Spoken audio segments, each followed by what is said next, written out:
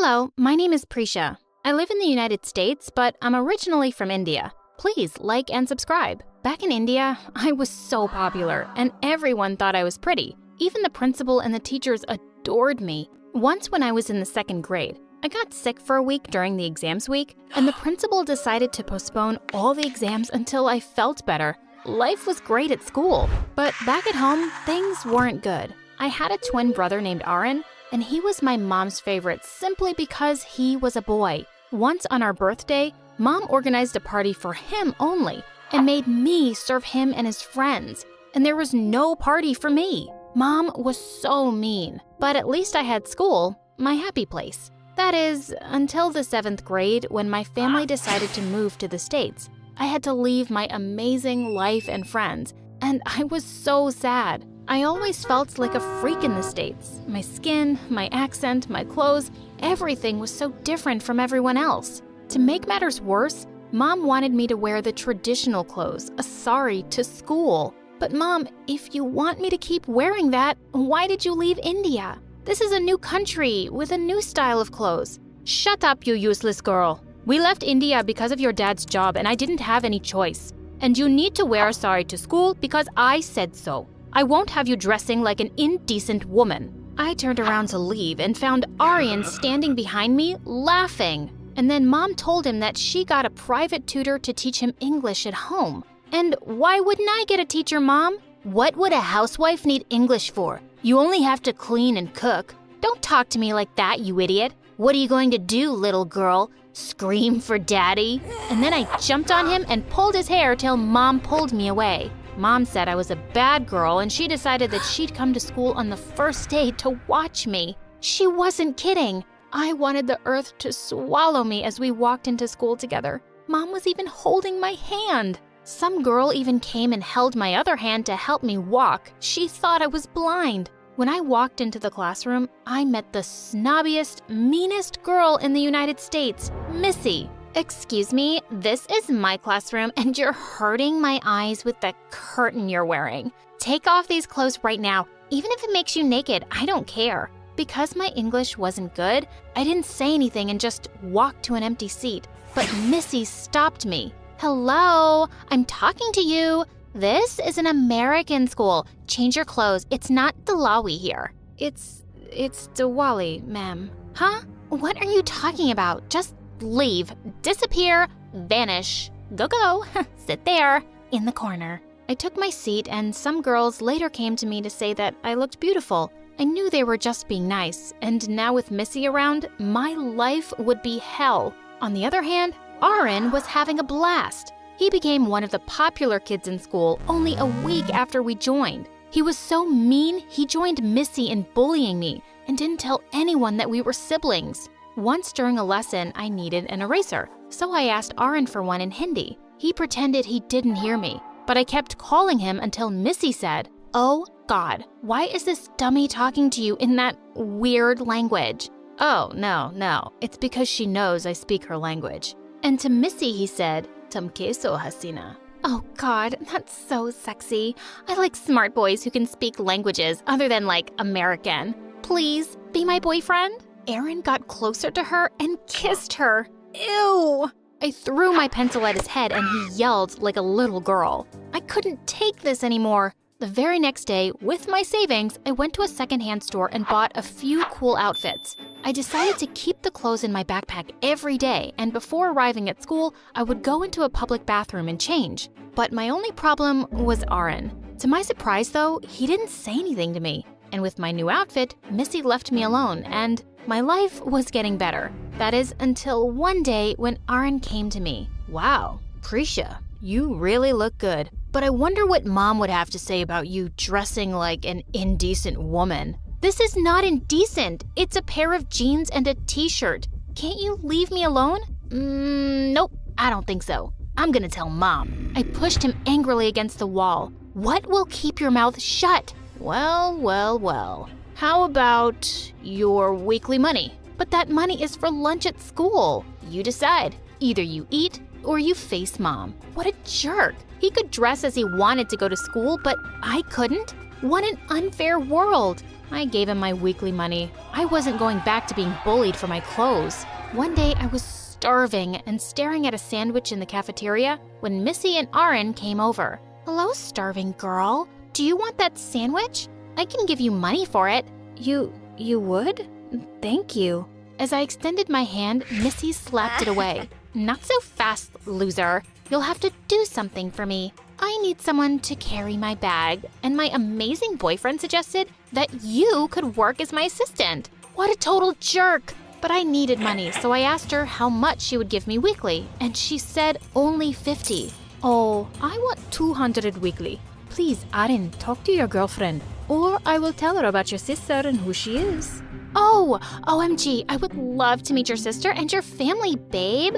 "Oh, babe, trust me, you won't. Let's pay this loser $200. "Well, that's not happening. I'll only pay 100, and you, babe, you can pay the other 100. Aaron looked like he was about to explode. Now he was the dumb moron who would pay me to keep my mouth shut. Being Missy's assistant wasn't that bad after all. I actually gained popularity next to that dumb girl and made good money. But one day, Missy decided that we would all eat pastrami sandwiches. I don't know if you know this, but Hindus aren't allowed to eat cow's meat. They're sacred to us. But my stupid brother was eating it. Oh my God! I snatched his sandwich and threw both of ours away. "What do you think you're doing? Bring them back and eat them right now, or you're fired."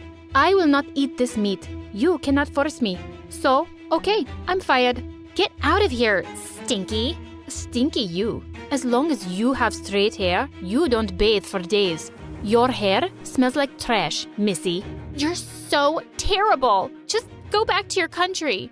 "Oh yeah, I'd love to, but then I'd have to take my brother with me, who happens to be your boyfriend."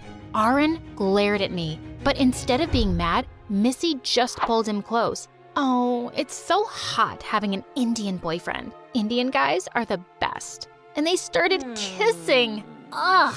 I just stormed off. Later that day, when I was in the public bathroom changing my clothes, Aaron was waiting outside. "Hey, dumbhead, I think now you have to pay me so I won't tell mommy about your secret." "Man, why do you always have to be so mean to me?" "I told you before, it's because you're useless and stupid." "You know that's not true." "Yeah, you know what? You're right. It's because you're the smart, likable twin. And since I can't be as smart as you, I'll ruin you. So give me my money now." "No, I'm not giving you anything. I'm sick of you and Mom. She is just crazy." When I finished saying those words to Aaron, he turned white and his eyes widened. What?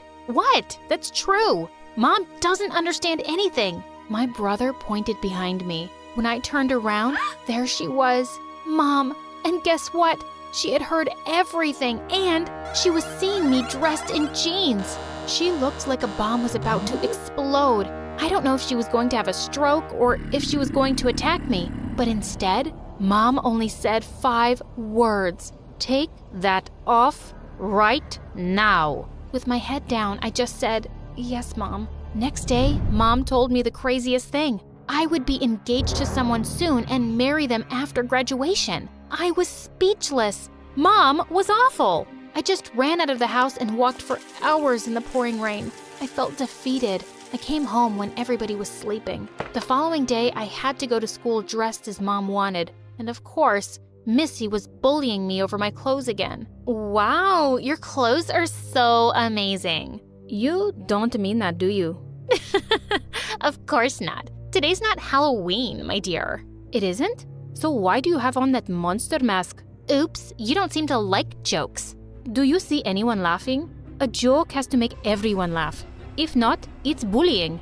"Oh, shut up, you Dalawi girl." "What is that even supposed to mean?" But then Missy attacked me and everyone gathered around us. We were wrestling on the ground till someone pulled Missy away. And it was Aaron. "Don't touch my sister or else, Missy." Missy and I were shocked and we both yelled, "What?" "You heard me. And stop bullying her for the way she's dressed. You need to learn some respect." "Oh my God, are you defending this witch?" "This witch is my sister, and there is no way I would let you talk to her like that, or to anyone. This needs to stop, and you have to apologize now." "In your stupid, ugly dreams, you moron." And suddenly a boy yelled, "Yeah, you have no right to bully her for wearing a sari. Apologize now." And another girl said, not only to her, apologize to all of us for being a jerk and bullying us for stupid reasons. Everyone circled Missy and she started crying like a little baby. I'm sorry,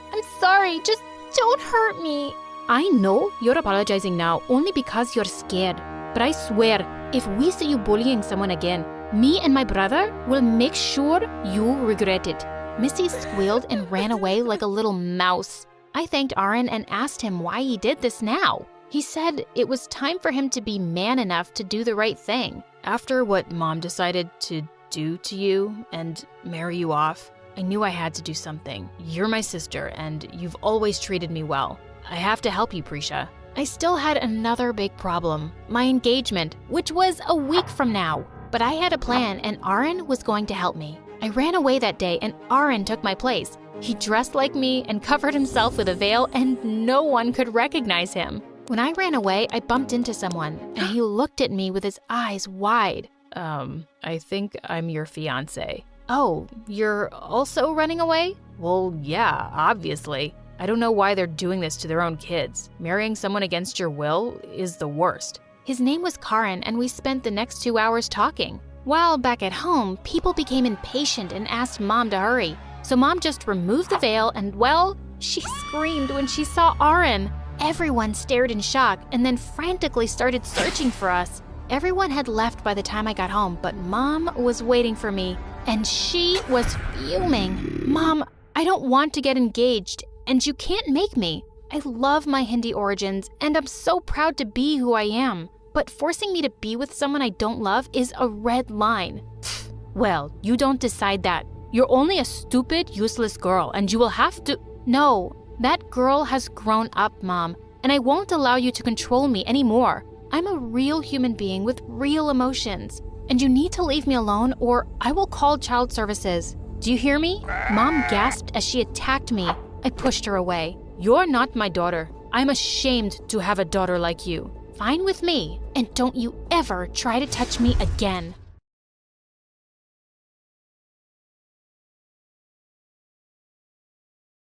My 7th birthday is one I'll never forget. My parents threw me a huge party, and everyone from school and the neighborhood was invited. I was about to become really popular. Turns out, I did become popular, but not in a good way. Just as I was about to blow out the candles on my cake, Mom suddenly turned to Dad and started screaming at him. Mom yelled, "I saw where you were looking! You better keep your eyes to yourself!" My dad started screaming back that she was a psycho. But before he could say anything else, Mom had dug her hand into my cake, grabbed a fistful, and shoved it in his face. Everyone stood looking at the two of them in stunned silence, while I started sobbing. The worst was yet to come. One day, when I was in 6th grade, my best friend Melissa and I were watching a movie in my room when I heard something break, followed by shouting. We both ran down and saw a broken jug on the floor, and Mom and Dad were yelling at each other while Melissa's mom stood in a corner, looking absolutely horrified. Mom was screaming at Dad that he was flirting with Melissa's mom while Dad was, as usual, denying it. Her mom pulled Melissa by the arm and said angrily, "Your friend's parents are lunatics! You're never coming here again!" Melissa turned away from me in disgust. "Yeah, I don't think we're friends anymore." I ran after them, crying and saying sorry, but they got in their car and drove off. That was my life growing up. One evening, when I was in the 7th grade, I could hear Dad and Mom shouting again. I just had enough. I was going to tell them that I was moving to my aunt's place. When I got closer to their room, I saw that Dad was throwing his clothes and stuff into a suitcase, while Mom was crying and begging him to stay. "What's going on?" I asked in a shaky voice. "This was the last straw," Dad shouted. "This mad woman made me lose my job today." As Mom sobbed loudly in a corner, Dad furiously explained that Mom had turned up at his office and accused him of having an affair with the new intern.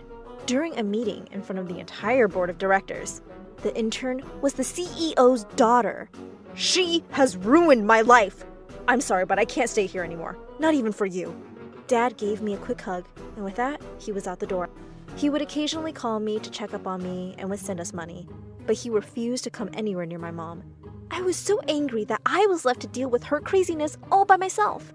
6 months later, he sent her divorce papers, and she completely lost it. Mom shouted, I knew he was cheating on me and didn't love me or even you. Your dad is abandoning you for another woman. What a horrible father. Some days, I just hated her. Suddenly, she became obsessed with my grades and kept telling me that I had to focus on my education because I couldn't rely on a man for anything. Funny, because she wouldn't even get a job and just lived off of the alimony she was getting from the divorce. She would spend most of the money on silly dresses and shoes, trying to look 10 years younger, and went out to clubs with her friends every other night. She started dating this guy, Ron, who I didn't like instantly. He was fat and had yellow teeth and chewed his food so loudly it gave me a headache. I didn't know what Mom saw in him, but she seemed happier at least. One night, the doorbell rang. I went to check and was horrified to see Ron with 8 children trailing behind him. He looked at me with a weird expression and said, "Are you Edna's daughter?" I called Mom to the door. As soon as Ron saw her, he got onto one knee and said, "My dear darling Edna, marry me. I've given up everyone and everything for you. Now I and my 8 children are all yours. In fact, we can make more beautiful babies together, unlike this one here." Mom lost her mind. "Get off my property!" she yelled. Ron tried to convince her to let him stay. Apparently, his wife had kicked him out. After 5 hours, she finally managed to make him leave after threatening to call the cops on him. After that, she just stopped going out and ended up a depressed couch potato. She would sit in front of the TV all day eating junk and watching stupid soap operas. I would come home from school to find her sleeping on the sofa with food all over her sweatshirt and the whole house in a mess. She'd gained a lot of weight and always looked like she hadn't showered for days. I was so tired of being the adult in the house and cleaning up the mess. On top of that, she threw tantrums anytime I tried to go out and do something fun. One night, as I was getting ready to go out and admiring myself in the mirror, I suddenly felt something hit me in the back of the head. "You're not going out half naked, Missy. Put this on." I picked it up to see that it was an ugly, oversized turtleneck sweater. I wouldn't be caught dead in that.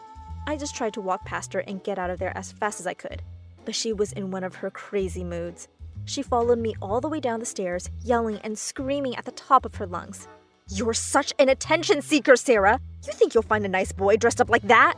All boys are scumbags," Mom said. "Oh my God, Edna, you're just as crazy as ever. Leave her alone." Mom and I both turned around in shock to see who was standing in the open doorway. Dad!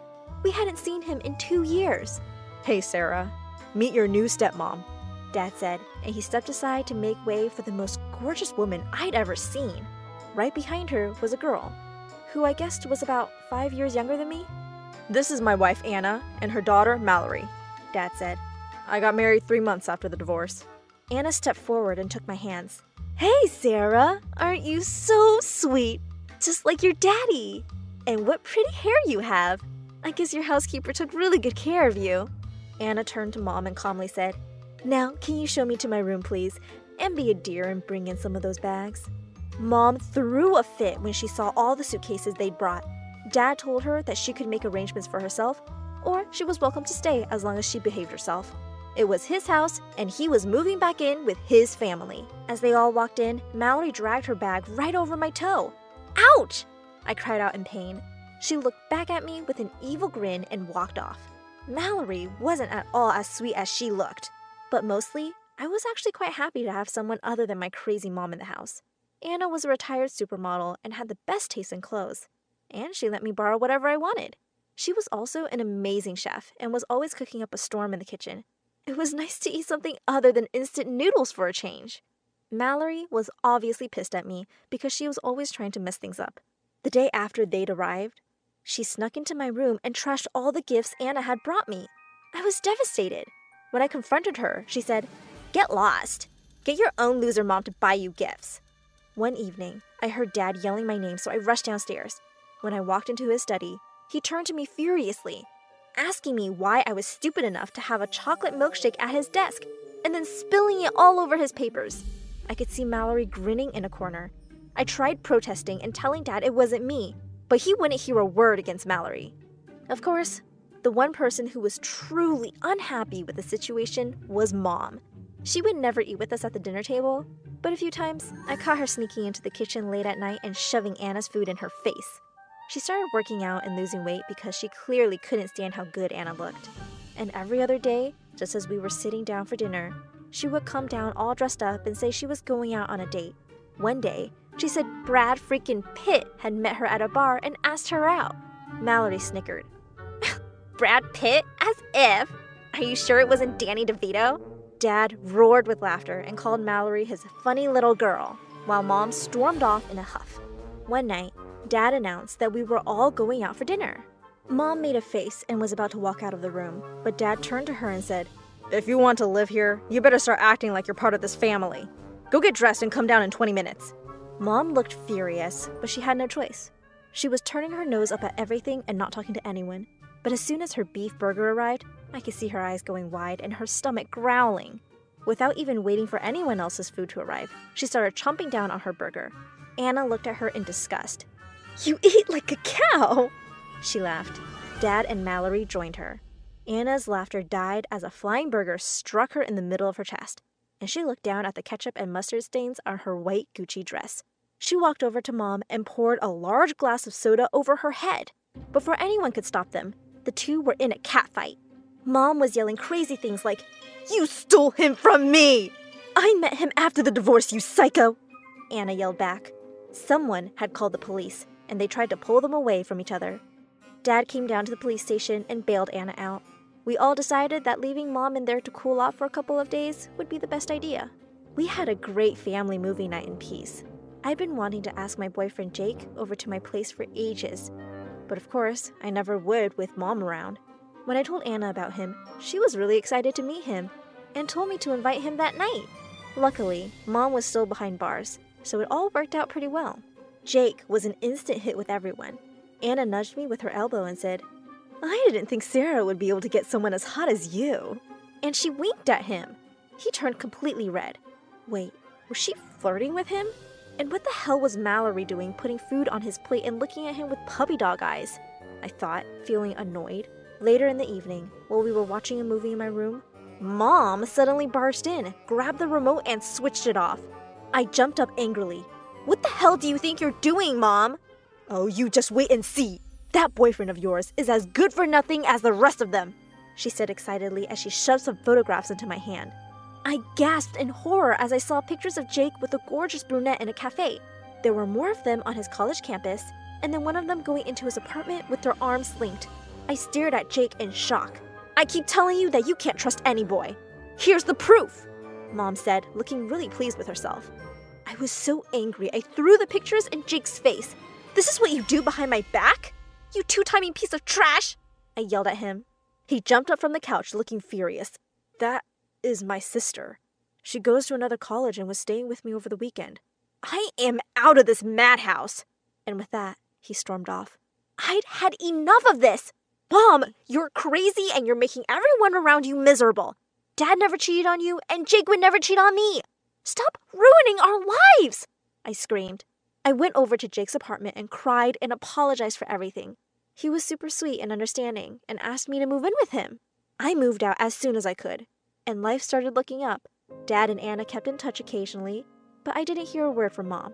Later, I heard she'd gotten a job and had finally moved out of Dad's house. Well, good for her. I still wanted her to stay miles away from me. One evening, as Jake and I were planning to go on a dinner date, he handed me a bag with a lovely yellow dress in it. I tried it on and kissed Jake because it was just perfect. He laughed and said, "Well, actually, Anna helped me pick out the dress." I called her the next day to thank her. "I knew you love it," she said happily. "I remember you'd pick sunflowers at the park when you were a kid because you loved yellow so much." I froze. "Wait, what?" I mean your dad told me," Anna said, sounding a bit flustered now. "Anyway, gotta go." My mind was spinning when I hung up the phone. I headed to Dad's house. I went straight to Anna's room and started going through her closets and drawers. I came across an old photo album, and with my heart pounding, I opened it. I sat down on the bed in shock. The woman from the park was Anna. It all came rushing back to me now. I hadn't recognized her because it was such a long time ago, and she'd changed her hair color too. I was left with no doubts as I went through more pictures. The three of them together. Not only had my dad been cheating on Mom all these years, but Mallory was his daughter. She was my half-sister. I rushed to Mom's new address, and as soon as she opened the door, I gave her the biggest hug. I cried and told her that she had been right all along. She started crying too and said she just knew it. And she wasn't crazy like Dad had been saying all these years. I convinced Mom that we had to confront Dad and Anna about this, and we headed over to his place later that evening. As I stormed in, ready to scream at Dad, I saw him and Mallory sitting in the lounge looking really worried. Dad said Anna had dropped Mallory at his office in the afternoon, saying she had errands to run. But since then, she hadn't been answering her phone, and he had received a notification from the bank that a large withdrawal of money had been made today. Stunned, I called Jake. I knew he and Anna were on good terms, so maybe he knew something about her whereabouts. His phone was turned off. Oh, I didn't have a good feeling about this. I drove like a maniac to Jake's place and called out his name as soon as I entered. There was no one home. I walked into the bedroom to see that all his closets were empty and all his stuff was gone. Had Jake run away with Anna?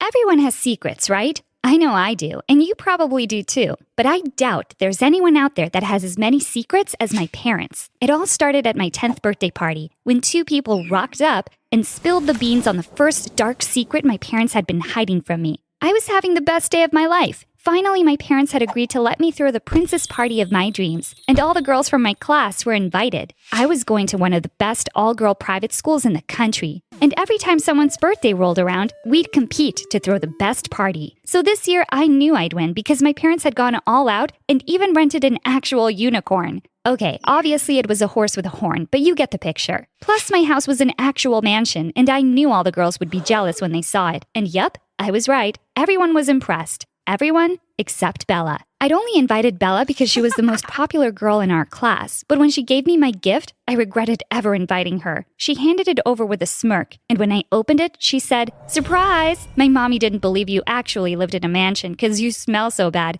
So she thought maybe you could do with some soap." Bella had just ruined everything. It was so awkward, and what made it worse was that all the girls were laughing at me. All of them except for my BFF, Sarah. I was seriously about to cry, but suddenly a car came revving up the driveway, and things were about to get much worse than a bar of soap and Bella the bully. It was the old couple who lived next door to us who worked for my parents. They made such a scene and started screaming at my parents, saying it wasn't okay to have a party without their permission, and why hadn't they been invited? I didn't understand what was going on, but as they shouted at my dad, my mom gathered up all the girls and took them to the gate to wait for their parents. My party was a disaster, but not as much of a disaster as what I was about to find out. After everyone had left and Bella had shouted back at me, "Your party is the worst party I've ever been to in my life, you loser," my parents sat me down and told me they had something to tell me. Turns out the mansion didn't belong to us. In actual fact, the old couple owned it, and they didn't work for my parents. Nope. My parents worked for them. My mom was a cleaner and my dad was a gardener. I didn't understand. Why would they lie to me like this?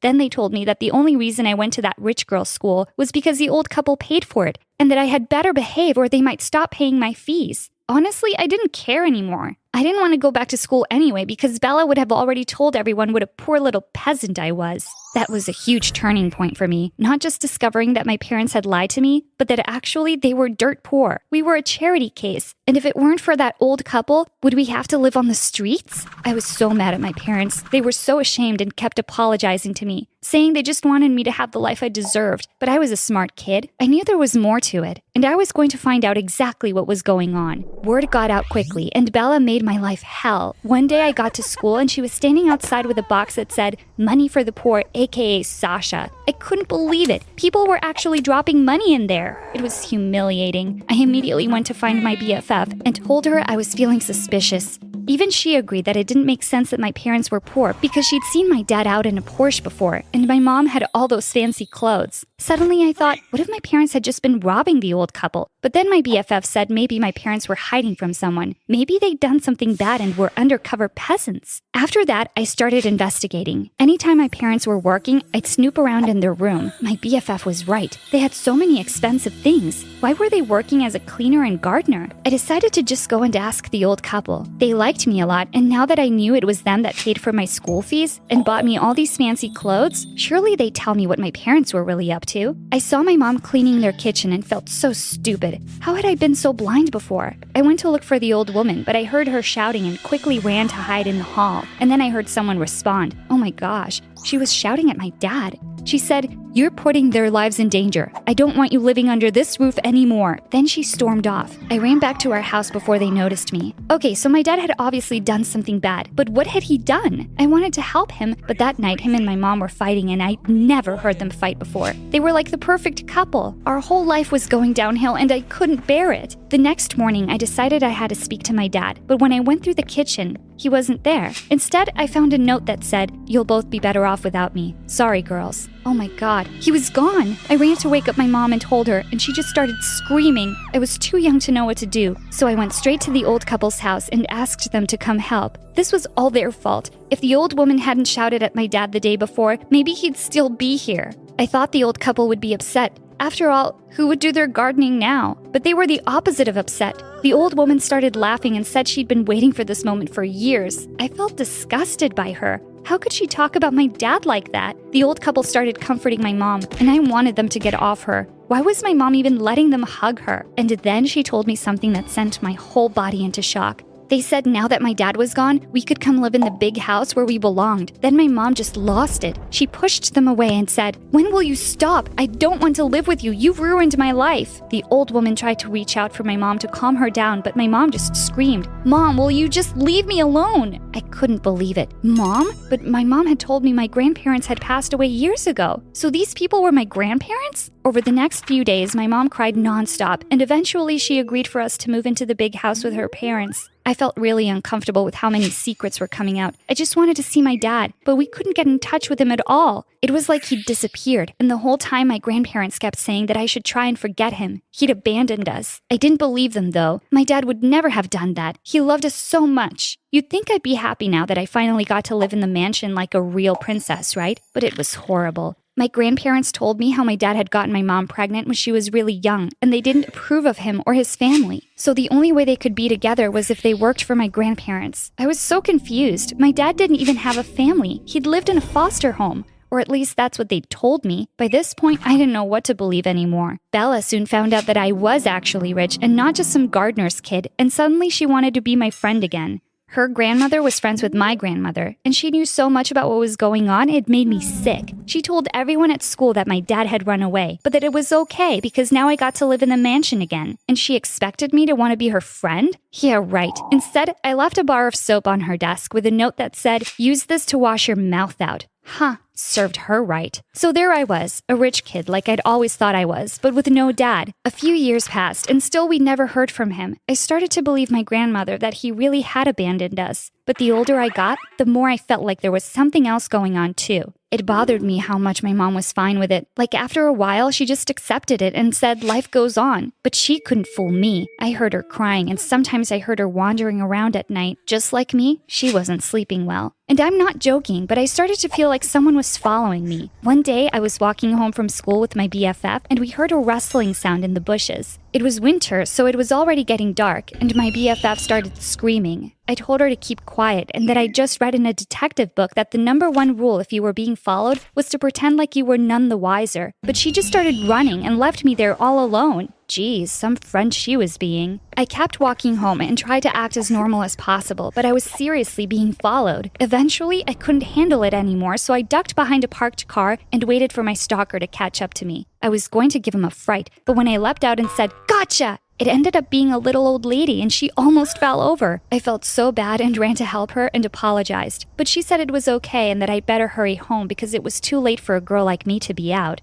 She was staring at me in a really creepy way, though, and I couldn't get her face out of my head. It was kind of weird. Had she been following me? Someone was. I could feel it. I started to think maybe it was my dad, and I really got my hopes up. Not a day had gone by that me and my mom hadn't thought about him, but at the same time, I was angry at him. Well, it wasn't my dad following me. About a week later, I was sitting in the park and the stalker turned up. At first, I didn't realize who it was, but then it came back to me. It was the old lady from the week before. She asked if she could sit next to me, and then she turned to me and said, "I've been looking for you, Sasha."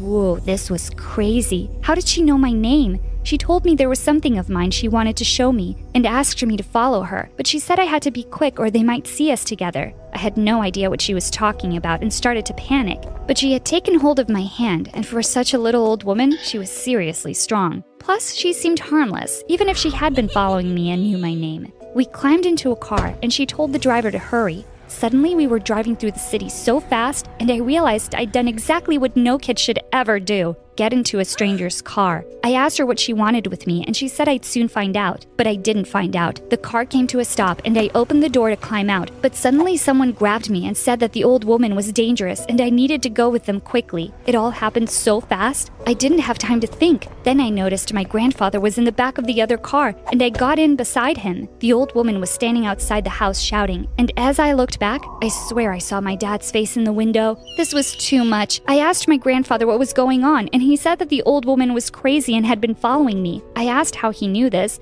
and he said my bodyguard told him. Huh? I had a bodyguard? This was insane. My grandfather just laughed and said, of course I needed a bodyguard, because what if my dad came back and tried to steal me away from them? At that moment, I wished my dad would do that. I then asked my grandfather to tell me where my dad was, and he said he was gone and it was better that way. What I didn't tell him was that I'd just seen his face at the window. I was going to take matters into my own hands and go there and find out what was going on once and for all. The next day, I went to school as usual and told my BFF to cover for me. I told her I wouldn't be long, but that if anyone asked, just to tell them I was sick and had gone to the clinic. I snuck out after our first class and tried my best to remember the way to the house I'd seen my dad in. I couldn't believe I might get to see my dad again after all these years. I finally arrived at the house, and it didn't look like anyone was home, but still I knocked. When no one answered, I started to get nervous. I ran around to the other side of the house and started shouting, "Dad!" Suddenly, he appeared at the back door and grabbed me quickly and brought me inside. I couldn't stop hugging him, and he was crying. We stood there hugging for what felt like forever. Then I started shouting at him. All my anger came pouring out, and I asked how he could just leave us like that. He said he hadn't wanted to, but he felt useless and didn't think we deserved to live that way any longer. It felt so good to see him again. He told me he was making a plan so he could come visit soon, but there was some stuff he had to take care of first. Then he told me I'd better get back to school before anyone realized I'd snuck out. I told him I didn't want to leave, but he said I had to. And then I noticed all the photos on the walls. Photos of my dad and another woman, and 2 kids. I looked around the house and suddenly felt sick. Did my dad have a secret family? How could he do this to us? No wonder my grandparents didn't approve. He was a cheat. He saw me looking around and he said it wasn't what it looked like, but it was too late. I had to get out of there. I ran for the door, and then I noticed the old lady coming down the stairs. She looked so happy to see me, but I just ran right out the door. My dad was nothing but a liar. I started running down the street and that car pulled up again. This time my mom jumped out and told me to get in. I was so happy to see her, but I couldn't stop crying and asked if she knew that dad was cheating on her. Suddenly, the other door opened and my dad climbed in. I told him to get away from us, but both my parents just told me to calm down and that I was old enough to know now. My dad is an undercover agent. Yup,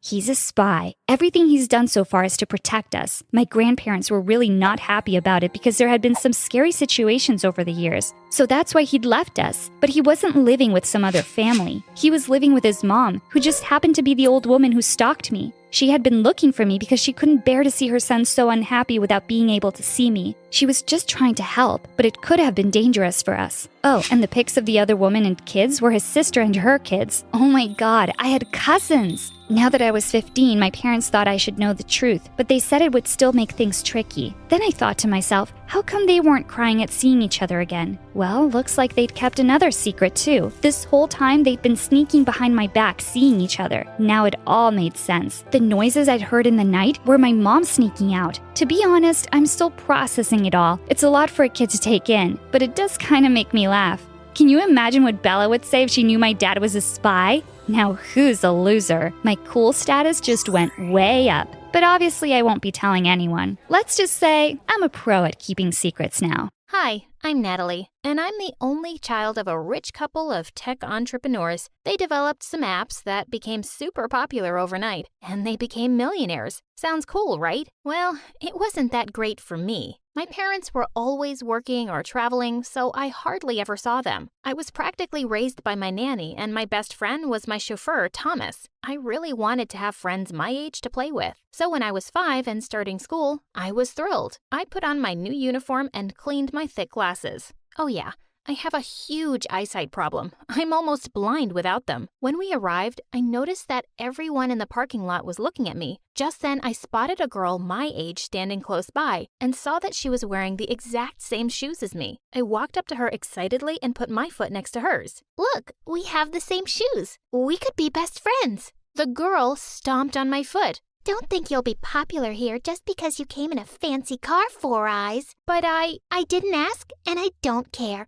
Don't talk to me. And with that, she flicked her hair and left, and her minions followed. I soon discovered that her name was Cynthia, and she was in my class. She told everyone I was a loser who'd begged to be her best friend, and I instantly became a laughing stock. For the next few years, I just kept my head down and ate my lunch alone in the janitor's closet. In the second grade, I saw a sign-up sheet on the board for dance auditions. I'd been having dance lessons at home since I was a kid, and I loved it. So I immediately put my name down. But just then, I heard Cynthia laughing behind me.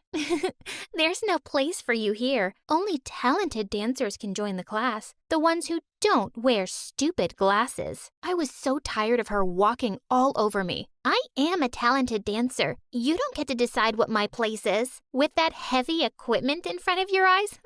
I don't think so. That joke about my glasses is now older than my grandma, and I'm bored. Come up with something better already. Her eyes went wide in surprise, and I walked off feeling proud of myself. Maybe she'd let me be now, but I was so wrong. On the day of the audition, she got to dance first. She wasn't bad, but I was better. But when she finished dancing, all the judges got up and clapped for her. Immediately, a woman in the jury said, "That was brilliant. We have the person here for the lead role." Wait, what? I climbed onto the stage immediately. Excuse me, ma'am, but she was only the first dancer. You haven't even seen the rest yet. The woman looked at me with disgust. I can tell simply by looking at someone if they're talented, and you are not. Someone take her away, please. Next. That was so unfair. After the audition, I saw Cynthia hugging that woman and calling her mom. Now it made sense why the judge was so nasty. Well, I couldn't even do the one thing I loved, and Cynthia still kept making my life miserable over the next few years. She spread a rumor that I had a contagious eye disease, and anyone who hung out with me would go blind, and everyone actually believed her. Another time, I'd taken my glasses off during an exam to clean them, and I didn't notice her slipping a cheat sheet on my desk. I nearly got suspended. I spent most of my time denying all these stupid rumors, and it was exhausting. One day in 7th grade, as I was walking down the corridor, Cynthia pushed me and my glasses fell off. I started to crawl, feeling the floor with my hands. As I vaguely spotted the glasses and reached out for them, Cynthia stepped forward and crushed them with her foot. That was it. I attacked her blurry figure, knocking her to the ground. We were wrestling and pulling each other's hair when a teacher intervened, and we both ended up in the principal's office. Cynthia looked totally chilled out, and her mom landed 2 minutes later to defend her. Oh, I know this child. She's a troublemaker. Her mom was on the school board, and the principal seemed to believe her instantly. Where are your parents? Your father said he'd be here right away. Before I could answer, Thomas opened the door. Oh, that's not her father. That's her chauffeur. Clearly, she's not on her parents' priority list. They sent the chauffeur to deal with her. I blinked away my tears furiously and ran off to the empty school auditorium, one of my usual hiding spots. I put on my headphones and started dancing in the dark. It was the only thing that kept me sane. When I finished, I heard someone clapping. As I looked towards the audience, I saw a boy sitting in the dark. It was Clayton. Clayton was popular and hot, and every girl in school wanted to date him, including Cynthia. And that was reason enough for me to stay away from him. What do you want? I was just watching you dance. You're really good. Please, just stay away from me. I stepped down from the stage, and as I was walking past him, he gently took my arm. Wait a second, okay? I just want to talk. I stopped, my heart beating a little faster. He removed my glasses. You're really pretty. As he pulled me closer, I shut my eyes, waiting for my very first kiss. But before anything happened, he started to laugh and ran away with my glasses. Hey, wait! I started panting and sweating. Everything was dark and blurry. I heard laughs coming from every corner. Loser. Four-eyed dork. I covered my ears and started to cry. Suddenly, Thomas opened the door and shouted, Natalie, where are you? Oh, here comes the superhero to the rescue. Or should we say, super chauffeur? Cynthia and her tribe skipped out laughing as Thomas took my hand and then drove me home. I didn't go to school for a few days and stayed in bed, but the more I thought about it, the angrier I felt. I was alone, and my parents weren't going to come bail me out. I had to stand up for myself. It was the only way to deal with these bullies. But when I went back to school, suddenly everyone and everything had changed. Cynthia ran towards me and hugged me like a best friend. "Hi, Nat. We were so worried about you." "Yes, where have you been? We missed you." Even Clayton was there smiling at me. What on earth was happening? "What are you up to? Don't touch me." And then I heard a voice behind me. It was my mom. "Natalie, what are you doing?" What am I doing? What are you doing here? "Nat, how come you never told us that your mother is the founder of the most successful fashion app in the world? She just gave us a ton of discount coupons for the most awesome brands." And why did I need to tell you that? I don't even use it. You're hilarious, Nat. That's why we're best friends. No, we're not. You're a psycho. "Natalie, you're being so rude. I didn't teach you those manners." You're right. You didn't teach me any manners. You didn't teach me anything. So go back to making your apps, Mom, and take these psychos with you. Well, maybe having a famous mom would finally help get Cynthia off my back, but that was wishful thinking. Because from that day on, I not only had to deal with her at school, but also in my own home. Since Cynthia had convinced my mother that we were best friends, Mom had a brilliant idea of inviting her home every day and to come with me in the limo. Cynthia and her minions were really enjoying the limo ride, touching every button. "Knock it off, you're going to break something." Poor Four Eyes. Her mom likes me more than she likes her. Ugh, I wanted to punch her stupid face. This went on for weeks, but one day, just when I was at the edge of losing my mind, something unexpected happened. As I was coming out of class, I saw Cynthia and her mom arguing. "You need to train for nationals, Cynthia. You seem really distracted." "Don't worry, Mom. I'm practicing at the studio every day. I know how important the competition is." "Okay, just checking. You have to win every competition to get a university scholarship.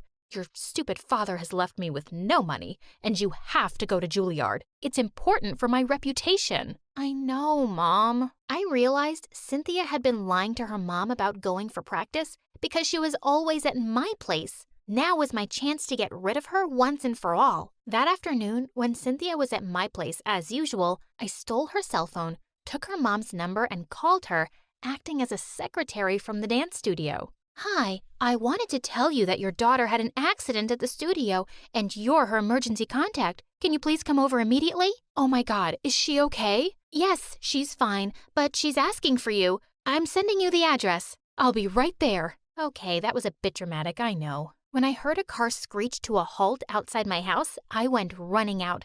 Cynthia's mom was shocked to see me. "You? What is this? Some kind of prank?" "Oh, no, please believe me. You have to come see Cynthia." As her mom looked at me suspiciously, I led her to my bedroom where Cynthia and her minions were reading magazines lying on my bed. Gosh, I think I'll just run away and become a teen model. Or marry some rich billionaire. I don't want to dance and go to stupid college. Mom is really annoying. No wonder Dad left her. You ungrateful brat."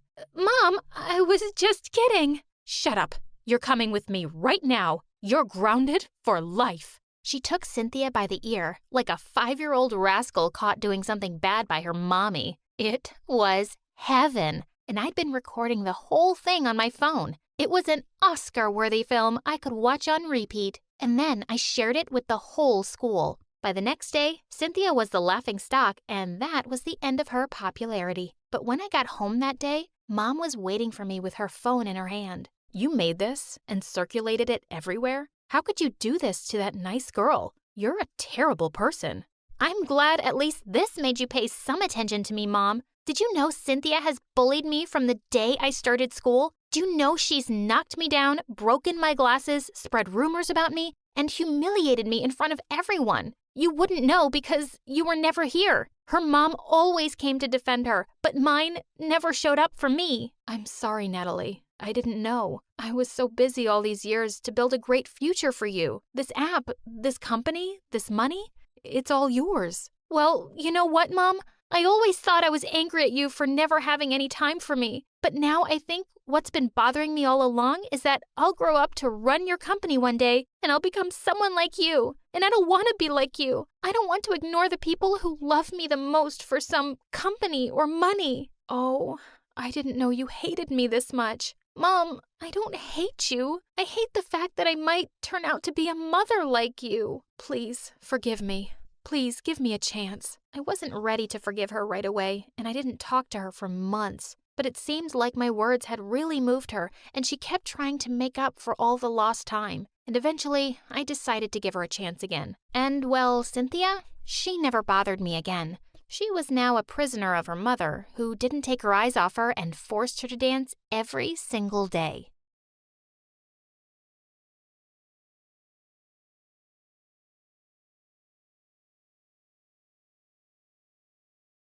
When I was 5 years old, someone gifted me a 3,000-piece puzzle on my birthday. My parents thought it was too hard for me and put it away, but I snuck into their room when they were asleep and took it. I stayed up all night piecing it together, and when they saw it the next morning, they were totally amazed. "Laura, you're a genius! We're gonna send you to the best schools, the best classes! You're going to be the best child in the world!" In an instant, my life changed. My parents shifted us to a new city, got me into a fancy new school, and signed me up for 6 hours of tutoring daily. But the problem was that I had ADHD as a kid, and it was really tough for me to focus the way my mom wanted me to. Once, Mom even tried to give me pills to control my behavior. "You should take these, Laura. They will help you focus on your studies." "Okay, Mom." When she left, I threw the pills in the trash. What if she wanted to poison me? My mom made me hate studying, so I had no choice but to start sneaking out when my parents weren't looking. My little escapades were awesome. I got to play soccer with the other kids and eat all the junk food I liked. It was all going so well, until one day in the 2nd grade, when I snuck out to go to a soccer match. 2 big girls approached me on the street. "Hey you, give me your bag." "No way." One of the girls grabbed me while the other tried to pull my bag off my shoulder. Suddenly our neighbor spotted us. "Hey, what are you doing?" The girls ran off in a hurry, and the neighbor took my hand. "I'm taking you home to your parents, Missy." "Oh no, not my parents." When Mom saw me, her face turned red with anger. "What are you doing out, Laura?" Once she learned about the incident, she totally lost it. She took away all my toys and grounded me until further notice. "Until you can learn to be a grown-up, you're not going anywhere." I already don't go anywhere." Mom was about to slap me when Dad came between us and stopped her. "Such a rude kid." The next morning, Mom woke me up at 4 a.m. "You're going to learn self-defense with your dad every morning and night." "But Mom, it's not even morning yet." "You start now." I had no choice. He began to teach me kickboxing every morning and jujitsu every night. One day, I was heading to an advanced math exam. My mom had been grilling me about this paper for a year. She wanted me to rank number 1. I was on my way to the exam room when I suddenly spotted an adorable boy with glasses cornered by some bigger kids who were pushing him around. I knew I had to go in for my paper, but I couldn't ignore this. I ran in between them. "Hey, stop it." Is this little girl here to save Devin?" "This little girl will kick your big butt." I kicked one of the boys on his knee and he fell. When his friend ran to get me, I dodged him easily and pushed him away. The boy was totally stunned. "You're awesome." Suddenly, my teacher came out of the exam room. "Miss, this girl just attacked us. She's crazy." Before I knew it, I was being dragged to the principal's office. I already knew what would happen now. He called my parents. Mom came in like a raging bull. "You missed the exam? You beat someone up?" "Mom, they were bullying someone." "So what? Are you Mother Teresa or Wonder Woman? Mind your own business. How dare you ditch your exams like this?" "Dad, I did the right thing. You know that. Say something." I knew Dad agreed with me, but he was just too weak to say anything in front of Mom, who was acting like freaking Godzilla. She signed me up for a replacement exam in 3 months and told me to get to work. The next day, the boy I helped, Devin, came up to me and thanked me for saving him from the bullies. He thought I was amazing and asked me out on a date. My first date ever! And he was just so cute. Of course I said yes. Devin and I began dating, and I did everything I could to keep it secret from my parents. I got a secret phone with my savings to text him, and I'd sneak out every night to meet him. I started to think that life wasn't so bad after all. Until one day, Noah, the gorgeous soccer player from my school, came up to me during lunch. "Hey, go to the Blue Pearl Cafe at 5 p.m. Watch what happens." "What?" "Just do it. It's very important." With that, Noah walked away from me. That was so weird, but I decided to go anyway. When I reached the cafe, I saw Devin sitting there arm in arm with another girl. What? Devin kissed that girl right on the lips before she left. Oh my God! Devin! You cheater! The whole cafe turned to look at us, but I didn't care. "Laura, what are you doing here?" "I'm dumping you!" I walked forward, grabbed his plate, and dunked all his food over his head. Just then, another girl walked into the cafe. "Devin, what's going on?" I'm here for our date. Oh my God. I told the new girl the truth about him, and she grabbed some food from another table and chucked it right in Devin's face. Just then the manager showed up and threw us all out of his cafe. I hope you rot in hell, Devin. And with that, I ran back to school. I was going to find Noah. He was practicing soccer with the school team. I pulled him aside and demanded that he tell me how he knew about Devin. I've seen him around with you, so I knew you were dating. But I saw him with other girls too. Why did you tell me? Because I kind of have a huge crush on you. You what? I'm not sure if you remember. We used to play soccer together before you stopped showing up for practice. I've always liked you, and I didn't like the idea of you dating that slime. Oh my God. Noah had a crush on me? I know it's kind of weird and sudden, but do you want to go out with me sometime? He was so stunning, and I wanted to say yes, but I couldn't get Devin out of my head. How could I ever trust a guy again? I had to turn Noah down. Maybe we can just play soccer, like old times. Yes, we can try that. I started playing, and it was the best fun I'd had in years. Everyone loved me and asked me to try out for the official soccer team.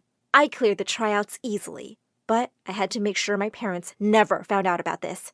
One day after practice, Noah came to me with a whole bunch of roses and a couple of friends playing guitars. He asked me out on a date, again.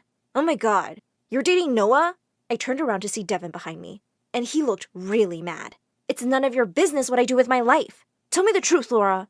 Noah told you about my dates, didn't he? So what if he did? I always knew he liked you. He was always staring at you. Go away, Devin. Yeah, before we make you. The entire soccer team stared him down, and he had no choice but to back off and walk away. I turned to Noah and said, I'm sorry, Noah. I really like you, but I just can't trust someone so soon. That's okay, Laura. I get it. Come on, let's prep for the semifinals. The semifinals of our tournament went by like a breeze. We had trained hard, and our skill and teamwork were totally unmatched. When I scored that winning goal, I literally lost my mind. The thrill and joy was too much. I wrapped my arms around Noah and gave him a kiss right on his lips. The entire stadium began to hoot at us, but I didn't care one bit. Everything was perfect until I heard it. Laura! I jumped away from Noah and literally screamed in shock. Mom? Dad? What are you doing here? Devin called and he told us everything. You've been sneaking away every day to play this stupid game? My mom began to fight with me in front of hundreds of people. I had never been more humiliated in my life. You're grounded! Forever! Mom, the finals are tomorrow. Come on, honey. We can't make her miss that. Why not? She should be punished. She is a bad daughter. To my surprise, Dad finally put his foot down. He told my mom that I was an amazing daughter and that he'd had it with her bullying. My mom went purple with rage. Laura is playing tomorrow, and there's nothing you can do about it. I love you, Dad. I hugged Dad. He'd finally accepted me. My mom refused to say one word to me from that day on. I won the soccer finals 6-0, and without our knowledge, a scout had come to watch the match. They picked me up, and I got a full sports scholarship for my undergrad degree. None of my other teammates got that offer, including Noah. He got into a good college, too, but it was thousands of miles away from me. You have to take this opportunity, Laura. You're going to be great. I loved him so much that I really tried to make it work long distance, but it just became too painful for us to keep missing each other. We had to end things, even though we still loved each other and were on excellent terms. My soccer career was thriving, and I was playing at the state level, topping every chart in the women's league. During a final match with Penn State, I fell and twisted my ankle so hard that I blacked out instantly. When I woke up, I was rushed to the hospital where the doctor told me in clear terms, you can walk and run if needed, but you can't play soccer ever again. My heart was broken, and it felt like my life was shattered. I went back home, and my dad consoled me and supported me. My mom made a few snide comments about how she was right, but Dad chased her away. I believe in you, Laura. We'll get through this together. I eventually started teaching self-defense and soccer classes for little kids in my city. It was good pay, and I really enjoyed working with children. One day, I got a text from Noah, and I flipped. I didn't realize we were in the same town now. He asked to meet me for dinner, and I was shaking. My jaw fell when I saw Noah. He was drop-dead gorgeous, just as the day I met him. He wasn't here alone. Some of our friends from the soccer team were here with their old guitars. Noah had 100 roses, and he gave them to me before he asked me to be with him again. And this time, I said yes, and jumped into his arms. He lifted me up in the air as I kissed him passionately. Noah and I started our lives together, and eventually got married 3 years later. My dad attended, and my mom didn't, which was totally fine by me. A year after our marriage, I became pregnant with our first baby. The pregnancy itself was a breeze. but the delivery was tricky. There was a complication and I had to go into surgery, which really scared us all. Thankfully, both my daughter Claire and I made it.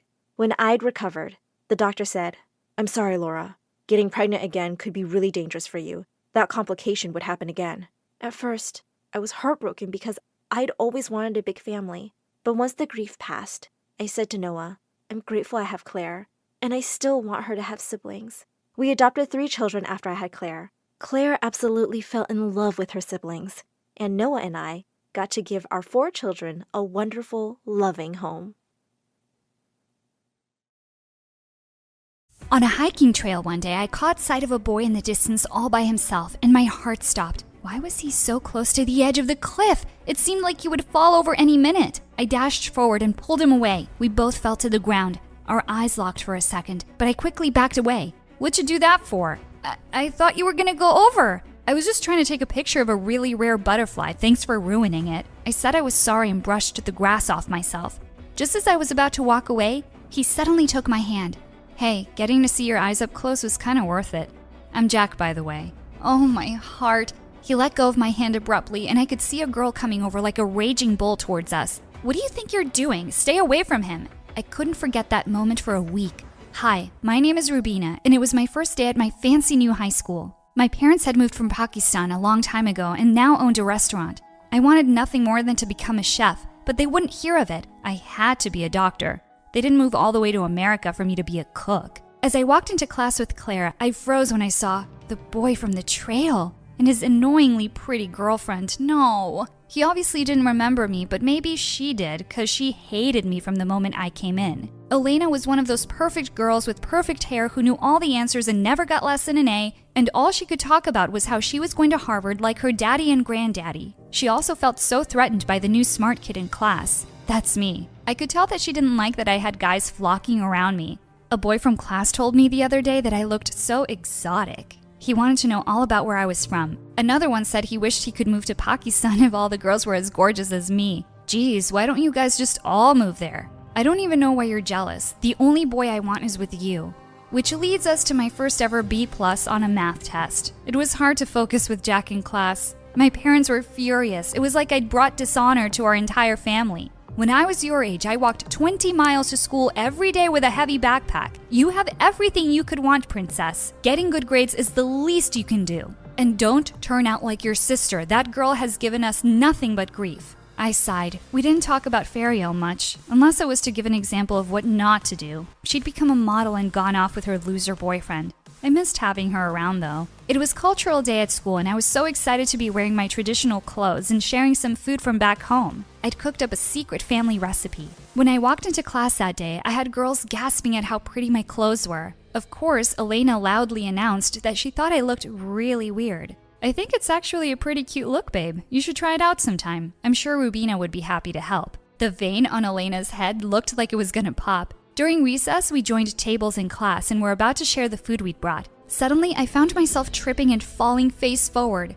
I stared around in horror. Everything was on the floor, and I was a mess. Claire helped me up, but one look at Elena's smug face, and I knew she was behind it. I was so furious and embarrassed, I just walked out. I grabbed my things from my locker and decided to go home. I just walked a block away from school when I heard someone call out to me, "Jack." "I'm so sorry for what happened, Rubina. I just wanted to make sure you were okay." He hugged me and I cried some angry tears into his shoulder. I pulled away, but he was still holding me by the waist. "You're the girl from the trail, right?" "Yes, yes, yes!" I knew it was you. I couldn't forget those green eyes, like deep pools covered with algae. You know, the green stuff. "Jack, you're really bad at this." He laughed too, and he leaned in to kiss me. The universe had conspired to make this moment happen. I gotta fix things with Elena first. I'll call you soon, okay? I almost skipped with joy on my way home. You know how rare it is to find your soulmate? This was fate. And then I got struck by lightning. I had no idea that most people survive being struck by lightning,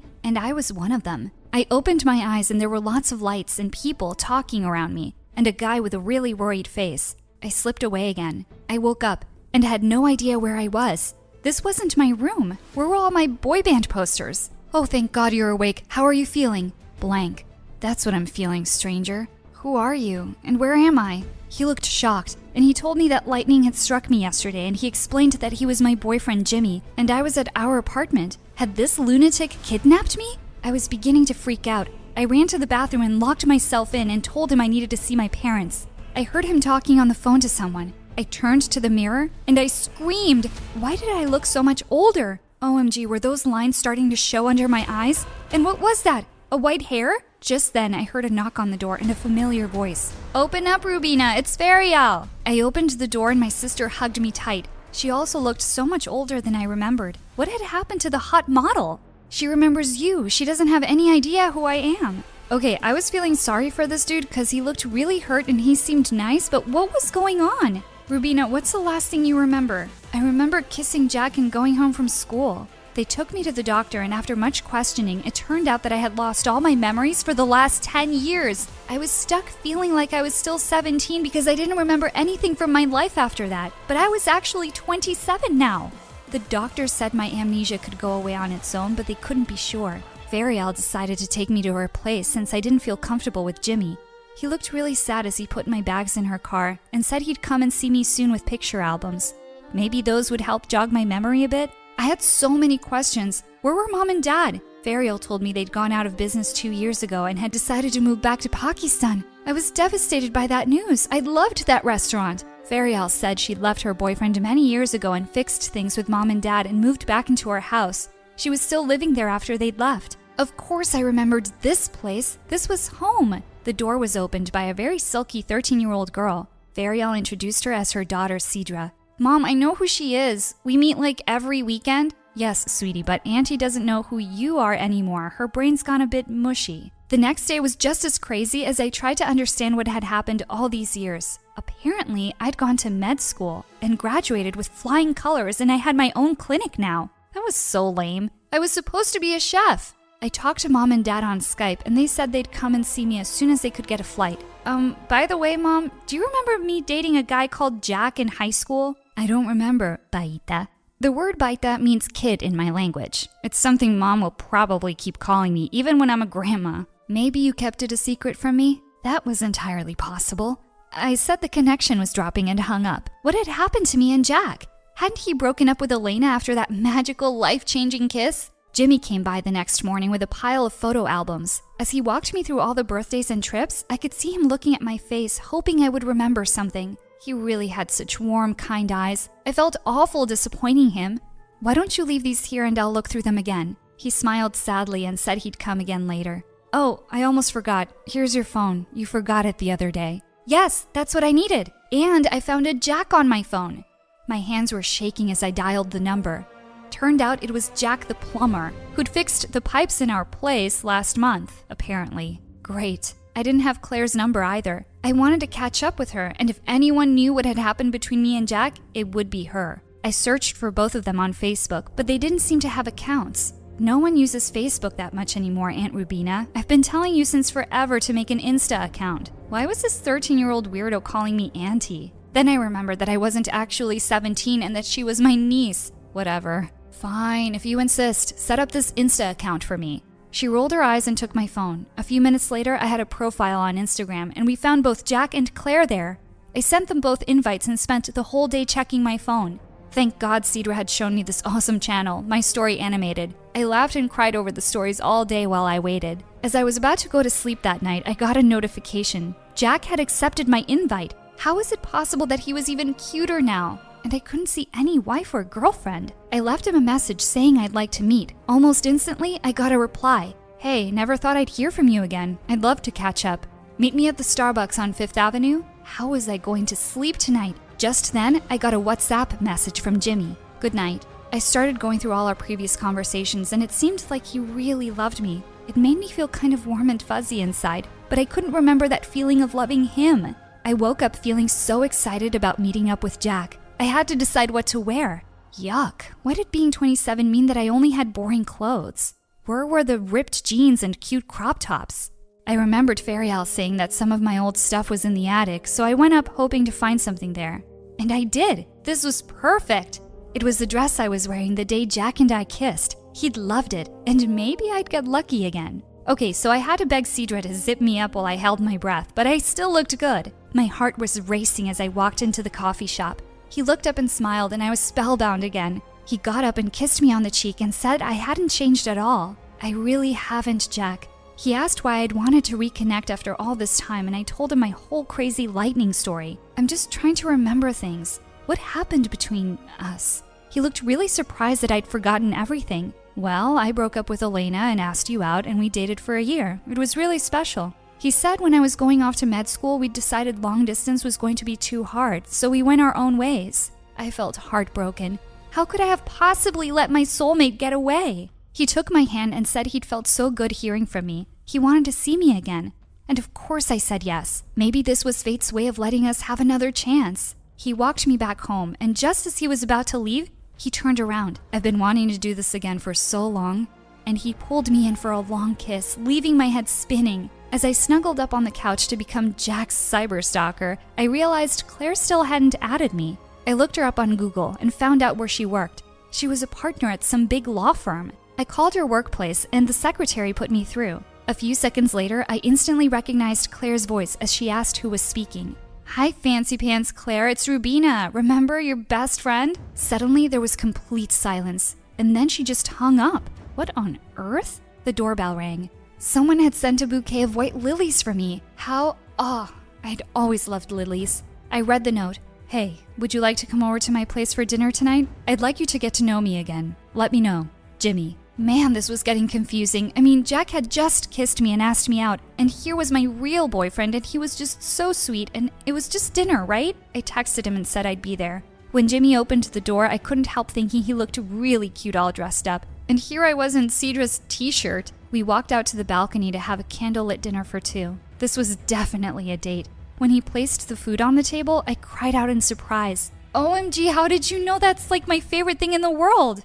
Of course I know. I learned the recipe from your mom ages ago.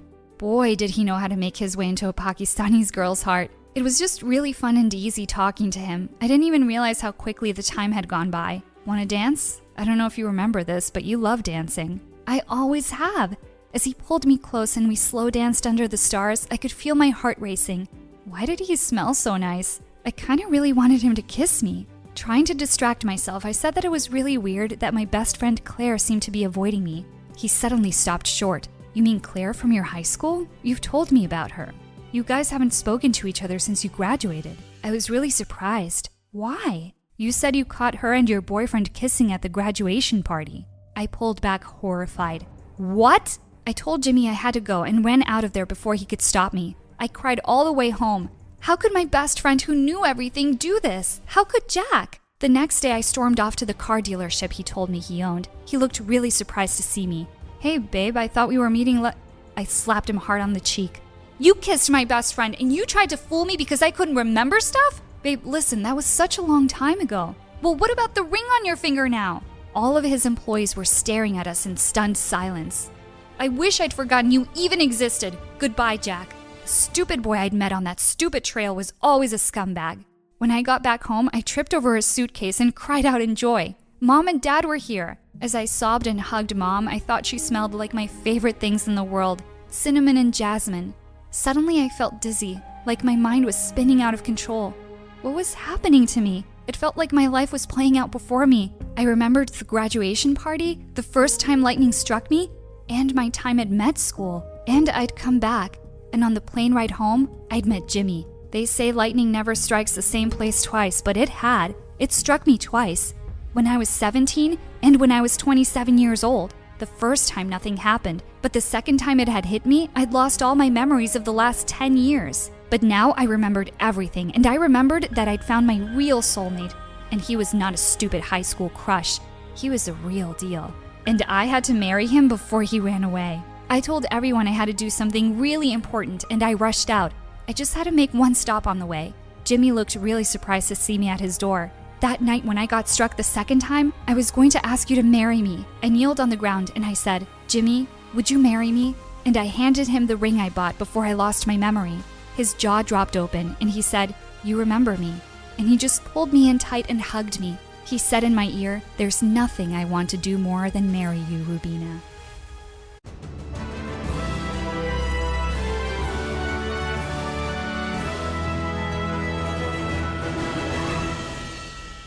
Dad, look at that bright, shiny star. Do you think it's Mom watching us from heaven? Don't be ridiculous, Amara. It's just the North Star. Stars are just giant balls of hot air and matter. Come, it's time for bed. I felt so disappointed as I walked away from the telescope. I really wanted to believe it was Mom. Dad always got so weird whenever I brought her up. It seemed like he never wanted to talk about her. My name is Amara, and people say I'm a child prodigy. My dad is a scientist, and ever since I was a kid, I've heard him say that science is the most important thing in life. And I decided that I would become a physicist like him one day. But that day came sooner than anyone had expected. You see, my teachers in school soon discovered that I was a genius, and I was bumped up quite a few grades. I was done with high school by the time I was 10 years old. By 13, I'd graduated from college, and by 16, I'd gotten my PhD in astrophysics. Soon enough, I was hired as a professor at a university where all the students were older than me. Once I entered the lecture room, and one of my students looked at me pitifully. Are you lost, kiddo? You want some help? Yeah, I want you to sit there and be quiet. What? Just take a seat. I'm your professor. Hey, don't lie, you idiot. That's not funny. It's disrespectful. Shut up and get lost before I make you regret the moment you saw me. The guy's face turned red and he started yelling at me. Don't you have some respect for adults, kid? Your mama didn't raise you well, did she? When he mentioned my mom, I got mad. Don't mention her. Don't talk like this about her, you good-for-nothing moron. And I left the room. Minutes later, I returned with the head of the department, and he introduced me to the students. Their jaws dropped open and the room was awkwardly silent. That guy looked shocked. He left and I never saw him again. I started teaching, and students really liked me and my teaching style. Even though I was really proud of everything I'd achieved so young, I sometimes envied other kids who seemed to be having fun with their family and friends. Dad was always too busy, and so was I. And I had no friends my age, except Tanya, my next-door neighbor. She was into fashion, and I never understood what she was talking about. Once, she came and said, "Amara, I feel down. I just broke up with my boyfriend." "But you broke up with him last week, no?" "Oh no, not Mike. Today I broke up with James, and tomorrow I'll dump Marcos. But after he brings me dinner.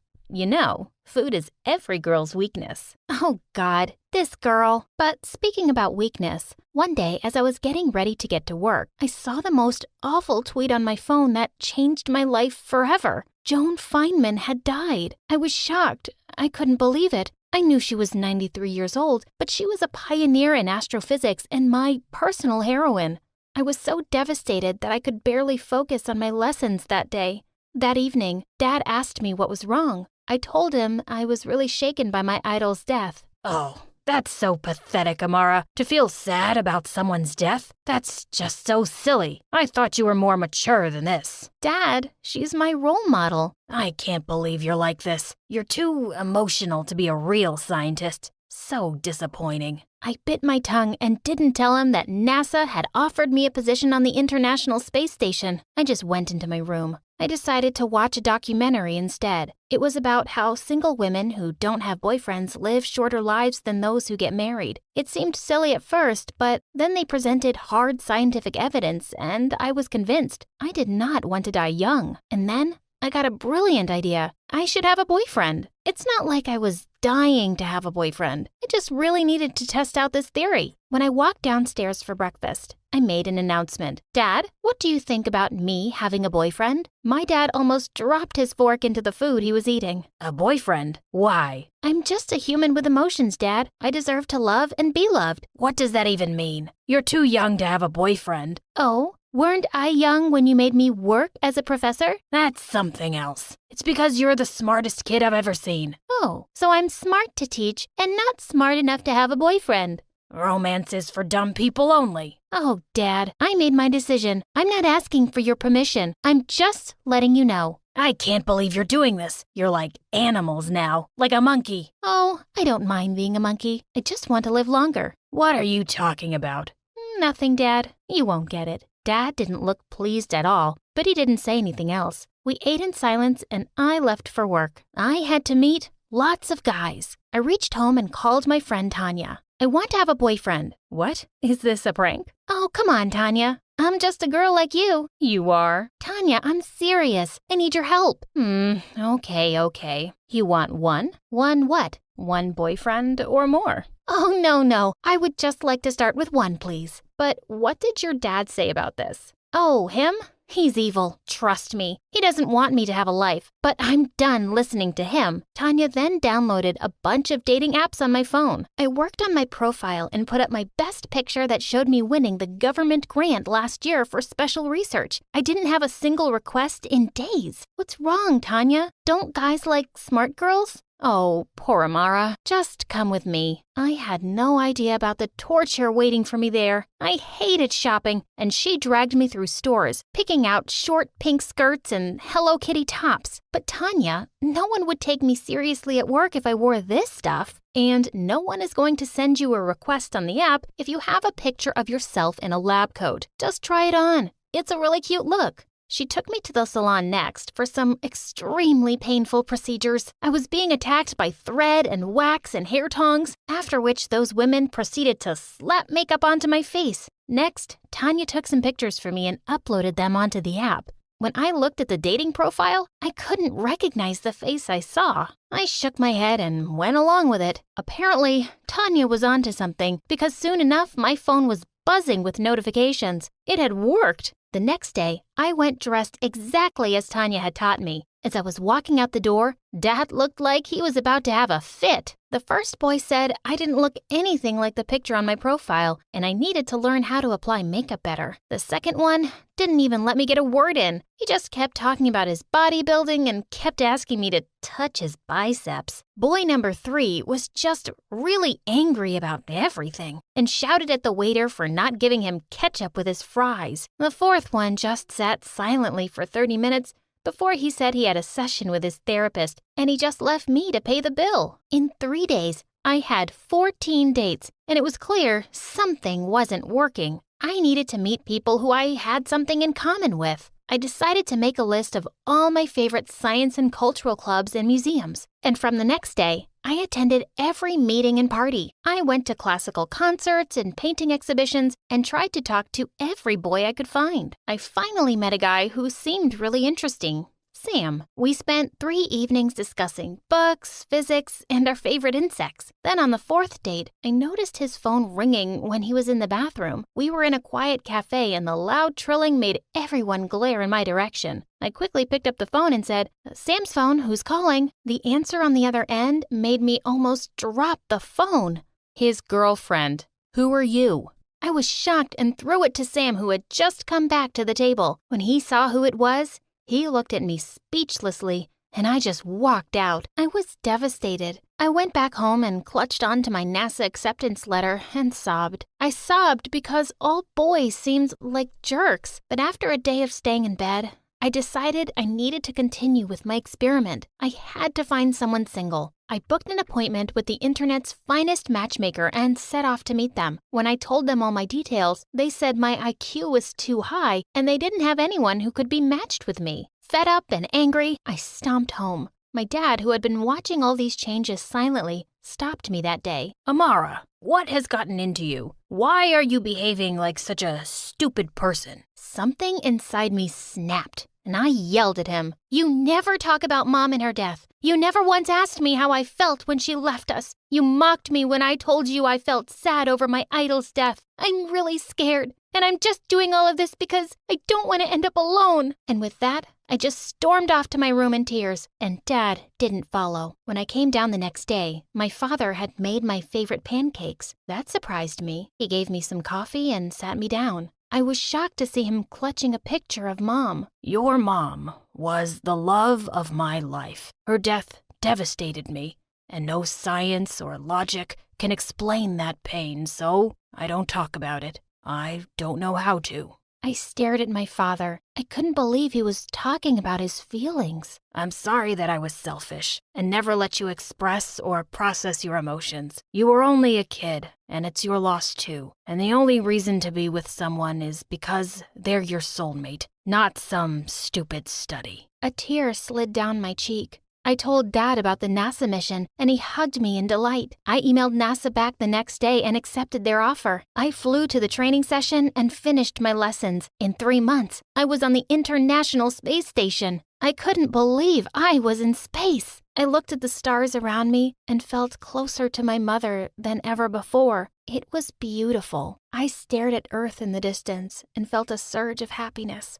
I felt free. 2 months later, I was back on Earth, and I got into the plane to go back home. The seat next to me was empty, and then I heard a voice. "Hey, Amara." I turned and saw a man with spectacles and a kind smile. Peter?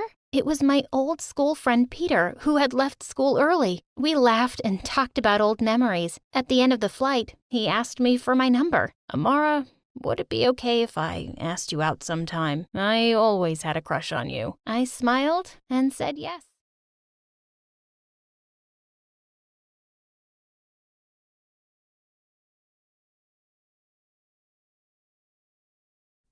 Hi, my name is Caroline, and my life is literally the stuff out of television. When I was 4 years old, I started having the hiccups. I just chugged some water, thinking it was going to go away soon. 72 hours later, the hiccups hadn't stopped. I was crying and freaking out now. I said to my big sister, "Carly, please take me to the hospital." The doctors had no idea what was wrong with me. They checked my throat for irritation, blockages. There was nothing. I was a normal, healthy 4-year-old girl who just couldn't stop hiccuping. 3 months turned into 3 years, and my hiccups never stopped. At first, it was so hard. Our parents were gone before I could even remember, and Carly had to take care of everything. All the visits to the hospitals, the insane expenses, the stress. She was going nuts. The only thing that made her feel at peace was that I was smart, and I got excellent grades at school. I was the top of the class 3 years in a row. I'm so proud of you. Oh, my precious little genius. Carly loved my grades, but it made the kids at school hate me even more than they already did. So what if you're the topper? No one can understand what you're saying, Caroline. You sound like such a freak. I can't help it. Have you tried drinking water? Let's make her drink a bunch of water, guys. I drank like a gallon of water really fast, and it made me so dizzy. These kids were jerks. I felt the puke coming, and I didn't hesitate. I let it all out on the kids around me. Ew, she's disgusting. My quirk pissed off the teachers too. When I was 13, I was taking a test when my teacher literally blew up at me. "No one can hiccup for this long. You're obviously faking it to mess with the exam." Why would I do that? I get the highest score in class. Ugh, so annoying. I'm calling your sister and we are ending this. When Carly reached the school, she was red with anger. She told off my teacher in front of everyone and threw a bunch of medical bills right into her face. Look at those bills. Does that look like she's faking it? Huh? It may be a real condition, but she is disturbing the class. Then I don't want to be in your stupid class. I'm the only math teacher here, you brat. Don't talk to my sister like that, or I will kick your butt in front of your students. It's okay, Carly. Just find me a different school, because this one sucks. And that's how I got taken out of school right in the middle of the year. Okay, I know this is bad, but don't you worry, Caroline. There will be plenty of schools that will want you. Carly had no idea how right she was about to be.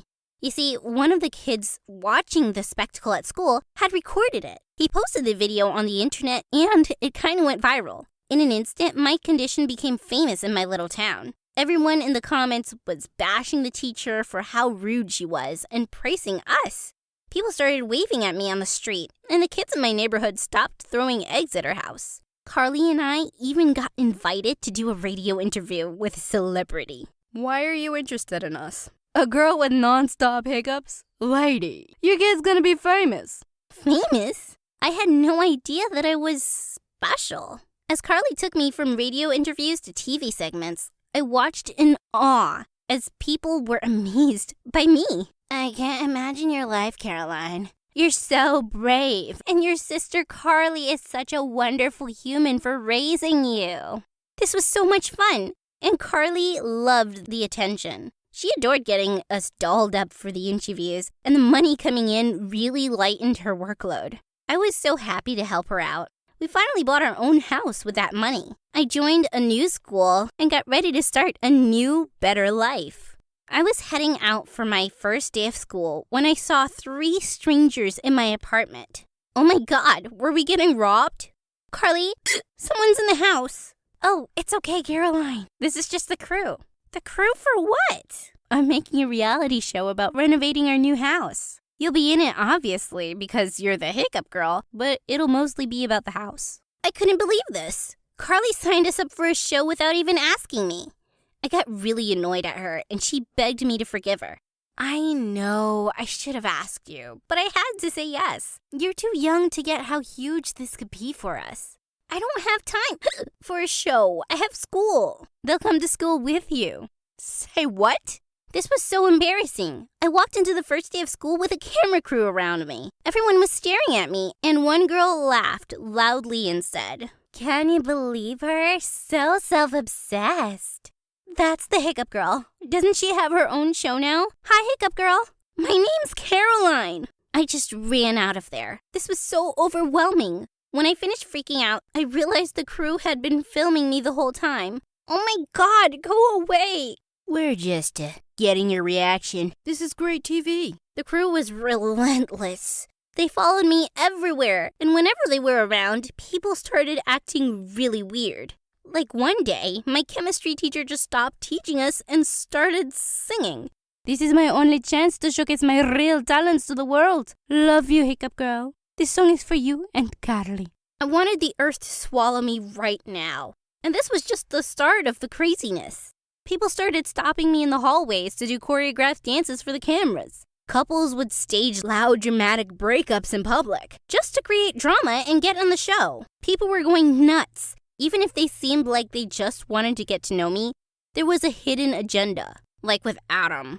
I always thought he was cute, and when he asked me out, I happily said yes. When I suggested leaving the crew at home for the date, he was like, Whoa. We need the cameras there. "Why?" That's the whole point of being with the hiccup girl. You're famous, and I'm gonna be a model one day. It just works, baby. I got up and dunked my juice all over his stupid head. I'm not your baby. You can find someone else to launch your career. I ran out of there before the cameras could spot just how sad I was. And all this insanity at the school and the filming at home, even my grades started to fall. I just couldn't do this anymore. I went to Carly's room to talk to her about all this. When I opened her door, I saw Carly making out with one of the cameramen. Oh my god! Carly! Oh, Caroline, don't freak out. Trent is my boyfriend. Fiance, babe. Oh, dang, I forgot. Trent just proposed. We're getting married? No way. We're going to announce our relationship on the show tomorrow. The fans are going to love it. Carly will tell you in front of the cameras, too, and you have to act totally surprised. This is so important to me, okay? Of course I said yes, but I stormed off and slammed the door shut behind me. I doubled down on my studies and started ignoring everyone at school to save time. People started calling me snobby, arrogant. Even the crew started getting annoyed with me. What are we supposed to record if you're just in the library all day? This is so boring. I really didn't care. I had to achieve my goals, just like Carly was achieving hers. Her surprise love engagement to her own cameraman made her a sensation online. She followed it up with a surprise wedding episode in Hawaii, and the fans fell in love with them. We were celebrating after the wedding when Carly came up to me with some surprising news. My lawyer gave me the go-ahead, Caroline. I can officially adopt you as my daughter. Are you serious? Yes, I have the adoption papers right here. A little surprise for you. I was completely speechless. For a moment, I couldn't breathe. Because I was full of so many emotions, I just ran to my sister and grabbed her in the tightest hug of my life. I'd love to be your daughter, Carly. What you've done for me? Caroline, can we do another take of the reveal moment? I think we could do better. Excuse me? When Carly shows you the adoption papers, your reaction isn't, really working. I need you to show more emotion. Maybe cry loudly or faint. Let's do one more take. You interrupted my real moment to tell me how to fake it? It's not a big deal. Just one more take. No, nuh-uh. Not happening. I'm not doing this again. You are insane. You need to stay away from me and my reactions. You need to do your job. For weeks, we've just been recording you hiccuping in the library. Do you know how boring that is? We're the ones who answer to the boss. You know what? You can tell your boss. I quit. Chaos broke out then. Half the crew started filming while I fought with the other half. Carly tried to step in and calm us down, but there was no stopping me. I can't live with that crew around me anymore. Caroline, I know it's tough, but this show is the best thing that ever happened to us. To you? I hate it. And if you hated something this much, I'd never force you to do it. Carly was defeated by that. She knew it was true. She still begged me to put up with the crew till college. Just one last season. If you quit before that, we lose millions of dollars in bonuses. Money that can take care of us for the rest of our lives. Caroline, please. God, what wouldn't I do for my sister? I agreed to put up with the show for one more season and prepared myself for another year of misery and isolation. Little did I know that in another month, my life would change forever. I went for a regular checkup at the doctor's office, and he said the magic words. We can stop your hiccups, Caroline. We have medicine for this. Oh my God, I couldn't even process this. Stop my hiccups? They had been my identity for so long. I didn't even know what to feel as I ran home to tell Carly. Carly was stunned into silence, but the crew started sharing their opinions right away. You can't touch your hiccups. The contract says your condition is crucial. The show could get canceled tomorrow if you do this. We can make enough drama for the show without my hiccups. There is no way. People love the hiccup girl. I don't want to be the hiccup girl anymore. If you do this, you will lose all your bonuses. So you might as well quit. Carly suddenly stood up. We quit. What? We're going to stop her hiccups. You're crazy, right? The hiccup girl is a moneymaker. She's not a moneymaker. She's my sister.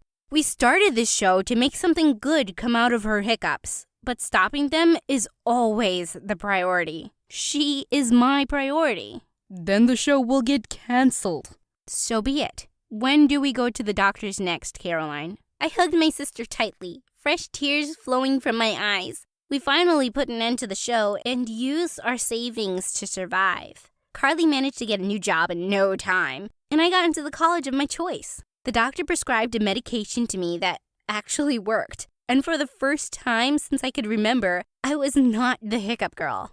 I was just Caroline.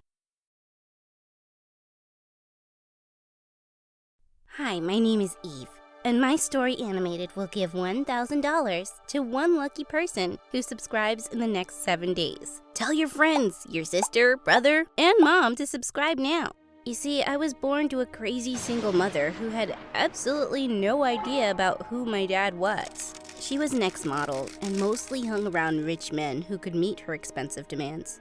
One time when I was 3, she left me alone at home to go out partying with her friends. I left the house and went to the neighbors and spent the night there, and Mom didn't have any idea. On my first day at school, I said to Mom, "Mommy, wake up! It's my first day at school." School, huh? Who are you? Go away. Let me sleep. Yeah, I dropped myself to school on the first day and every other day because she always woke up in the afternoon. It was pretty much like I was raising her and not the other way around. Well, that was pretty much her routine until my 10th birthday. She suddenly barged into the house with a big box in her hand. Surprise! OMG, she remembered my birthday. I ran to hug her when suddenly she stopped me and said, What are you doing? "Trying to ruin my dress? Stay away and listen.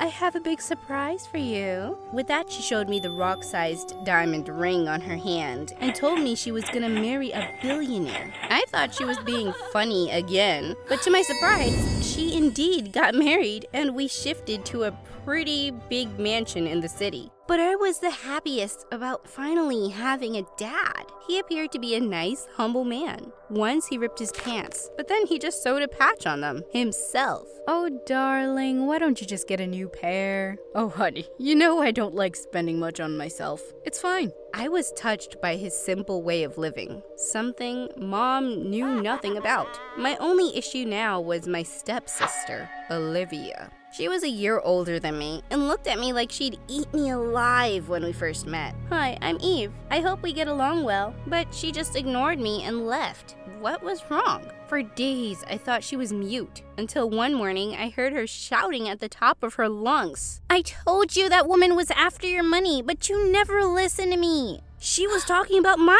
mom. I rushed downstairs to see what was happening. She took all the money and jewelry and everything else she could get her hands on. What? Mom had run away, leaving me behind? I was devastated and burst into tears, but then my stepdad hugged me. Oh, sweetie, don't cry. You're gonna stay here with us. Oh my God, you're so sweet. You're gonna stay here until I get back every single penny of all the $20,037,576.03 that your freaking mother stole. What? He was keeping me as a mortgage for his money? What a psycho! I tried to talk my way out of the situation, but he was such a cheap creep. You know my mom would never come back for me. She doesn't care for anyone but herself.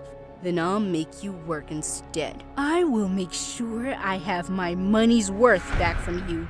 Gosh, what I thought was his simple way of living turned out to be his cheap way of living. He literally licked the food off his plates and drank the last drop from the milk carton to ensure nothing was wasted. Ew, that expired last month.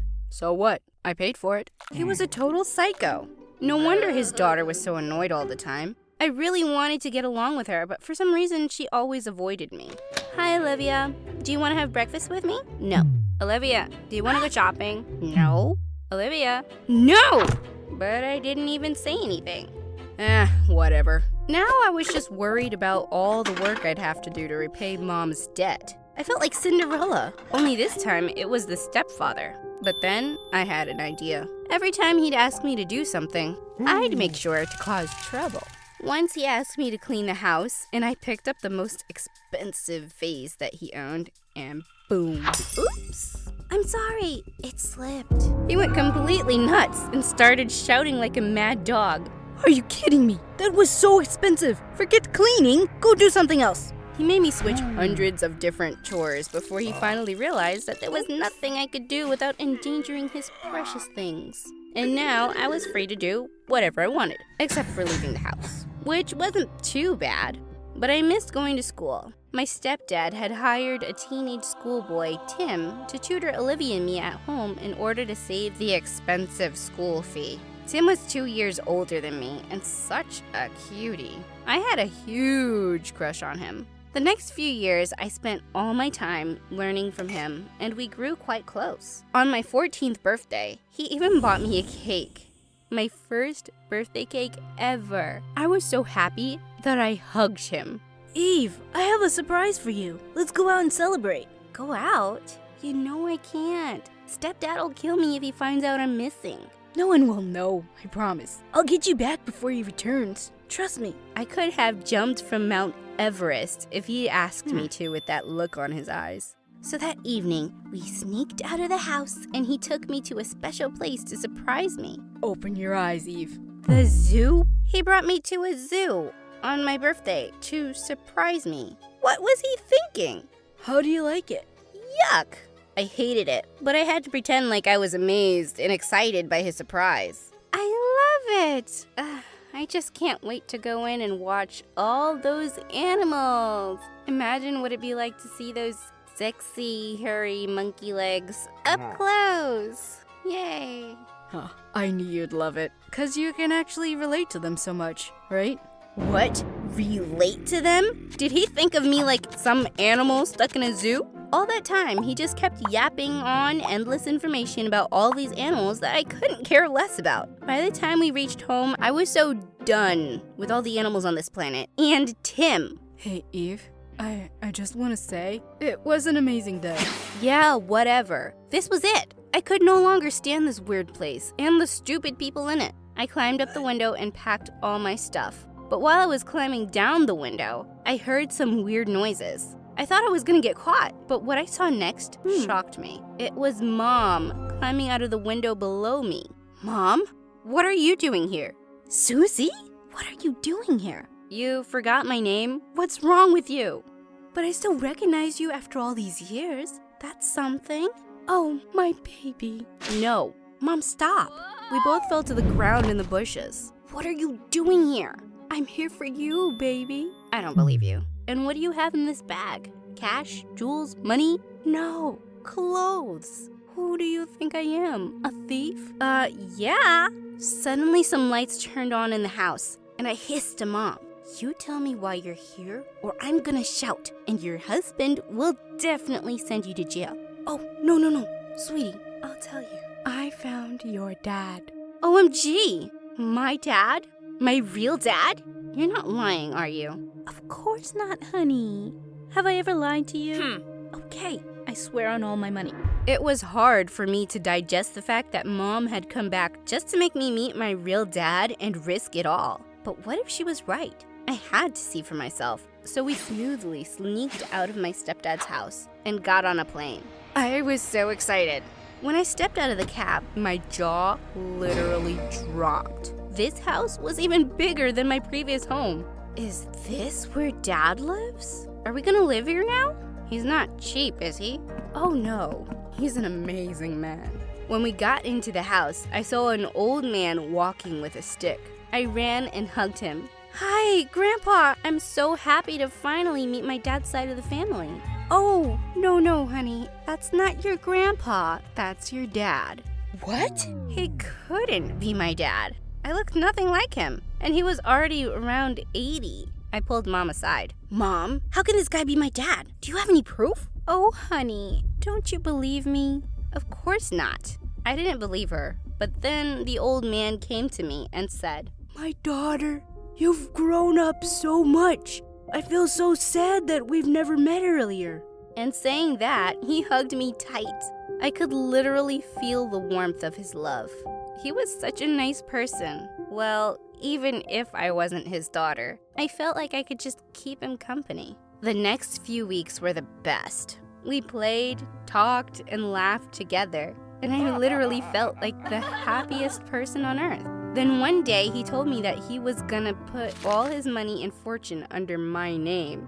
No, you cannot do that. Why not? Because I'm not your daughter. I was afraid this might give him a heart attack, but what he said next almost gave me one. I know that. What? You know? Yes, of course. That woman, your mother, I've never seen her in my life. She thinks she's fooling me, but the fact is, I don't mind it. Then why are you doing this? Oh, Eve, I've never had any kids or family. I was always so busy with work that I never married. Now I have all this money and these riches, but no one to share them with. But why me? Because you're a nice person. You've been through so much, and yet you had the courage to speak the truth and refuse all this money. I admire you for that, and I'm even more convinced now that you deserve all this. Oh, Dad! I hugged him tight. Finally, I had a person who understood me and loved me. I had someone I could call family. It's okay. You can call me Grandpa if you like. Of course, I continued to call him Dad, and he was the best dad ever. And Mom, she didn't get a penny. Dad passed away by the time I graduated school. With his inheritance, I opened several old age homes all across the country and donated the rest of the money to charity. I sold Dad's mansion and bought a cute little house, which is always full of good friends, laughter, and warmth. Things that money just can't buy.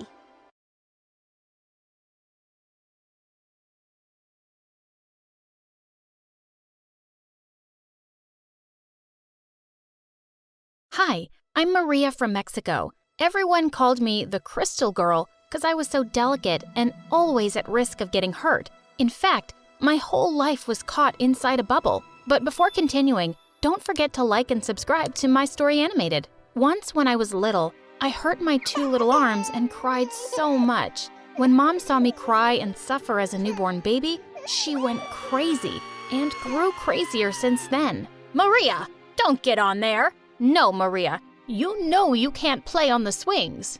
You can't ride a bike. No, no, no! When I was 7, Mom made a protective shield around me, so I literally grew up in a bubble.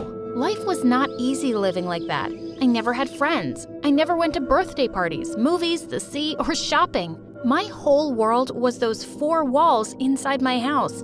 I was even educated at home. Mom played at being my classmate. Is there anything more creepy than that? Maria, do you want us to go to recess together? Mom, you're not a girl. You're my mother. I want to go to school. Please, I beg you. Oh, Maria, how funny you are. Let's play in the yard. The one that arrives last loses. I hate my life. The years went by. Mom decided to change the bubble models, and I got them air-conditioned. My life was boring, very boring. And Mom was becoming crazier and crazier. One day when I was 9, Mom left the front door open. I tried to get through it, but my bubble got caught in the middle of the door frame and I was trapped there for 3 hours. All my neighbors saw me and made fun of me, but something that I had never seen in real life approached. A little puppy. I managed to get my hand out of the bubble and touched it. The puppy drooled at me, and it was the grossest and most exciting thing so far. Of course, Mom punished me. No TV for a whole week! But when I was 12, something unbelievable just happened. Maria, come here. I want to introduce you. Meet Mario, your new friend. We said hello, and Mom gave us a list of things that are forbidden and another list of things that are allowed. But Mom only let us play chess and put together puzzles and watch documentaries of wild animals? Take it or leave. It's okay, Mrs. Lopez. We will be fine. And I was looking at him like an alien. The only person I had ever seen up close was Mom, and she wasn't very pretty. Mario had dark skin and green eyes, and when he spoke, he moved his hands exaggeratedly. He almost spoke with his hands. Mario hadn't seen many people either. Maybe yes, but definitely not one like me. Mario became my best friend. With my mom looking at us all the time, we invented a secret language through chess. Maria, I have to talk with you. Tell me, Mario. I'm in love with you. And I'm in love with you. Are we a couple? We are. Mario and I became inseparable. We communicate telepathically. One day, Mom had a very bad cold. She sneezed, coughed constantly, but thanks to the cough syrup, she fell asleep. Yep, it was my time to get closer to Mario. Psst, Mario, come here. Are you sure? Yes. And this is how I got my first kiss. What do you two think you're doing? Mario Pinto Fresias, get out of here right now. Do you want to spread a plague to my daughter? No, Mom, please. Mrs. Lopez, please, don't hurt me. And so I was locked behind Mom's bars again, and I never saw Mario again. My heart was broken, but Mom didn't care. I became a very quiet teenager. I read the books that Mom bought me. With not many options, I made up a parallel world within mine. When I looked at an illustration in a book, I managed to get inside it with my mind. I was in the jungle. I stroked elephants. I fought with lions. Another day, I flew to the moon. I was an astronaut, and I nailed a flag on Mars. One not-so-fun day, I got into a scary story, and I quickly fled from there. Another 2 years passed, and no one came to rescue me. When I turned 16, I managed to convince my mother that I wasn't going to break into 1,000 pieces. My method was not very conventional. Maria Lopez, get down from the top of that table right now. You will get your hand broken. You already know that you are very delicate. I'm not getting off, Mom. I am not made of glass.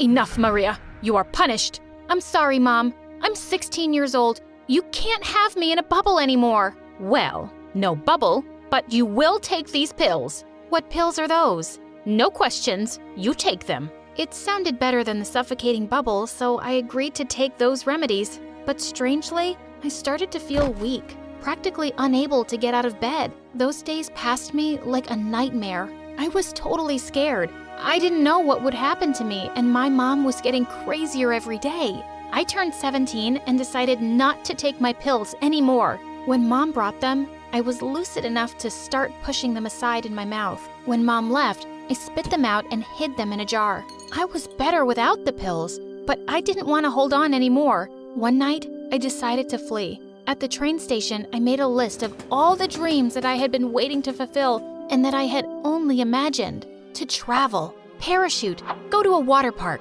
learn to swim and swim in open water, run a karting race, try an exotic food, make friends, take revenge on mom, fall in love, write a book. All these dreams looked impossible as I had nothing but myself and my bag. To travel, I needed money. I started singing on a corner, and with the money I raised, I was able to get away from there. I danced in the rain, I made friends, I could feel what it feels like to be alive. At last, the jail was over.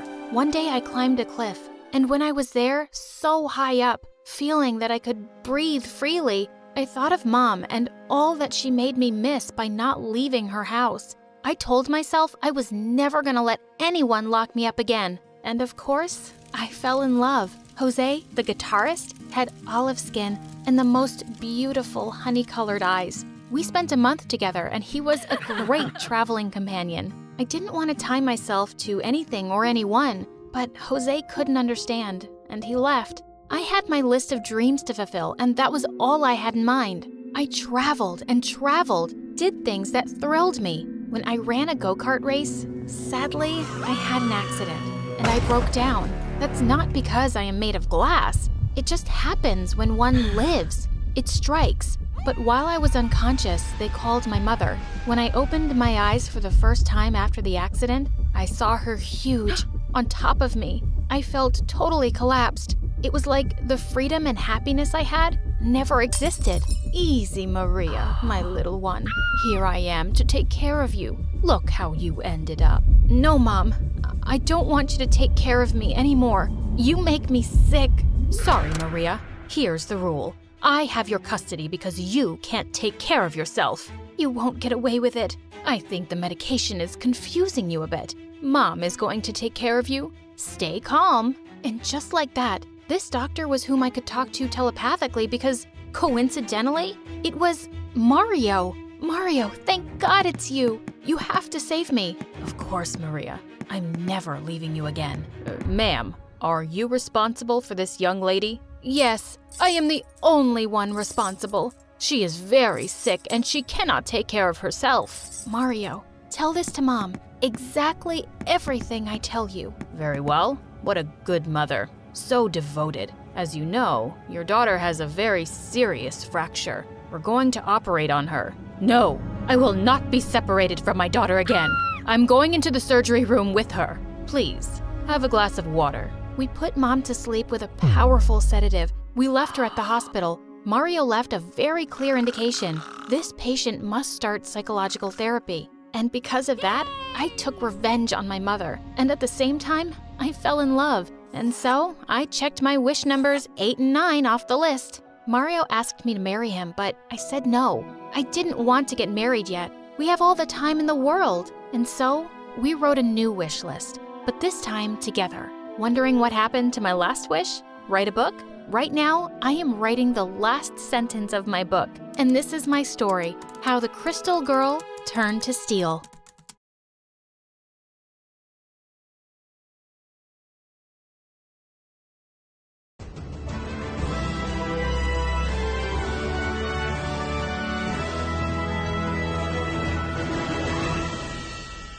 Hi, my name is Cassia. For as long as I can remember, I was the shyest kid you've ever met. When I was little, I would hide behind my mother's dress when meeting new people. My first grade teacher thought I couldn't speak for a full year.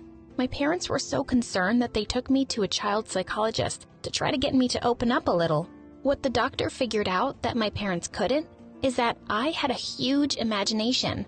I wasn't good at talking to people, but when she read me a story, she could see my eyes light up. I loved stories of knights and princesses and epic quests, even a dragon or two. Then, everything changed when she put paper and pencil in front of me and asked me to write my own story.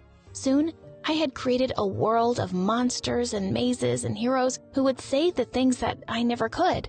My psychologist was absolutely stunned. She had never seen such an expansive imagination in someone so young. I had found my calling. The only problem was, I came from a very strict, old-fashioned family. My parents are both doctors, as are my grandparents. Our household was all science all the time. Not a lot of room for what my mom called silly kid stories. Throughout elementary and junior high school, they forced me to join sports teams and go to math camps to try and make me more sociable, but it didn't work. I had the writing bug.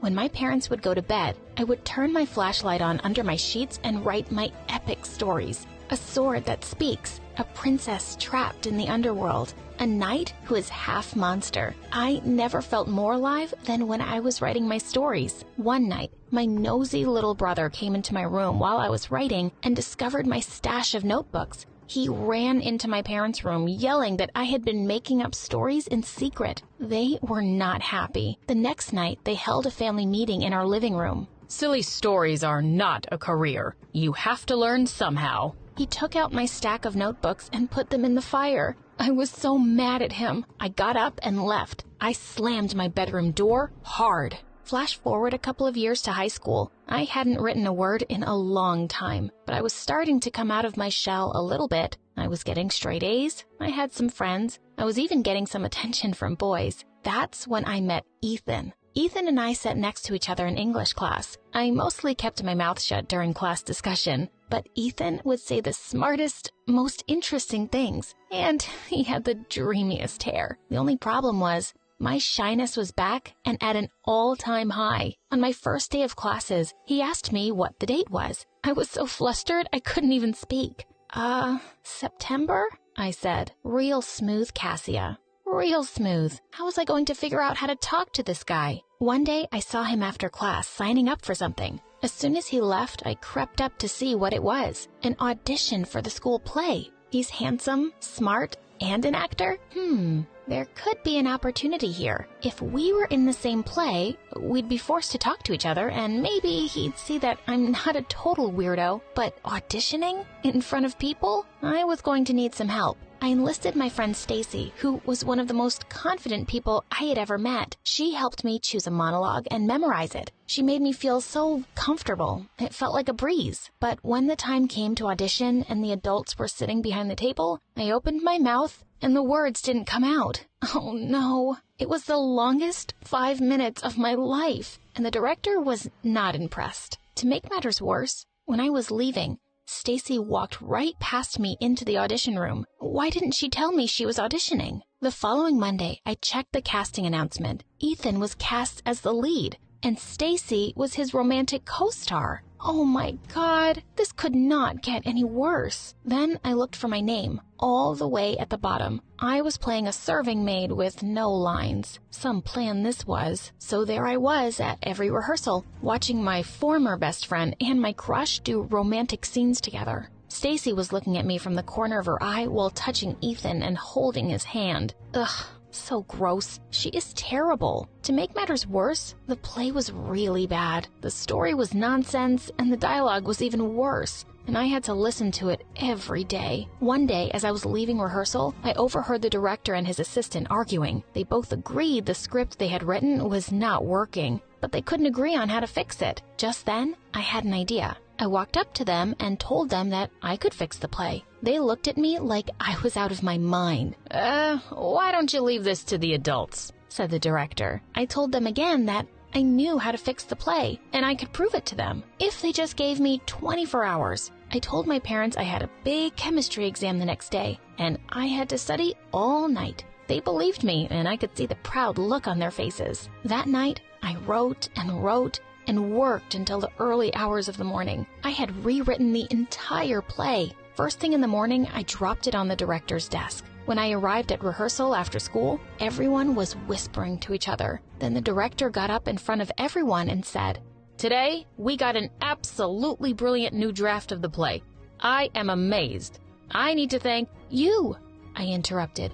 "You did such a great job on the new draft of the script." I had just realized that if my parents found out I had written this play, I'd be permanently grounded. The director kept my secret, but privately told me what a great writer he thought I was.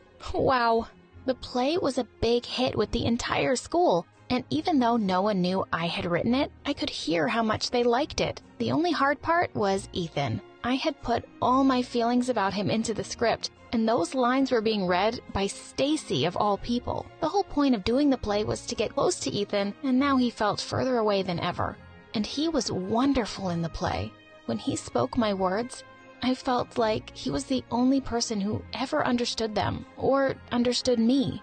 My whole family came to see the play. After the show, my parents said they were glad I was getting more comfortable with speaking in public. Little did they know I had written my own lines for myself. I had kept the secret well, but I was tired of lying.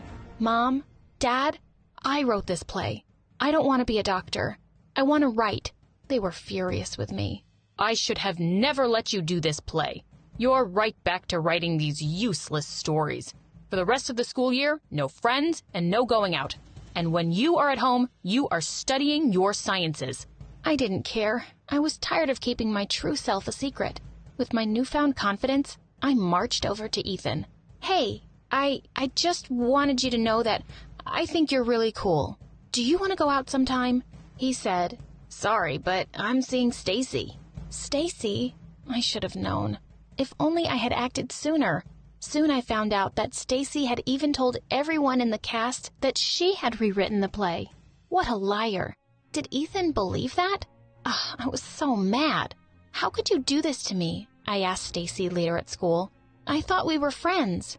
You were never going to take credit for the play, and you were never going to make a move on Ethan. So I did. What are you going to do about it? Oh my God, who did she think she was? So I decided to do something all right.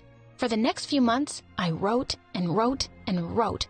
I was grounded, of course, but it's not like my parents could take away my computer. After a while, I had a polished draft of my new masterpiece play. I sent off my script and my essay to a handful of colleges across the country. A few months later, my friends were starting to receive their college admission letters. Where were my letters? I was cleaning the house one day when my mom's purse fell off the counter and a bunch of paper fell out. Inside, I found a letter from my top school in New York City. I opened it. I got in. Where did you find that? My mom roared. You are not supposed to see that. Well, too late. That fall, I began my studies at a prestigious drama program in the heart of New York. My writing professor was a famous playwright who loved my writing. She challenged me to be a better writer and nurtured my talent. Near the end of my first year, I had a new play and was auditioning actors to be in it. Imagine my surprise when I saw who walked in. Ethan, my high school crush. Of course, he was perfect for the role. We spent the next month rehearsing and laughing and getting to know each other with the rest of the cast. He and Stacy had broken up. The opening night at the school was a big hit. After the show, a man walked up to me and told me he was a theater producer and asked if I had thought about moving my show to a bigger stage. This was all happening so fast. 1 year later, our show opened on Broadway. My family was there apologizing for not encouraging me. I didn't see what a talent you are. Your father and I hope you can forgive us. We're so proud of you. I forgave them and gave them a big hug. Life's too short anyway. At the end of the show, the whole cast made me get up and take a bow with them. Afterwards, Ethan asked if I wanted to go to dinner. Just the two of us. I definitely wasn't shy anymore. As I entered the classroom, I could feel everyone's eyes scanning me from head to toe, and I felt like an alien. Had I walked into New York Fashion Week, all the girls were so dressed up and fancy, and here I was in my farm girl overalls. The teacher asked me to introduce myself, and I pushed my hair back nervously. Hi, my name is Jenny, and I just moved here from Texas. I could see a few kids snickering at my accent. A pretty blonde girl smiled at me and said, "Were you raised on a farm, Jenny? Were you friends with the cows and the horses?" Yeah, actually I was. I really miss my pals already. When I saw more kids laughing, I realized they were just making fun of me. What was so funny about being friends with animals? Let's see how well you guys remember the last lesson. Who can give me the answer for this in 5 minutes? As everyone frantically scribbled away on their notebooks, I raised my hand after 30 seconds. I have the answer, miss. Everyone suddenly turned to look at me. The two numbers are 14 and 5. The teacher looked stunned. Well, that's quite remarkable. Can you please solve it on the board for everyone? As I walked up to the front, I stopped for a second by the blonde girl's table. Just because I talk slow doesn't mean I'm stupid. Hi, I'm Jenny, and I was born and raised on a farm in Texas. And this is the story of how I made the most popular, meanest girl in school beg me to love her. But before I continue, click like and subscribe. Later that day in the cafeteria, I walked around cluelessly with my lunch tray. People in the city seemed a lot more unfriendly than back home. I decided to go to the bathroom and eat alone when someone called out to me. "Hey, Jenny, come join us." It was that girl from my class. I reluctantly walked over, and she introduced herself as Katie and her friend as Amanda. "I didn't mean to make fun of you, Jenny. I think you're absolutely adorbs, and you should hang out with us. We're the most popular girls in school. We'll help you fit right in." I was really surprised, but also uber grateful that someone wanted to be friends with me. So I started hanging out with them. And she wasn't lying when she said she was the most popular girl in school. Anything Katie wore or did became an instant fashion trend. One day, she came to school wearing a ridiculous hat, saying it was all the rage in Europe. And the next day, everyone was wearing the most abnormal hats I'd ever seen. Another time, she broke the heel of her shoe and was seen walking around the corridor wearing only one. And the next thing I knew, everyone was going around wearing only one shoe. These city people were so weird. Everyone was just nicer to me now that I was by Katie's side. I was getting invited to parties all the time, and I was always getting compliments on my wardrobe, picked out by Katie, of course. I was doing really well in my classes, too. In fact, the math teacher put me in the advanced class and urged me to join the Mathletes competition. It'll look so good on your college applications. But Katie was horrified when I told her. "Ew, that's social suicide, babe. And boys don't ask out nerds." That was sad news for me because I really had my heart set on one cute jock in our class, Alex. Every time he smiled at me, I had butterflies in my stomach. But I didn't want him to think I was some geek, so I didn't join the Mathletes. Besides, with my busy social life and tutoring Katie and Amanda after school, I really didn't have too much time. One afternoon, the two were over at my place and I'd gone downstairs to grab some snacks. When I came back, I heard them saying something that made me stop in my tracks. "Ugh, Katie, how long do we have to hang out with this loser?" "Shut up, Amanda. She's practically doing all of our math assignments right now. Do you want to fail math again? My dad will kill me if I do. We need the lame farm girl." Furious, I flung open the door to my room. I'd rather be a lame farm girl any day than a two-faced, backstabbing city witch. Get out of my room before I kick your skinny little butt. Jenny, come on. We were just kidding. Get out, now. I took all the clothes and shoes she'd picked out for me and dumped them in a large garbage bag. I was so stupid for trying to fit in and being like her. Just then, I noticed that something was missing from my shelf. Oh, no. Feeling panic, I looked for it everywhere. In my drawers, under my pillow, under the bed. I turned my whole room upside down and I couldn't find it. Oh my God, this was the worst thing that could have happened to me. Katie had stolen my diary. I was sweating bullets thinking about what she'd do with it. Just then, I got a message from her with a picture from my diary. I lost my heart to a city lad's smiles. "Alex, your blue eyes are so divine. You look at me and give me butterflies, send me shooting straight to cloud 9. Let's meet tomorrow for lunch as usual.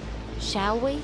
This girl was pure evil. The next day when I met her and Amanda at lunch, I really wanted to throw my tray at her smug face. "Katie, I want my diary back." "Babe, of course I'll give it back.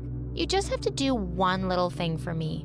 I want you to steal the final math exam." My jaw dropped open. "Are you crazy? I won't do that." Her face looked really menacing.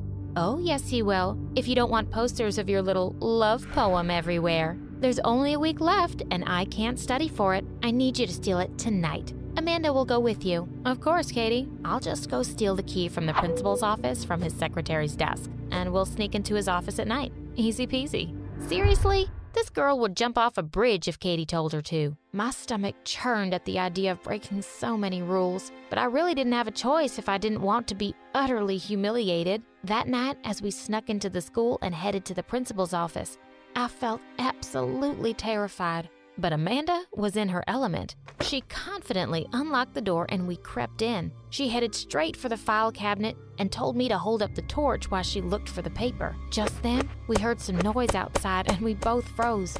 We heard footsteps coming closer.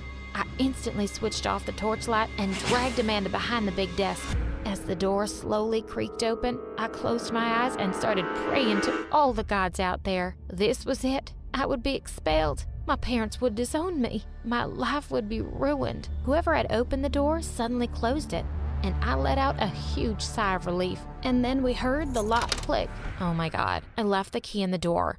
It's probably that creepy janitor who lives here. What are we gonna do now? I completely lost it. Oh, we're just gonna have to wait till morning for the principal to find us here and expel us. And you know who gets to save her butt? Katie. Your best friend is a bully who doesn't care about you or anyone, Amanda. Friends don't get friends into trouble. That's not true. You're just jealous. Oh yeah? Then why didn't she come with us and sent you instead? I'll tell you why. She doesn't care about you. She doesn't care. Amanda stared at me silently for a moment. You're right. Katie really only does care about herself, and she's not even nice to me. I'm such an idiot. Listen to me, Amanda. We're not stealing anything. We have to figure a way out of here, and then we can deal with Katie together, okay? We tried opening the window, but it wouldn't budge. Suddenly, Amanda pulled at my hair. Ow! What was that for? Nothing. I just needed this hairpin. Why didn't you tell me you were wearing one? And with that, she marched towards the door and started tinkering with the lock. That stuff only works in movies. Just then, the lock clicked and the door opened. Amanda turned to me and grinned. Let's get out of here. The next morning, Katie was waiting for us at the bleachers for the math paper, and we certainly had one for her. You see, Amanda and I had spent the whole night making one up. I handed the exam to her and said, "Now can I have my diary back, please?" Not so fast. You're going to help me solve the paper and learn all the answers. You'll get the diary right after the exam. I'd kinda expected that, so it was time for me and Amanda to launch part 2 of our revenge program. She would follow Amanda secretly and find some dirt on her, and she would catch it on camera. I helped her prep for the exam all week, while Amanda hung out with her as usual, acting completely normal. One evening, Amanda turned up at my house looking super excited. I got it. I caught her on camera. I watched the video of Katie sneaking into an empty classroom, and minutes later, a boy showed up. I recognized him as Katie's boyfriend's best friend, and then the two of them started making out. Seriously, this girl was just the worst. On the day of the math exam, just before it was about to start, Katie winked at me. Wish me luck. Not that I need it. I grinned as I got the math paper and started working on it. Oh boy, this was gonna be so much fun. As soon as it ended and we all went out, Katie came charging towards me like a mad bull. She grabbed me by the arm and dragged me to an empty classroom. What did you do? I didn't know a single answer on the exam paper. Are you crazy? You made me fail the final. I'm going to completely ruin you. Not if we ruin you first. We turned around to see Amanda walk in. What are you talking about, stupid? This is your fault too. You couldn't even steal the right exam. Oh yes, I could. I just didn't. And this is what I'm talking about. And she thrust her phone in Katie's hands and played the video. Katie's eyes went wide in horror as she watched herself. Amanda quickly snatched the phone from her before she could smash it into a wall. Give my diary back, Katie, or this video is going to be making all the social media rounds in no time, and everyone will know you're a cheater. Katie screamed in frustration and took the diary out of her bag and threw it at me. Also, you just lost the only real friend you had. Being pretty or fashionable means nothing if you're a jerk on the inside. You're always going to end up alone. And with that, I put an arm through Amanda's and we walked out of the classroom. I decided I was done trying to be anyone but me. I joined the mathletes and actually won the competition for the school for the first time in years. And I'm friends with all the math nerds now. We're a pretty cool bunch. Oh, and on Valentine's Day, I wrote my lame love poem to Alex on a card and asked him out. We've been dating for 2 months now.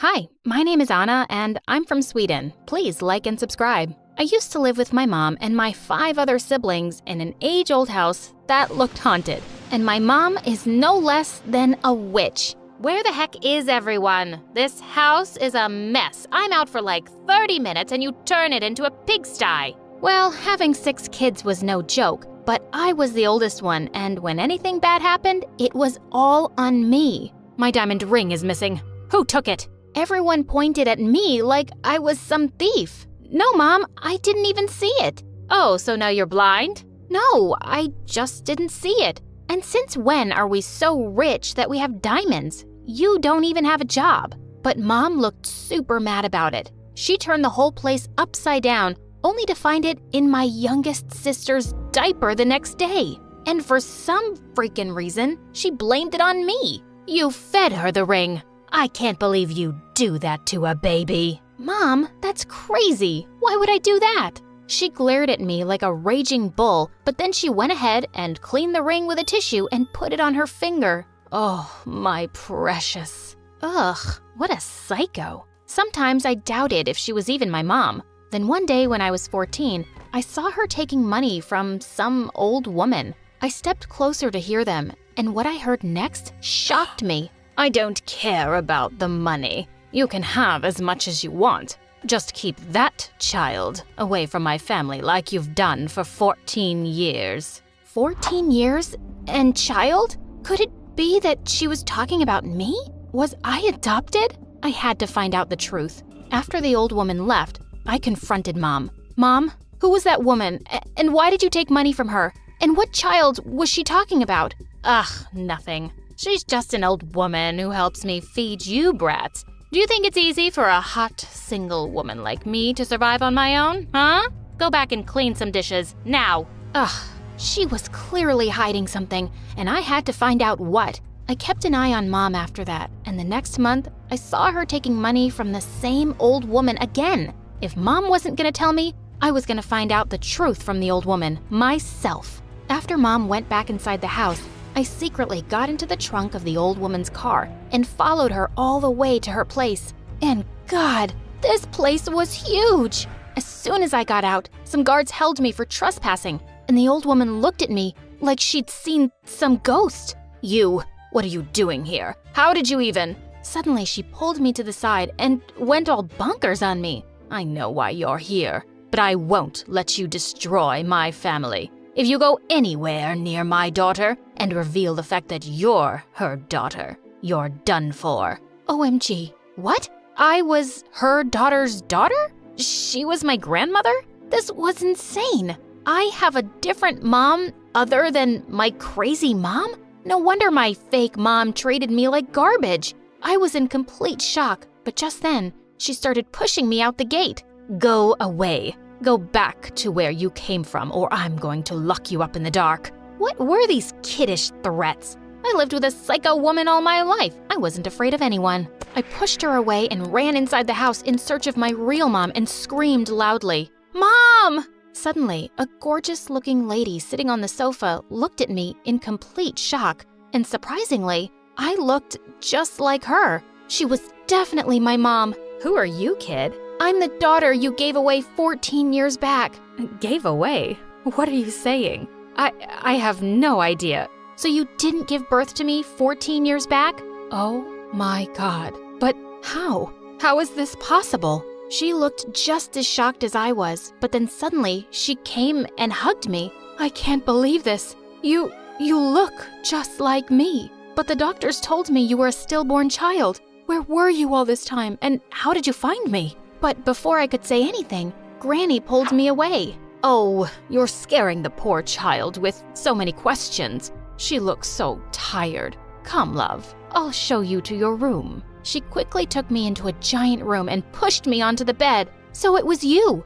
You told Mom I was a stillborn child and kept me away from her all these years? Why did you do that? It's good enough that I'm allowing a rat like you to stay in this palace. And now what? You need answers too? Listen to me, kid. Keep your mouth shut and do as I say, or I'll stop sending money to your family and all your little siblings will starve. What an evil witch! I decided to keep quiet for the time being and find out what was really going on. Later that evening, when I went down for dinner, I learned I had a sister, Maria, who was a year younger than me. Mom invited me to sit down next to her and started asking me again how I'd found her. With Granny glaring at me, I made up a story about how I'd traced my family history on a website. That sounds like complete rubbish. What website? Get a DNA test and prove it. No, that's not needed. I know she's my daughter. Look at her. She's every bit like me. We don't need any proof. Suddenly, Maria dropped a bowl of soup all over me. Oh, I'm so sorry. It just slipped. Let me take you to the washroom. She took my hand and walked towards the washroom. But the minute we entered it, she turned into Satan. This time, it was just a bowl of soup. Next time, it'll be you in a pot of hot boiling soup. If you don't leave this place right now. Oh my God, this house was full of psychos. But what Maria said was right. I had to get the DNA test done just to verify things. And indeed, I was her daughter. But I still didn't know if she was a good one. Then one night, as I was lying in my bed, Mom came into my room and started talking to me about her life. At first, I was hesitant, but she was just so sweet. Don't mind Maria if she's cold to you. She's just really attached to me. She'll be fine. And honey, I'm so glad to have you back in my life. Suddenly, I had tears in my eyes. For the first time ever, I knew what it felt like to have a loving mother, and she was just awesome. But my happiness was short-lived because Mom was going out on a business trip for some time, and that meant I was stuck with Granny and my evil sister now. At school, she was like the boss of the bullies. Once, she saw a girl wearing the same dress as her, and she said, "How dare you try to wear the same dress as me?"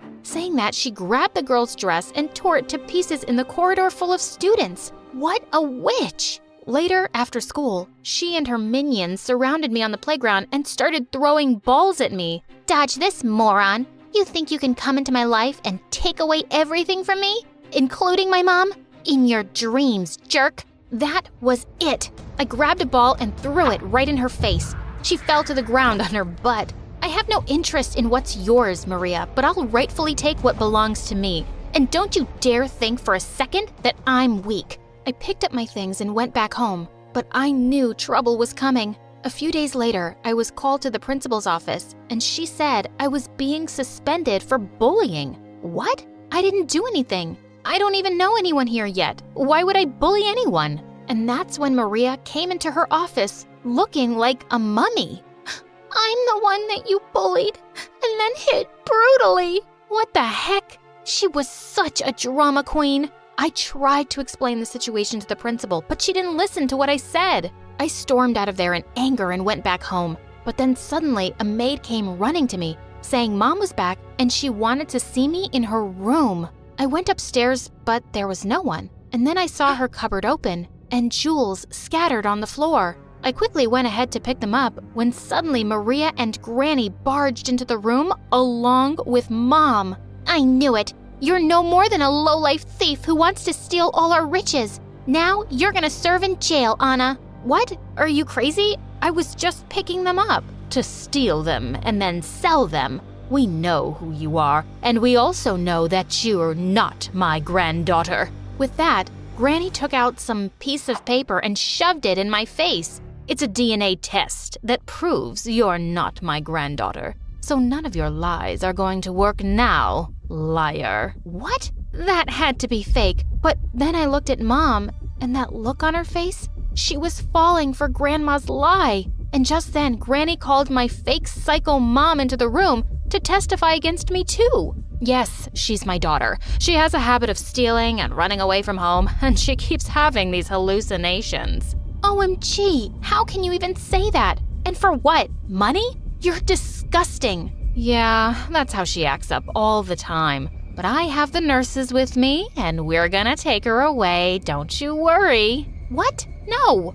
Mom, please, don't listen to any of them. They are all lying. I wasn't stealing, and I am your daughter. I even have the proof. I ran to my room to get the actual DNA tests and showed them to Mom. She looked super confused, but just as those nurses were about to take me, she stepped forward. No, That's enough. Don't touch my daughter. Get your filthy hands off her. But Mom, she hit me and broke my hand. Yeah, liar. The same hand with which I saw you eating like a pig in the kitchen. Mom looked raging mad. She asked everyone to leave and took me back to my room. Mom, I swear. It's okay. You don't need to tell me anything. Just sleep for now. She put me to sleep and went away. But soon after, Granny came into my room with my fake mother. You're so evil. Why did you lie to her? Because I want to get rid of you like I did 14 years ago. But why? Because you were her love child. If word had gotten out, it would have ruined her reputation. I had to protect her. So you gave me away?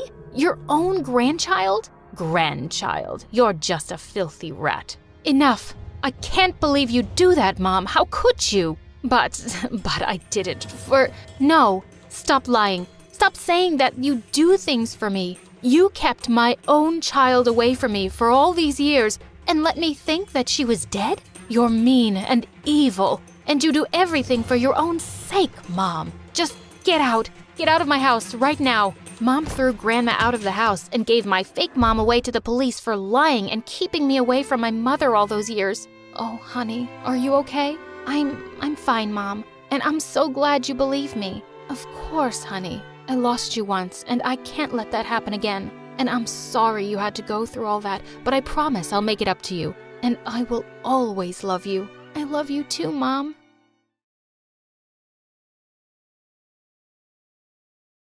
Hi, my name is Ada, and I'm from New York. Me and my twin sister Gia were born to two very chaotic parents who fought like Tom and Jerry all the time. And on the very day we were born, they picked up a twin each and decided to make us the best version of themselves. Ada is hungry. She needs milk. Oh, since you chose her, why don't you feed her from your nipples? Yep, Dad picked me, and growing up, he taught me the Turkish language because he was from Turkey. And Gia was Mom's favorite, so Mom taught her Italian because she was from Italy. Although we spoke English at home, that whole language thing kinda became the reason for all the chaos and misunderstandings in the family. Because of Mom and Dad's fights, I could never get close to Mom, and I hated that. So once, when I was 8, I decided to make a card for Mom for the new year and asked Gia for help. When Mom saw it, she went ballistic. Sei una vaca grassa, which meant you're a fat cow. God, you're so rude, Ada.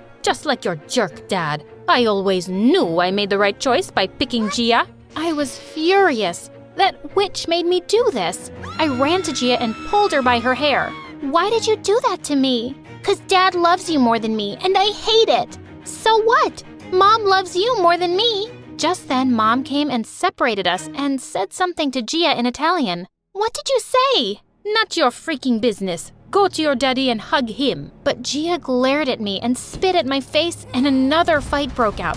She beat me to it, and I got a black eye, but I was so gonna get back at her. The funny thing was about us, Gia and I were identical twins. We both looked so much alike that even our parents couldn't tell us apart. And I was gonna use that against her. The next day, I went to school and punched a kid straight in the face. I rule the school. No one dares mess with me. Remember my name. It's Gia. That would land Gia in detention for sure. But my plan kinda backfired when both Mom and Dad were called to the principal's office. And when they couldn't figure out who it was between us, they started blaming each other for it in front of the principal. Sei stupido. Yeah, whatever. Same to you. Back at you. Così stupido tu animale. The principal let us off without any punishment because she just wanted to get my parents out of her office. But it's not like they ever stopped. On Thanksgiving dinner, Mom served pizza and Dad went ballistic. Where's the freaking turkey? Who even makes pizza on Thanksgiving? You stupid woman. Turkey, turkey. Go ask your mother to make you a turkey. And saying that, Mom threw a plate at Dad, which he avoided, but then Dad grabbed the ketchup bottle and pointed it at Mom. Don't you dare! This is a designer top! Watch me! And he squeezed out all of the ketchup onto Mom's top. Mom shrieked, and soon our dinner table turned into a war zone. Gia and I felt terrible. Mom and Dad didn't even care about any happy occasion or us anymore. They just fought all the time. Then one day in the 7th grade, when Gia and I got back home after school, Mom and Dad finally dropped the bomb on us. We are getting a divorce. Ada is going to live with her dad in Turkey, and Gia is going to live with me in Italy. What? No way! You can't do that! No, Mom, no, Dad, I can't live without you guys. I want all of us together. Please, don't do this. But they didn't listen to us and said it was final. Later that night, I went to talk to Gia in her room. I thought she might not listen to me, but she hugged me as soon as she saw me. Oh, Ada, I'm so glad you're here. Even though we fight all the time, I can't live without you and Dad, sis. We have to do something. What can we do? Our parents just hate us. They're selfish and only think about themselves. Then let's just run away. They'll get busy looking for us, and then they'll forget all about this stupid divorce thing. They'll understand how much we need them. I won't let this happen. I won't let them ruin our lives. We have to stay together no matter what. But Mom and Dad had already filed for the divorce, and within a week, they even signed the final papers. But then, I had a brilliant idea. I could switch places with Gia and go with Mom to Italy. We would tell them about the swap after 6 months. And when they'd meet again to exchange us, maybe they'd be less angry and realize that they still loved each other. Yes, this was perfect. I immediately told Gia about it, and she happily agreed. Soon after, Mom and I flew off to Italy, and there, Mom had a huge place of her own. As soon as we got there, a maid came running and grabbed all our luggage. Benvenuta, signorina. And that's when it hit me. I could not understand a word of Italian. And this reminded me of Gia. She was also stuck in Turkey and didn't know a word of Turkish. God knows what kind of trouble she was going through. Marhaba birkaç erkek alabilir miyim? What are you saying, kid? Are you out of your mind? Soon after, Mom enrolled me in school, and my first day was a complete mess. The teacher asked me to introduce myself, and I said, Ciao, mi chiamo Gia, siete tutti brutti. Everyone gasped and looked at me like I'd cursed them. All I said was they were nice, but for some reason, none of them would talk to me now. The next day during lunchtime, pizza was being served in the cafeteria, but I noticed there wasn't enough cheese on top. Can I get more cheese on this? The server stared at me like I had asked for her kidney. And dude, this was a clear mistake. Asking for more cheese in Italy is considered super rude, but I didn't know that. Cheese? Vacca grassa? The lady glared at me and jumped over the food counter to attack me. She chased me for a mile around the school until the principal caught us both. She sternly told me off for being rude and said she was going to call my mom later. And I felt like a terrible kid. Mom was already dealing with the divorce, and now I was adding more to her troubles. I thought I'd apologize to her as soon as I got home, but what I saw next shocked me. Mom was having a pool party with her friends, and they were all having the time of their lives. What the crap? Mom, what's going on here? Oh, honey, I'm having so much fun. You should join us. If I knew life without your father would be so amazing, I'd have divorced him before the wedding. I feel like I'm 20 again. Woohoo! What? I thought she'd be missing Dad and me, but she was having a blast. This was so weird and not what I expected. I quickly went to my room and called Gia to tell her how Mom was going completely crazy. But what she told me shocked me even more. Dad was gonna get engaged within a week. This was insane. We had to get Mom and Dad back together soon, by any means possible. The next day, I was all set to break the news to Mom, but what I saw almost gave me a heart attack. She introduced me to a not-so-handsome man as her boyfriend. Ciao, sono Roberto, signorina.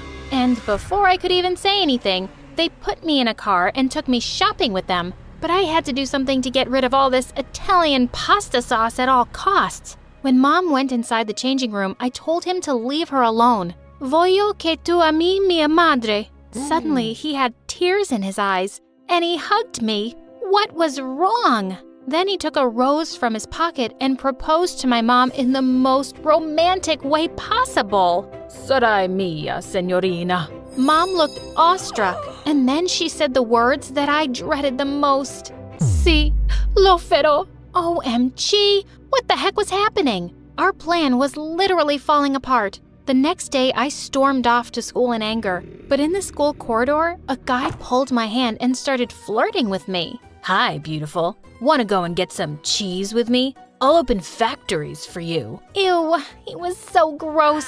And I was so done with kids making fun of me for not knowing the language. I knew a little Italian by now, so I told him to leave me alone. But he didn't, so I slapped him hard. He left and he went to tell the principal some lies that I forced him to kiss me. An hour later, Mom barged into the principal's office and she looked raging mad. Your kid has been misbehaving with our staff and been doing inappropriate things to boys. Mom, I didn't.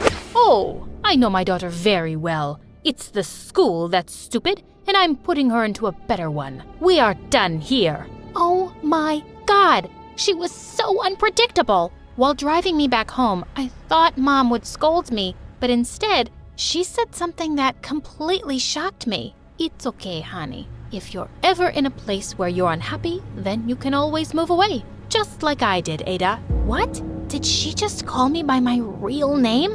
Mom, you know? Of course I know. You're my child. Really? Well, no. This morning after you left for school, I went to your room and I saw your pink-colored undies, which Gia hates. But why did you do this, honey? Imagine everything Gia has been going through there. She doesn't even know the language. We want you guys to get back together. But Mom didn't say a word to that. And as soon as we reached home, she called Dad and told him everything. But Dad, like always, wouldn't believe her. I'm not going to fall for your pranks, woman. Do you think I'm a fool? Of course I know it's my daughter. It's Ada. But minutes later, he called her back saying he knew from the beginning it wasn't me. Mom immediately got on a plane with me. When we landed at the airport, I saw Gia and Dad waiting for us outside. I ran towards her and she hugged me as soon as she saw me.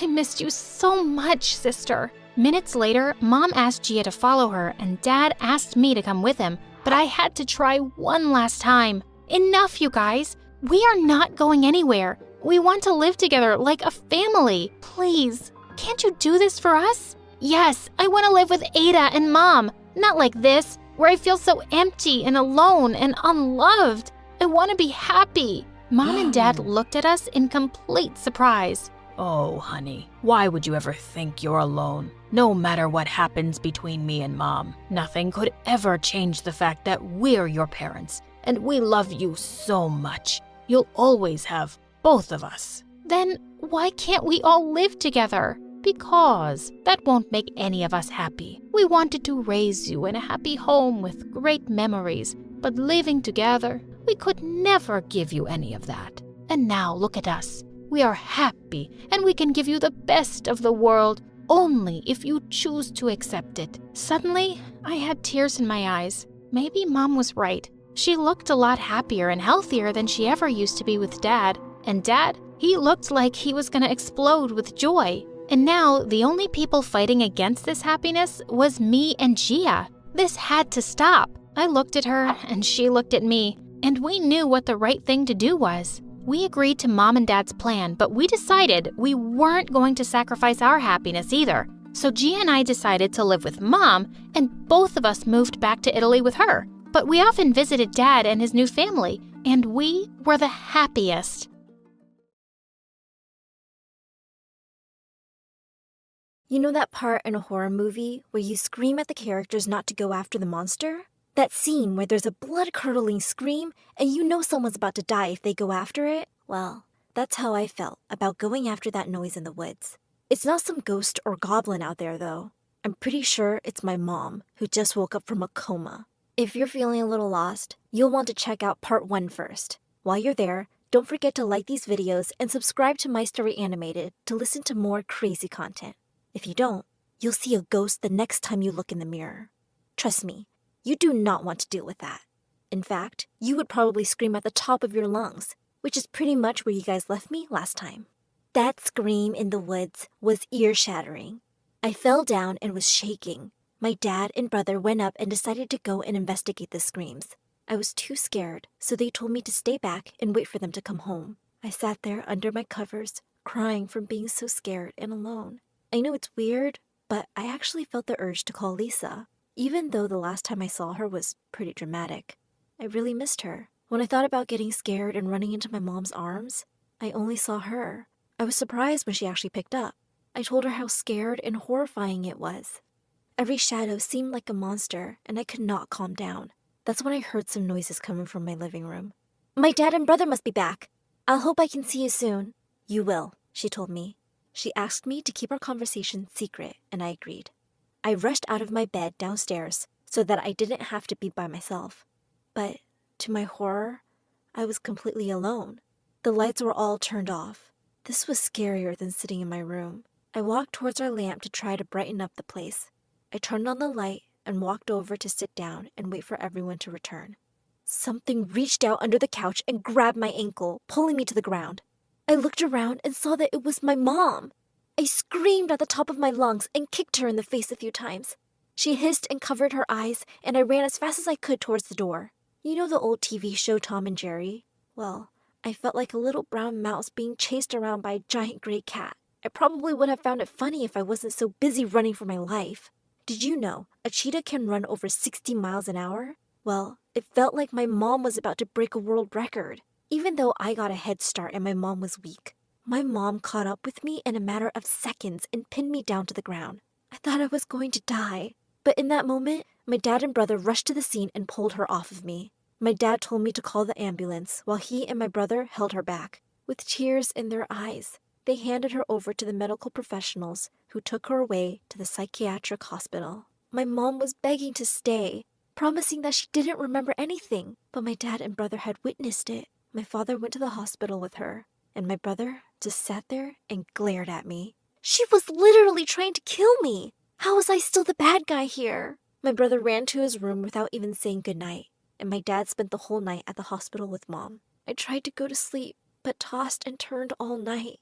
Every time I shut my eyes, I saw her staring back at me with an evil glint in her eyes. I got up to go to the bathroom and overheard my dad and brother fighting about Mom being in the hospital. My suspicions were confirmed. "This is all Emma's fault," my brother screamed. "We just got Mom back, and now she has to send her back to the hospital all over again?" I wanted to jump out and scream, but I just couldn't gather the strength. Deep down, I knew he was a little right. I ran up to my room and locked my door. I fell into my pillow and sobbed. My dad must have heard me because he was knocking on the door seconds later, but I didn't want to talk to anyone. I was a complete wreck and ignored all of my friends and family. I barely ate meals. My brother tried to apologize with gifts, and my dad tried to convince me to go out to my favorite stores. Nothing made the darkness inside of me go away. I know that they say time heals all wounds, but it didn't for me. Every day that I stayed like this, I just got a little worse. I was always crying alone in my room. My dreams were even evolving with my horrible state. Even though my mom was far away from me, I was just becoming more afraid of her. She was starting to take over me. I hate to admit it, but I wish she never woke up. The only thing that made me feel anything was talking to Lisa. She even secretly came by when my dad and brother weren't home. I never asked how she knew I was home alone, but maybe I should have. One day in particular before she came, my dad and brother knocked at my door a couple of weeks after this all happened. He told me that my mom was healthy enough to see people, and even doing quite better. She really wanted to see me, and it would mean a lot if we could all go there as a family. I promised Lisa I would go with them the first day my mom could receive visitors, but I wasn't feeling ready yet. I scoffed and brought up that he and my brother should go alone since that was the only family she wanted. They explained that they were going today no matter what, but I could process it all in my own time. He said they would be back only in a couple of hours, and he was leaving some money for takeout on the counter. Seeing my psychotic mother didn't appeal to me, but ordering a giant pizza to wash my sorrows away, that was my plan for the next few hours. I started walking down the stairs, but froze when I heard a click. This was way too early for them to come home, and I was pretty sure they would not have forgotten anything. Part of me panicked that my mom had somehow broken out of the hospital to attack me. I ducked behind the couch as fast as I could and peeked behind it slowly. I was only able to see that a person had come in with a dark hoodie, sunglasses, and high heels. I recognized it as Lisa. But why was she being so secretive? I was about to go and greet her until I heard something that made my blood run cold. Yeah, I got in. Are you sure about this? Yeah, I'm completely alone. She is receiving visitors today. She? I thought to myself. It was obvious she meant my mom. What wasn't obvious is why she was scared. I followed her quietly like I was a spy, crawling on the ground and keeping myself out of sight. She went right into the bathroom in my parents' room. I decided to jump out and demand the woman leave at once. I startled her, knocking her sunglasses to the ground and things out of her hands. My suspicions were correct. Lisa? She explained that she thought I wasn't home and was just picking up stuff that she had to leave behind.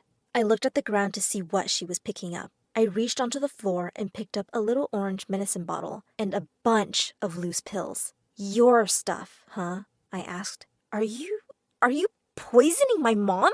I told her I knew she was bad, but a murderer? She shook her hands and said she could explain everything. Not poisoning her. I was helping her. I asked what kind of help she was giving. She said it was to be her true self. She told me that she knew my mom back before all of this happened, and she was not the kind and wonderful woman she wanted us all to believe. Lisa didn't want to lose her family to such a monster, so she started to sneak in and add some of these special pills to her medicine bottle. All this time, she had been living in a shed out in the woods. Coincidentally, it was her that screamed in the middle of the night, but only because a raccoon ran into her when she was coming back from breaking into our home. She had been slowly dosing my mom, since right around the time she started to seem to hate me. I told her that it couldn't be true, how my mom had been so sweet and caring until all of that happened. The pills, they made her evil. No, you're wrong. See, these pills are just helping her be more open. She hates you. She wants you dead. Those are her true feelings. These pills only lower inhibition. She said it was better her true colors show now than in a couple of years. I was heartbroken by this response. I yelled at her and accused her of making it up because she was hurt that my dad loved someone else. Deep down, I didn't believe that. Lisa made sense. I guess I would kind of hate me too if I were my mom. Everyone blamed me for what happened. I cried saying I just wanted to be a happy family. And now I have to face my biggest fear, the truth that my own mother wished I was never born. Look, Lisa said, that's all I want to do. Think about how great we had it. You have to admit that things were a lot better before your mom woke up. She placed her hand on my shoulder and took out her wallet. She had a picture of me and her from our last vacation. Don't you miss this? She asked. She may have given birth to you, but I am the closest thing you ever had to a mom. Just stop it! I shouted, dropping to the floor. I feel so guilty even thinking about it. But she was kind of right. Even if my mom wasn't on these pills, she would always secretly hate me. Lisa, on the other hand, had proven time and time again that she loved me. I was left crying on the floor while Lisa slid past me. She handed me a piece of paper with her new number and told me to keep it away from my dad and brother. She then promised me that she would never be back and would never tamper with her pills ever again. But she would leave everything with me, and if I wanted to do it, well, I should give her a call and she would help me out. She had a plan to get our family back together, but it needed both of us to work. I needed to decide the mother I wanted, the one who actually raised me, or the stranger that gave birth to me. I went to flush the pills in the toilet, but something stopped me. I decided to put my mom's bottle back as it was and bring the bag of pills to my room. Why was I hesitating to call the police or toss the pills? Suddenly, my thoughts were interrupted by a click at the door. My dad and brother were home. I know this was stupid, but instead of telling them about Lisa immediately, I ran to greet them. They seemed, well, pretty happy. They explained that Mom could come home pretty soon, maybe even a week or two if we're lucky. I know I should have been happy, but this just sent me into tears. I ran into my room and locked the door.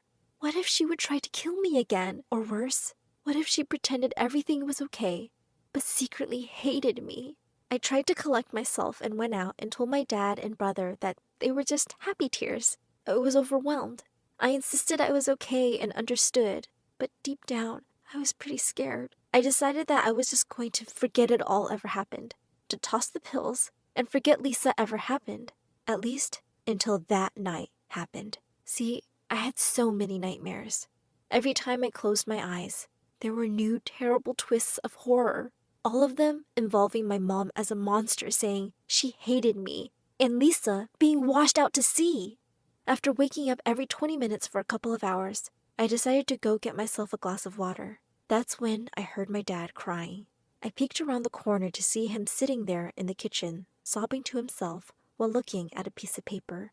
I walked in and asked if he was okay, and he quickly shoved the paper into the drawer, and I pretended not to notice. He just told me he was feeling overwhelmed right now. Everything had been a big adjustment for him. I asked him why he wasn't happy about Mom coming home. He said he was super excited. It was just adult stuff, and it was complicated. He left and said he was going to bed, giving me a kiss on the forehead and telling me he loved me. As soon as he left, I ran over to the drawer and dug through it. Crushed in the back of the forks and spoons was a picture of Lisa.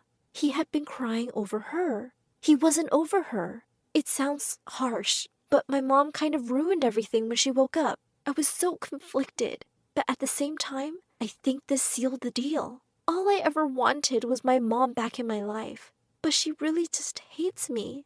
With these pills, I could probably keep her out of my life forever.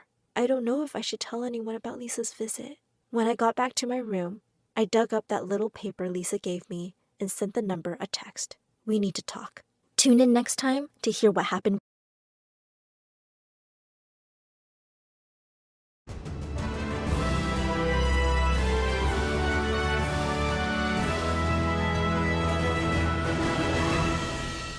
I'm the smart one. Or that's what my mother always told me. I'm one of 4 sisters. There's my older sister, Kathy, and the twins, Debbie and Joy. And me, Stacy, stuck right in the middle. We were all born within a few years of each other, and honestly, I think my parents had trouble coping with so many little kids running around the house. When I was 4 or 5, my mom started to define us, and not in a good way. Kathy was the pretty one, I was the smart one, and the twins were special. As we got older, it only got more intense.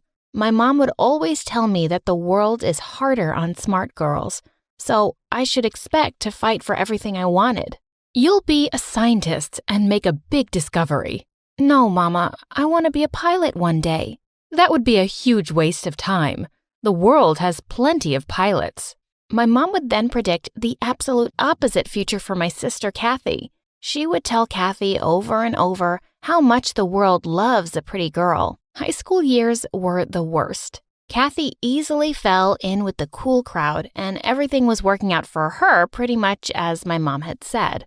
But not for me. Not so much. In the beginning, the smart kids let me hang with them, but after a while, I couldn't keep up. I mean, physics is just not my thing. Dissecting little animals in biology freaked me out, and I had no idea what Shakespeare was talking about most of the time.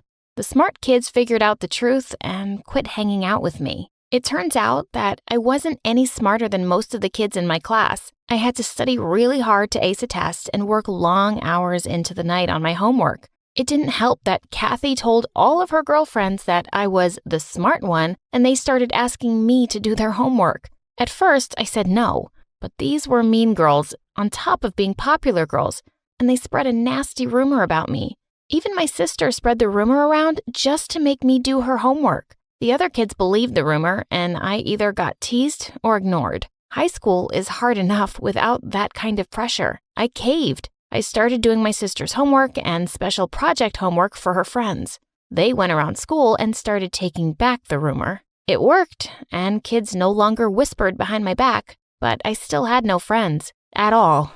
It made me think that my mom had been right. My life was hard, and Kathy's was pretty sweet. But it also confused me because I wasn't off the charts smart, just your normal above-average student. The truly crazy smart kids weren't having a hard life. They were all looking at futures with fancy colleges and great jobs. I would just sit in my room and just get so angry about how unfair everything seemed. I tried. I really tried to be happy, but I wasn't. I was just lonely and overwhelmed. I tried to talk to my mother about it. I explained that I didn't feel that smart, and yet everyone was expecting me to perform at this really high academic level. I asked her if we couldn't bring those expectations down a notch because I felt like I was drowning. My mom barely heard me, and she certainly didn't understand. Oh, Stacy, I told you. I told you that your life would be hard because of your intellect. Just be patient. Things will get better when you're a grown-up. Don't you get it? I'm not super smart. The future you keep talking about isn't mine." Her eyes narrowed. She got really angry and grounded me for 2 weeks because I raised my voice. I never tried to talk to her about my troubles again, but I had to do something. My sister and her friends kept loading their homework onto my pile. I felt like I never slept, and I had big, dark bags under my eyes to prove it. To make matters even worse, my twin sisters were now in high school with Kathy and me. Whenever they got stuck on something in their homework, they'd go to Mom and ask for her help. "Go ask Stacy to help you. She's the smart one." So they did, and I'd always help them because it was expected of me. I would always help them, even if it meant staying up really late to finish my own work, because that's what sisters do. One day, my dad was out working in the garage on one of his vintage cars. I slid onto a stool and watched him fiddle with the engine. Finally, I asked my big question. "Dad, do you think I'm smart? Really, really smart?" "Sure, Stacy. You're the smart one. You solved that puzzle before your sisters even got started when you were 5. You've always been the smart one." I literally jumped off the stool. What? All of this smart one stuff because I solved a puzzle when I was 5? He looked at me for the first time, surprised, I guess, that I didn't know the puzzle story. "Well, yeah, Stacy. That's when your mom figured out how smart you are." I stood there, stunned. All the pain and struggle of the past few years flooded through me. I ran out of the garage straight to my room and fell on my bed, crying. I wasn't super smart. My parents were super stupid. Okay, that's harsh, but still, my whole life had been shaped because of some silly kids puzzle. I changed that day. The next day, the twins came to my room with a project they wanted me to do for them at the last minute. Nope, I'm going to bed. They looked at me in shock, and then, "You can't go to bed," the other twin finished her sentence, "because we'll fail the class if you don't help us." I walked over and turned out the lights and crawled into bed. They went crazy and started jumping on me. Get up! You can't do this to us!" "Watch me." The twins were furious and stormed out of the room. I heard them complaining to my mother, and she came into my room a few minutes later to take their side. "What's wrong with you, Stacy? Get up and help your sisters. They're your sisters and deserve your help. This is no time to be selfish and lazy." I ignored her too and dug deeper into the blankets. She finally left and slammed the door. I just lay there breathing heavily. It was scary to say no, but I'd done it. The twins barely spoke to me after that, just because I wouldn't do their homework. My mom never stood up for me, ever. Pretty much the same thing happened when I turned down my sister and her friends. They trapped me in one of the hallways at school. They threatened to start rumors again if I didn't get busy with their work. They were way more frightening than the twins. These girls had expected me to do their college applications and even do their final essays. They had a lot on the line and wanted me to make it all happen for them. Finally, I'd had enough. No. I won't do your work. My work is hard enough. Just leave me alone. I jerked free of my sister's grip and ran away from them. But I never got free. They did start telling horrible stories about me at school, and my sister was the worst of them. My whole time in high school was lonely and pretty horrible. But guys, don't feel sorry for me because I have good news for you. My Story Animated will give $1,000 to anyone who will subscribe in the next 7 days. Tell your friends, tell your sister, brother, and mom to subscribe now. When I got to college, I had a chance to make a fresh start. I made sure not to act too smart around anyone. Whenever the professor asked me a question in class, I always answered, "I don't know." But I ran into a big problem. I didn't really know who I was. I thought goth girls looked cool, so I tried being a goth girl. I started going to classes dressed in all black with black lipstick, black nail polish, and a spiked necklace. I even met a cool goth guy named Lizard. Not his real name, of course. He was my first boyfriend. It was cool for a while, but the real goth kids sensed I wasn't fully on board and started keeping their distance from me. Being goth wasn't really working out or even that fun for me. Besides, I was getting sick of wearing all black. So one day, I showed up in class wearing a pink sweater set and lavender capris. No more black lipstick or pointy jewelry. A couple of the kids didn't even recognize me. This was fun. People smiled at me more, and the teacher even called on me a couple of times. She didn't even look annoyed that I gave my standard, I don't know response to a question. A cute guy from class named Eric invited me to go get coffee with him afterward, and I said yes. I don't think he even realized that I'd been in the class with him all along. We had a great time talking about how hard the class was and just general life things. He asked me out to dinner, and I almost said yes until I remembered that I had a date that night with Lizard. I suggested another night, and we made a plan. All of a sudden, I was dating 2 guys. Of course, there was a catch. I dressed as a goth when I had a date with Lizard, and a preppy girl when I was out with Eric. It got a little crazy around my dorm room. One time, I was all dressed in my goth gear when I got a text from Eric saying that he was running a few minutes late. Oh my gosh, I thought the date was with Lizard. I had to change everything.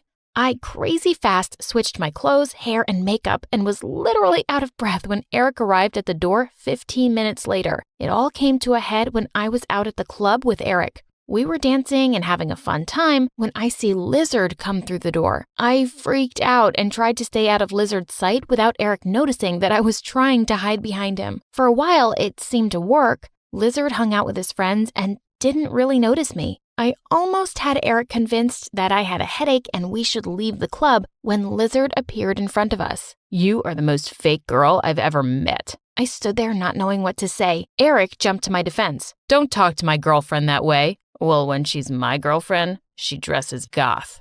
"Is this true? Wait a minute. Are you the goth girl that used to be in class?" "I'm still in class. Look, I apologize for not being totally honest with both of you." Too late. Too embarrassed to even look at Eric, I reached out for his hand and he jerked back. "Stay away from me. I don't even know you." I ran to the bathroom and sobbed. They were right. I had become a fake. When I finally came out and made my way to the door, I felt people staring at me and saw them whispering behind their hands. The next time I went to class, I wore my old jeans and a t-shirt. When the professor called on me, I knew the answer, and so I just said it. I tracked down a small flight school and finally took my first flying lesson. It was magical, and I was finally free. I finished college and kept up my training until I actually got my license to fly helicopters. All my mom could say was, "What a waste." I took a deep breath and just smiled at her. She'll never change, but I can. Now I fly rescue and recovery because I know how it feels to be lost. Learning how to fly is the smartest thing I've ever done. Hi, I'm Sarah from Paris. I live with my single mom, and unfortunately, my sister Zoa, who's always been my biggest rival and a pain in my butt. Like, when I was 5, a tutor would come to teach us, and one day, he praised me in front of my mom. "Ma'am, your Sarah is a brilliant child. She's a quick learner. She can understand a concept in just an hour. But for the same thing, Zoa takes 3 days. Zoa couldn't tolerate this and hit me hard on my head with the notebook. Before I could react, Mom yelled at her and grounded her for a week. I never really understood why she was jealous of me for being smarter. I wasn't jealous of her for being prettier. Whenever we went out together, people noticed her first and gave her compliments, but she was still so insecure. But maybe the reason why she really hated me was because I was fearless. Once when I was 10, the 3 of us were out on a picnic when I noticed a man snatch a woman's purse and run away. I immediately stuck out my leg and he tripped and fell down hard. The thief was taken away by the police and everyone there clapped for me, except for Zoa. Mom was pretty freaked out too. "Sarah, the thief could have had a weapon. He could have hurt you. Don't do that again. You're just a child." Yeah, dummy cow. This is not some movie where you pretend to be an action hero. This is real life. And I'm afraid one day someone might cut you down into pieces. I know what your actual concern is, Zoa, and it's not for my safety. You just can't stand it when I'm praised by people, can you? Oh, please. I get plenty of praise because I'm so pretty. Have you ever heard someone use that word for you? I bet you can't even spell it. It's P-R-E-T-Y. You forgot a T, dinosaur brains. And you forgot my hand, dinosaur face. And suddenly she slapped me and we broke into a huge fight right in the middle of the park.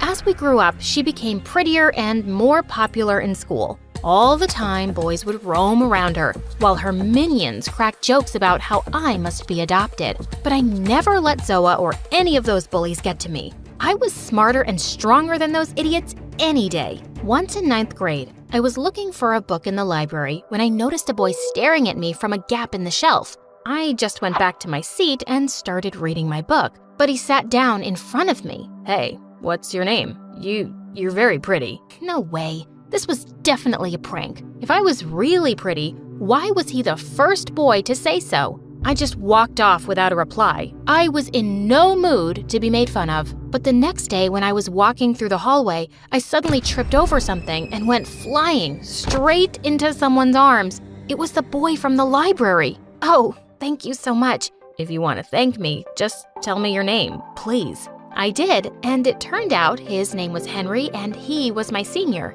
We became good friends and started hanging out together all of the time. One day when I went to the cafeteria, I found a large poster stuck to a wall. It was my picture with an ugly mustache and devil horns, and the caption, "Sarah, the ugly monster." As I saw Zoa and her friends cackling in the distance, I was about to tear it down when Henry walked in. "Wow, someone's really jealous of your beauty, Sarah." And with that, he tore it in half. Then he turned to me and said in front of everyone, "I think you're the most beautiful girl here. And you're smart and funny. You're just amazing. Will you be my girlfriend, Sarah?" I was shocked, but I said yes. And what made me even happier was seeing Zoa burn with rage. The next few days, I felt like a princess in some fairy tale. I would roam around with Henry. He would bring me roses and would lie with his head in my lap for hours. It was all so beautiful. Then one day, he asked me to go to a party with him. That evening, I was getting ready when Zoa came running into my room, all breathless. "Sarah, my sister, I need to tell you something. Please, stay away from Henry because he is a cheater. He is dating 3 girls, including me and you. He just kissed me today, out of the blue." "What? You're such a psycho liar. Get out of my room, Zoa." But then she showed me something that left me stunned. It was a picture where she and Henry were kissing. I couldn't believe it. I ran to the washroom and Zoa followed me. "Sarah, why are you crying? So what if he found me more attractive than you and kissed me?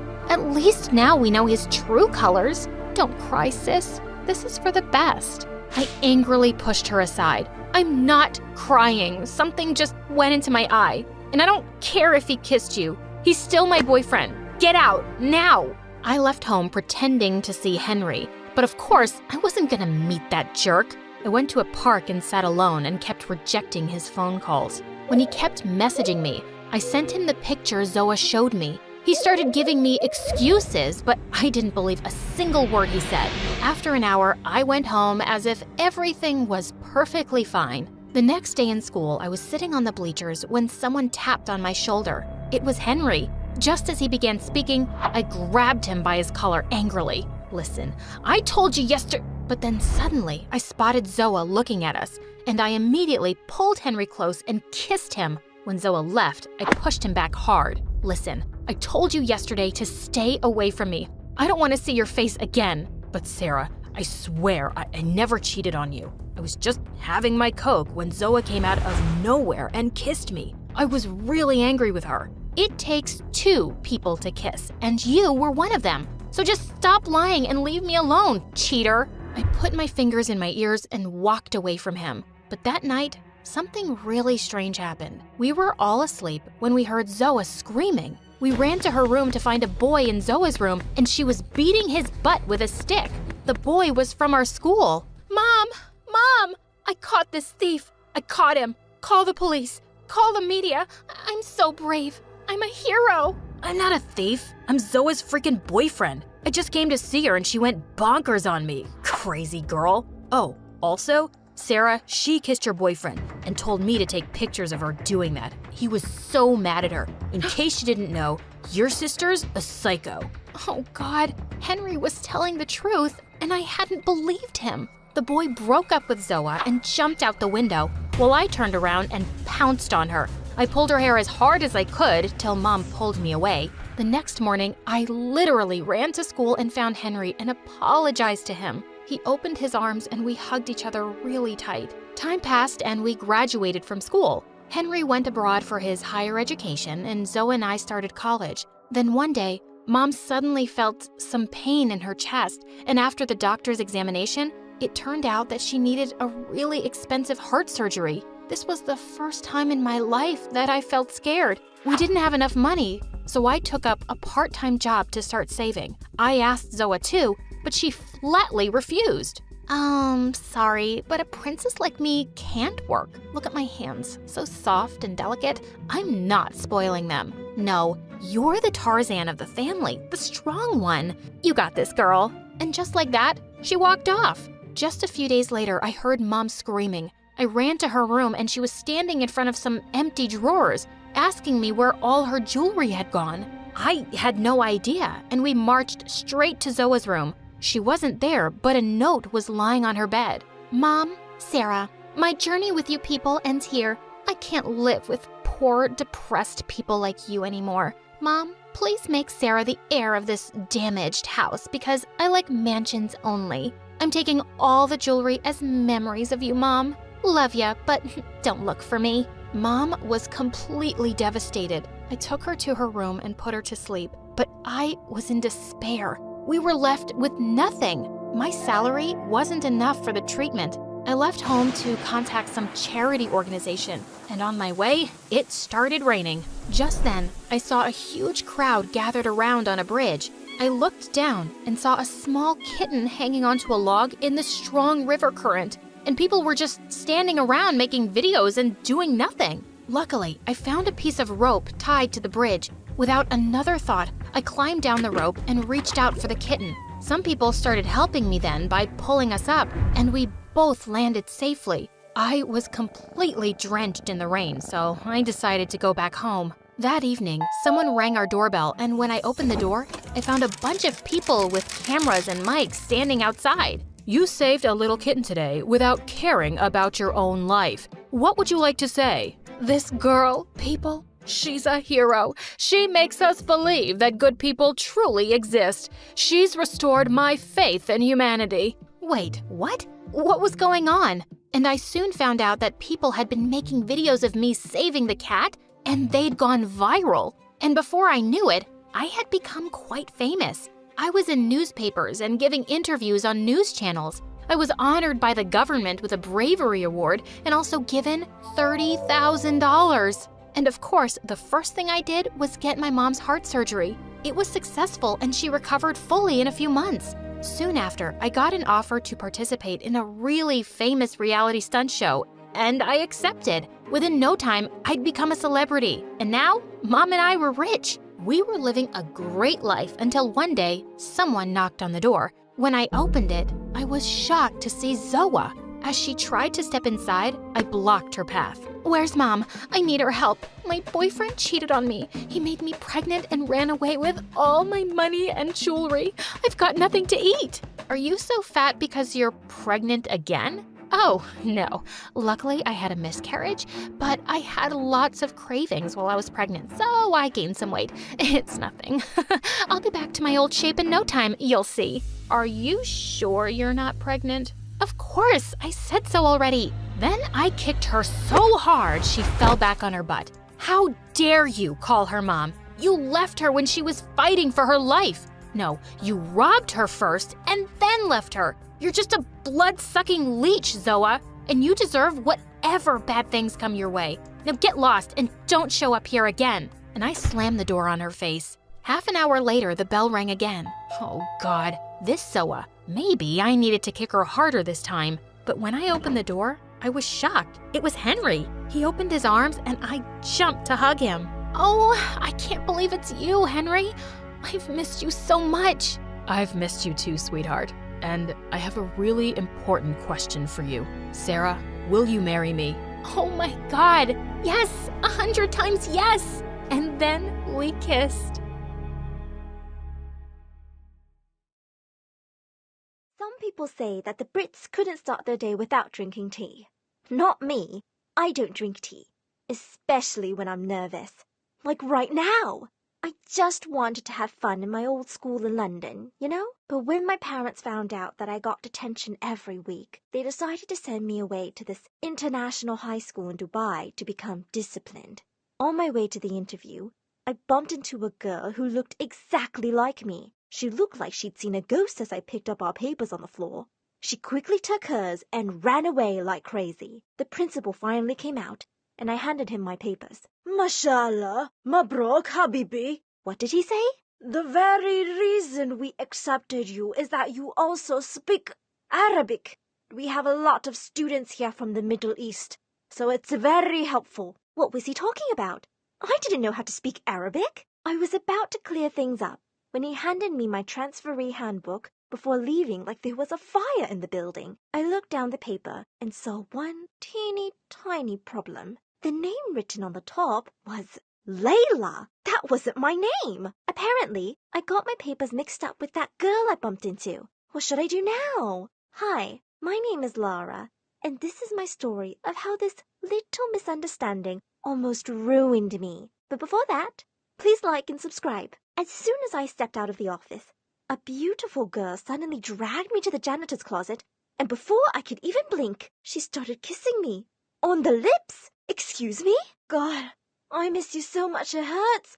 I love you, babe. Oh, so now I have a girlfriend? Let's go to our dorms. I have been waiting for this moment. What are we going to do there? Suddenly, her face turned serious. Wait a minute. There's something different about you, Layla. Must be the hair color. Oh, shoot. Layla's hair was black. Well, thank God for hair dyes.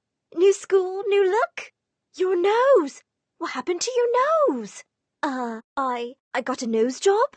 You look better with it. I like it. Before she could do another inappropriate thing to me, I excused myself to the bathroom, but unfortunately, she came in here too. So, now that you're finally here, when are you going to get rid of Ali?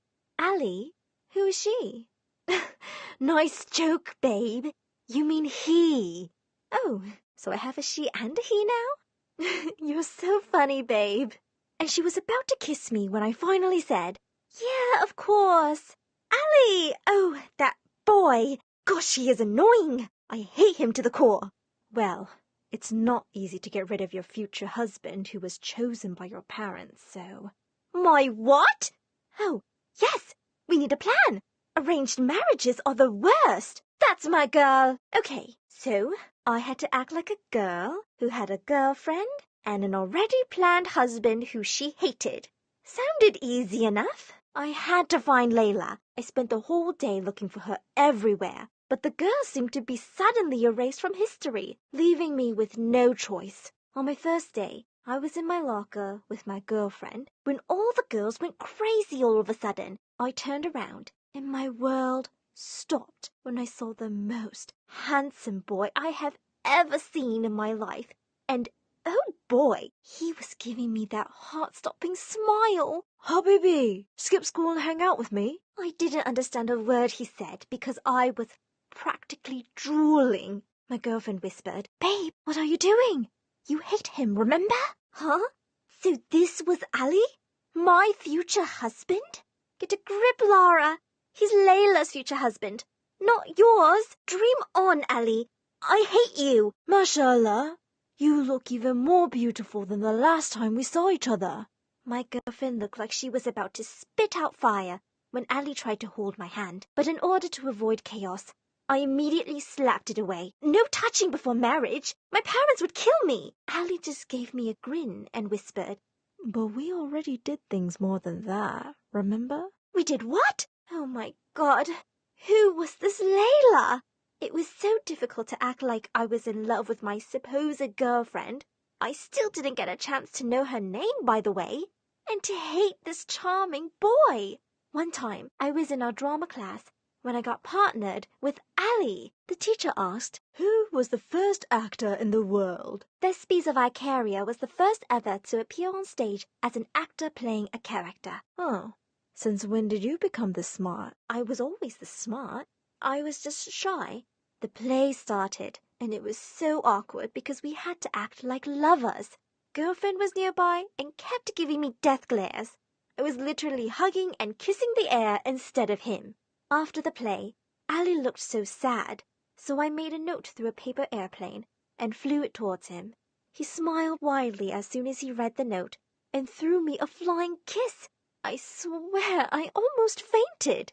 The next following days were even crazier. One time, after all our classes, I went straight to our dorm, and girlfriend was already waiting on my bed, looking really excited. "I've been waiting for you. Let's play a game." "What game?"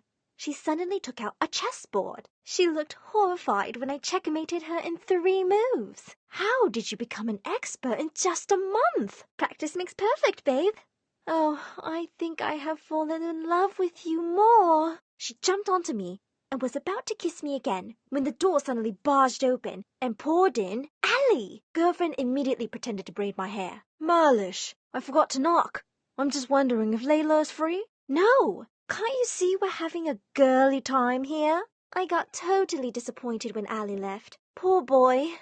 That guy is getting weird. He literally told your parents that you're not his type, but he's extra sweet to you nowadays. So, Ali also hated Layla? Oh, babe, you're just overthinking. Come on, let's sleep already. I couldn't sleep. I'm having nightmares lately. Can we share beds tonight? Why not?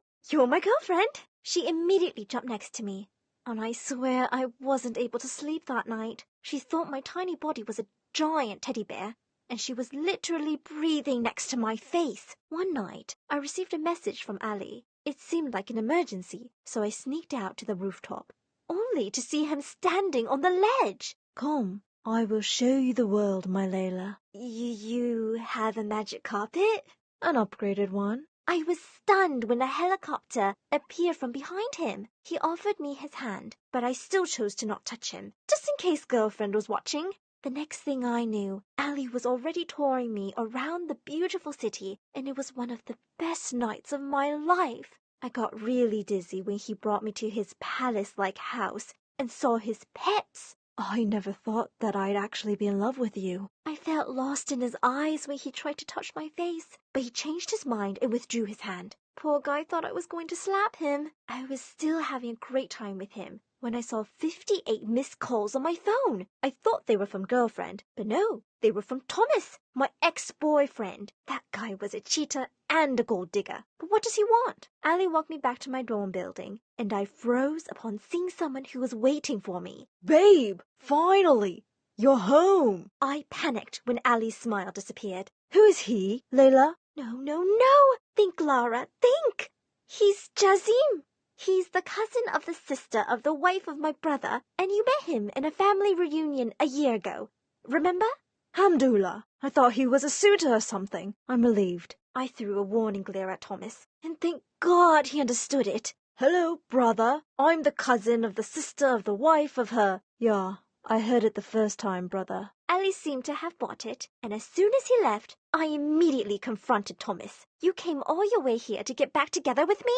"Ew, girl. Dream on. I just need some money. I'm dating this awesome chick in this town, you know?" "Then don't ever call me babe again." I gave him some bills, but the jerk didn't leave yet. "I need more. I pretended to be your relative, so there's a talent fee for that." Was he for real? "Your new Arab boyfriend looked very rich. Maybe he can give me a gold bar." I took off my shoes and threw it at him, finally sending him away. When I came back to my room, girlfriend was crying, and the sight broke my heart. I felt like I cheated on her. "Babe, I just went on a walk with Ali. I swear there was no touching. You promised me that you will never be swayed by Ali's charms and gestures. You can't even tell me you love me anymore. I'm not Layla." "Huh? I'm not your girlfriend. I'm a different person." "Yes, you're a different person for sure." No, I mean for real. I will show you my ID. It's crazy, but trust me, we are not related. She's like my Arabian version. I told her everything from the start, and her crying intensified. "Then where's my Layla?" "That's what we're going to find out. But first, could you please tell me your name?" Girlfriend suddenly burst out laughing. "I'm Rosie. And you?" "Lara. It was nice to finally meet you, Rosie." We went to Layla's favorite places, but she wasn't there. She even called Layla's family and friends, and they all thought Layla was doing fine in school. She also started looking for clues Layla might have left for her, but she found nothing aside from Layla's bra in her bag. Sorry, we used to borrow each other's stuff, you know? Yeah, I know. It's cool, babe. She told me to continue my act until we found Layla. Everything seemed fine until the homecoming dance. Me and Rosie spent the night together, and Ali was just looking at us like a sad little puppy in one corner. I felt really bad. Suddenly, a familiar voice talked to the mic on stage. Laura, babe, where are you? I need you. Oh my God! What was he doing? I was about to escape when he called out my name. There you are. Why does he keep on calling you babe? I thought he was a relative. Thomas walked up to us and answered Ali. Sorry, dude. I'm actually her boyfriend. No, he's my ex. What do you want, Thomas? Everyone was watching us, and I swear I wanted to cry from the embarrassment. That chick dumped me, and my money's not enough to go home. You have extra cash? Oh my God! Leave me alone, Thomas! Ali suddenly called his bodyguards and told them to bring Thomas back to London using his private jet. Don't ever come back and mess with her again. Whatever. Ali turned to me with a furious look on his face. He just called you Laura. Who really are you, woman? I guess my act was finally over. Suddenly, everyone gasped as they turned to someone who just showed up. It was the real Layla. Now there were two of us. I'm the real Layla, and that girl's Lara. We unintentionally switched places because our papers got mixed up. So she was also here the whole time pretending to be me? I'm so confused right now. Layla walked up to Rosie and held her hand. I'm sorry, Ali, but I have finally decided. I'm in love with Rosie. We have been together for 3 years now. You can tell my family if you want. I'm ready for the consequences. So, you're into girls. It's fine. I didn't love you anyway. Ali walked up to me and gave me a loving look. Until this woman took your place. I think I just fainted inside. Go get him, babe. It's nice to meet you, Lara. Will you be my date tonight? I mean, will you be my future wife instead? Ali, it's too early, isn't it? We're only 17. The boy looked like he was about to cry, but I'm not complaining. He suddenly smiled like a happy schoolboy. So, can I touch you now? His question made me laugh out so loud. Oh, come here, sweetheart.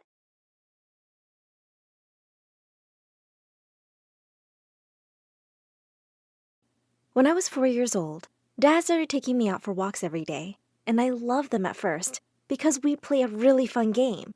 Keep an eye out for change on the ground. Whoever collects the most coins wins. But one day, we came across a nickel that was stuck to the pavement, and Dad just wouldn't let it go.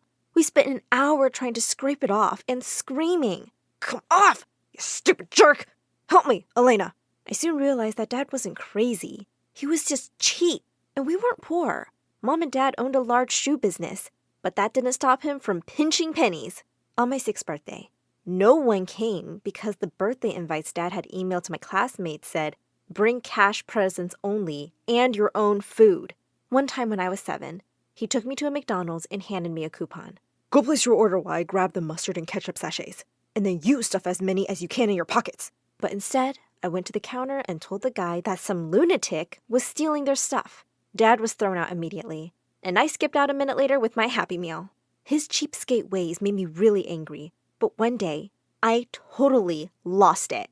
Dad was really weird about tissue paper.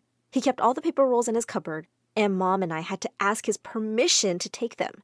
I was in the 3rd grade when I had a friend over, and she accidentally knocked over some juice. I quickly ran to Dad's room, snuck out a roll, and started cleaning up. But just then, Dad walked in, and he screamed at me till he turned blue.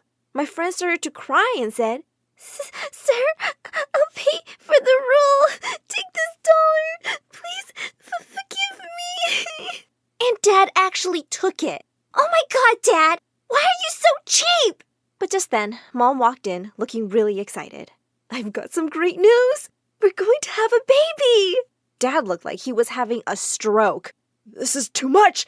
She used a whole paper roll, and you got yourself pregnant, and I can't deal with this. He took his car keys and left, while I ran to Mom and hugged her. Sadly, he came back, and he kept talking nonstop about how expensive another kid would be. When little Macy arrived, we were psyched, but then we found out something sad. Macy was born with partial blindness. To be honest, I didn't think it was really a big deal. I took Macy in my arms and started loving her right away. Once at the dinner table, 3-year-old Macy grabbed a fork and started waving it about. It hit Dad's nose and he started bleeding. Dad had to wrap a Band-Aid across his nose for a few days. He looked hilarious. Since Mom and Dad were really busy with their business, they often made me miss after-school activities and parties to take care of Macy, and I usually didn't mind at all. But when I was in 8th grade, my best friend had planned an amazing birthday bash, and I was really excited to go. When I told my parents, though, they said I couldn't because they had something really important. It wasn't fair I'd be missing my best friend's birthday. I love my sister, but I really wanted to go this time, so I came up with a plan. As soon as Macy fell asleep, I wore my favorite outfit and ran out the door. I'd be back before my parents were. I completely lost track of time, and when I saw my watch, I knew I was in so much trouble. But something much worse than getting caught was waiting for me. An ambulance was parked outside our house. I rushed towards it to find Macy on a stretcher, her head bleeding. She'd woken up and had fallen off the stairs looking for me. The doctor told us that Macy's head would be okay, but she had lost her eyesight completely. What? I couldn't believe it. To make things worse, Dad turned to me and started shouting. So, Elena, was it worth going to this party that has cost your sister her eyesight? And do you have any idea what this is going to cost me in medical bills? You're so selfish! I felt like my heart was about to explode. But just then, Mom hugged me tight and glared at Dad. We're the parents, not Elena. We're responsible for both our kids. Don't blame her. But Dad just wouldn't stop making me feel guilty. One day when I was about to go meet my friends, he suddenly stopped me. After everything you've done, how can you even think about fun? Think about poor Macy, who can't have any fun. And it's all your fault. Dad, that's not really fair. Don't you talk about what's fair. Do you think it's fair that I have to pay for 2 daughters? One selfish and one blind? I turned away and ran up to my room, slamming the door behind me and crying tears of anger and guilt. Mom always made me feel better, though, and she told me to just ignore Dad and do my own things. But it got harder to take care of Macy as she grew older. She was the naughtiest little kid. My parents hired a nanny for her. But one day, when Macy accidentally sent some food flying on Dad's shirt, he threw his napkin down. That's it! I don't think that nanny's teaching Macy any manners. I think we should send her to some institution. Mom and I were horrified, and I covered Macy's ears. Send her away? How can you even say that? Well, I'm not paying for that nanny anymore. No, I'll take care of her. She's not going anywhere. So after that, I canceled all my after-school activities to stay home with Macy more. Well, except one. I joined the Young Doctors Club, where we were introduced to medical professionals and taught about health sciences. I found it super interesting and fun. But I got home a bit late one day, and Dad was furious. You wanted to be Mother Teresa and take care of the burden? You do it now! Forget about your stupid club and find something to do at home. Take up writing. An idiot can write stories. I did take up writing, and I wrote funny little stories that made Macy laugh. But I'd also research different biology topics and write about them. I'd even discuss them with Macy, who, as it turns out, was quite the little genius. She actually gave me some ideas that helped me with my research. One day, when I took Macy to a park, she said she wanted some ice cream. As I paid the guy and turned around, I saw that she was gone. I looked around in panic, when suddenly I heard her giggling. I ran towards the sound and found her talking to a boy around my age. Hey, you! Get away from her! Is that how you thank someone who just saved your little sister? The boy explained that Macy was running towards the busy road and he'd stopped her. I immediately apologized and thanked him, and he just smiled and left. A few days later, my biology teacher came across me in the school library and saw the notes I was writing. She looked completely stunned. This is brilliant, Elena! You wrote this yourself? She said my research was on a topic scientists had been struggling with for ages, and I was really onto something. Research a bit more on the areas I've highlighted, and let's meet in a week. When she left, I was floating through the bookshelves with joy, and I crashed into someone. Ouch! It was the guy from the park. Apparently, he was my senior at school, and his name was Kevin. I'm so sorry I didn't see you. I'm just so excited about something. I couldn't hold it in, so I told him all about my research. Turns out, the bio teacher was his aunt. He said he loved biology too, and could probably help me. For the next few days, we met in the library and discussed ways to improve my work. It would sometimes get hard to focus because Kevin was just so darn cute. One day when I got home after our session, all my happiness vanished suddenly. Dad was waiting for me at the front door, holding my research papers in his hand. He threw them in the air and screamed loudly enough for the entire neighborhood to hear. So this is what you've been doing all this time? This stupid research? What a waste of paper! And you think you'll go off and be a scientist one day? You can't! because you have a sister to take care of, who was blind because of you. Remember? Why did Dad have to be such a jerk? I turned around and ran away, and the only place I could think of was Kevin's home. His aunt was there too and was rather surprised to see me. He quickly took me up to his room and told me something shocking. I think my aunt is trying to steal your research and publish it under her name. Turns out, some papers had fallen out from her bag, and when Kevin saw them, he realized she'd copied all my notes and written her name on them. How can she do this? As angry tears poured down my face, Kevin suddenly pulled me close. Don't be upset, Elena. We won't let her get away with it. And then he kissed me. I forgot all about my troubles for a moment and kissed him back. The next day, we went to the principal and exposed the biology teacher. She got fired on the spot, and the principal made sure I got my research back. After that, I didn't care anymore about what Dad said. With Kevin's help, I worked hard on my research proposal and submitted it along with my university application. And to my shock, I actually got accepted on full scholarship. Guys, would you listen to this? Harvard Medical School thinks I'll be a really valuable addition to their university. Mom and Macy gave me a big hug as they cried tears of joy. But Dad, well, he looked livid. Congratulations, Elena! You can finally pursue your dreams and only think about yourself. Go live your selfish life. That's when all the years of anger came bubbling out, and I snapped. I'm selfish? I want to be a doctor so I can help people like Macy. But you are the world's worst dad and a cheap little man. I will chase my dreams, and without taking another penny from you. And that doesn't make me selfish. I love Macy, and nothing will ever change that. A month later, I packed my bags, kissed Macy goodbye, and left. After years of hard work, I finally became a practicing neurosurgeon. Kevin helped me through everything and was the best boyfriend ever. Mom and I kept in touch, and I was so happy to see Macy growing so big. But one day, Mom told me that Dad had made some stupid investments and lost the business. I started sending her money and decided that as soon as I was financially stable, I'd move Mom and Macy in with me. A few weeks later, I was shocked to see both my parents at the hospital looking really upset. Oh, Elena, Macy has a blood clot in her brain and needs surgery immediately. We didn't know where else to go. How will we even afford it? My baby sister was in danger? Mom, don't even think about it. I'll take care of all the expenses, and I will do her surgery myself. During the surgery, I also discovered a tiny tumor pressing on her optic nerve, and I removed it along with the clot. And now we could only wait for her to wake up. When Macy finally opened her eyes and I called her name, she looked at me directly and said, Elena? I can see you. I can see you all. It turned out that the tumor I'd removed had restored most of her vision. It was truly a miracle. I hugged her tightly, and so did Mom and Dad. This was the first time we'd ever had a family group hug, and I thought maybe he'd changed. But then he turned to me and said, Oh, my darling Elena, I always knew you were a selfless angel. You will take care of us all. How soon can we move in with you?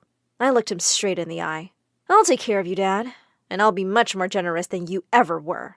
But you will not be living with us. Well, long story short, Dad moved in with his sister, and I sent him an allowance every month. Fast forward a few years, and I've published several groundbreaking research papers and became a well-renowned neurosurgeon. One day, I was doing homework in the living room when someone knocked on the front door. I opened it and found a strange man standing there. He had a creepy smile on his face, and he smelled really weird. Hi, I'm Roger. I'm looking for your mom. Is she home? No. She's at her stupid job, and she won't be back until midnight. I was starting to close the door in his face when he suddenly pushed it back open. I screamed. I thought he was going to hurt me, but then he pulled out a wallet from his back pocket and gave me a $100 bill. He said he'd give me the money if I let him wait inside, so I let him in. The man sat on the couch and said, I know you don't remember me, but I know you, Emily. This was so weird, but before I could ask how he knew me, he closed his eyes and fell asleep on the couch. A few hours later, my sister Olivia came home. All my sisters hate me because I'm smarter than all of them combined, but I don't care about their stupid opinions. When Olivia saw the man on the couch, she screamed, Who is that? She threw water on the man's face to wake him up. How dumb is that? The man stood up and said, Olivia, is that you? Oh my God, you were only 7 when I left. I'm your father, remember? What was he talking about? Our father was in the Navy. He left years ago. A few months after he was deployed, we got a letter saying that he'd passed away. But my dumb sister ran towards him and gave him a hug. Olivia said, Dad, I can't believe you're back! Olivia whipped out her phone and started recording. What's up, guys? You won't believe what just happened. My dad came back from the dead! Just then, the phone rang. I answered it. It was my high school principal, and she was looking for our mom. Since she wasn't home, I let Dad answer the phone. He frowned while the principal talked to him. They talked for a while. After he hung up the phone, he said, "Olivia, did you really call your teacher a stupid cow? You can't talk to your teacher like that." Olivia said, "Dad, can you stop? I already got earfuls from Mom. Ugh, I thought you were better." Olivia stood up and left. Dad asked me where she was going, and I said, she'll probably go and meet up with her shallow boyfriend, who only cares about her money and pretty face. Dad scratched his head, then asked me where the bathroom was. Inside the bathroom, doing her makeup, was Isabel. Being the oldest sister, she recognized Dad immediately. She said, "Dad?" Because of the shocking sight, Isabel almost passed out. Dad asked me what was wrong with her, so I said, "Oh, nothing. It's probably just her hormones. She's pregnant, you know." Dad was happy when he heard the news.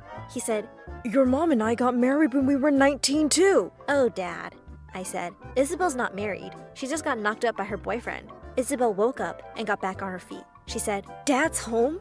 What if Mom finds out? She'll send him away." Isabel was right. Mom shouldn't know because she had a new boyfriend. So Isabel and I thought of a plan. We would hide Dad in the basement in the meantime. Isabel told him, "You can stay in the basement with Brad." Dad asked who Brad was, so I told him that Brad was Isabel's boyfriend. He was an artist, or so he said. Truthfully, he was just a wannabe musician who played dumb gigs at bars for dumb people. I took Dad to the basement. When we got there, Isabel and Brad were shouting at each other. Brad said, "Your dad can't stay here. This place is cramped enough for just me." Olivia replied, "Well, this isn't your house, is it? You have no choice." Brad said, "Look, it's either him or me. If he stays, I'm leaving." Dad couldn't take it anymore. He kicked the door totally open and walked over to Brad. Then he shouted, "You can't talk to my daughter like that." It was awesome. See, Brad had anger issues, but he was also very immature.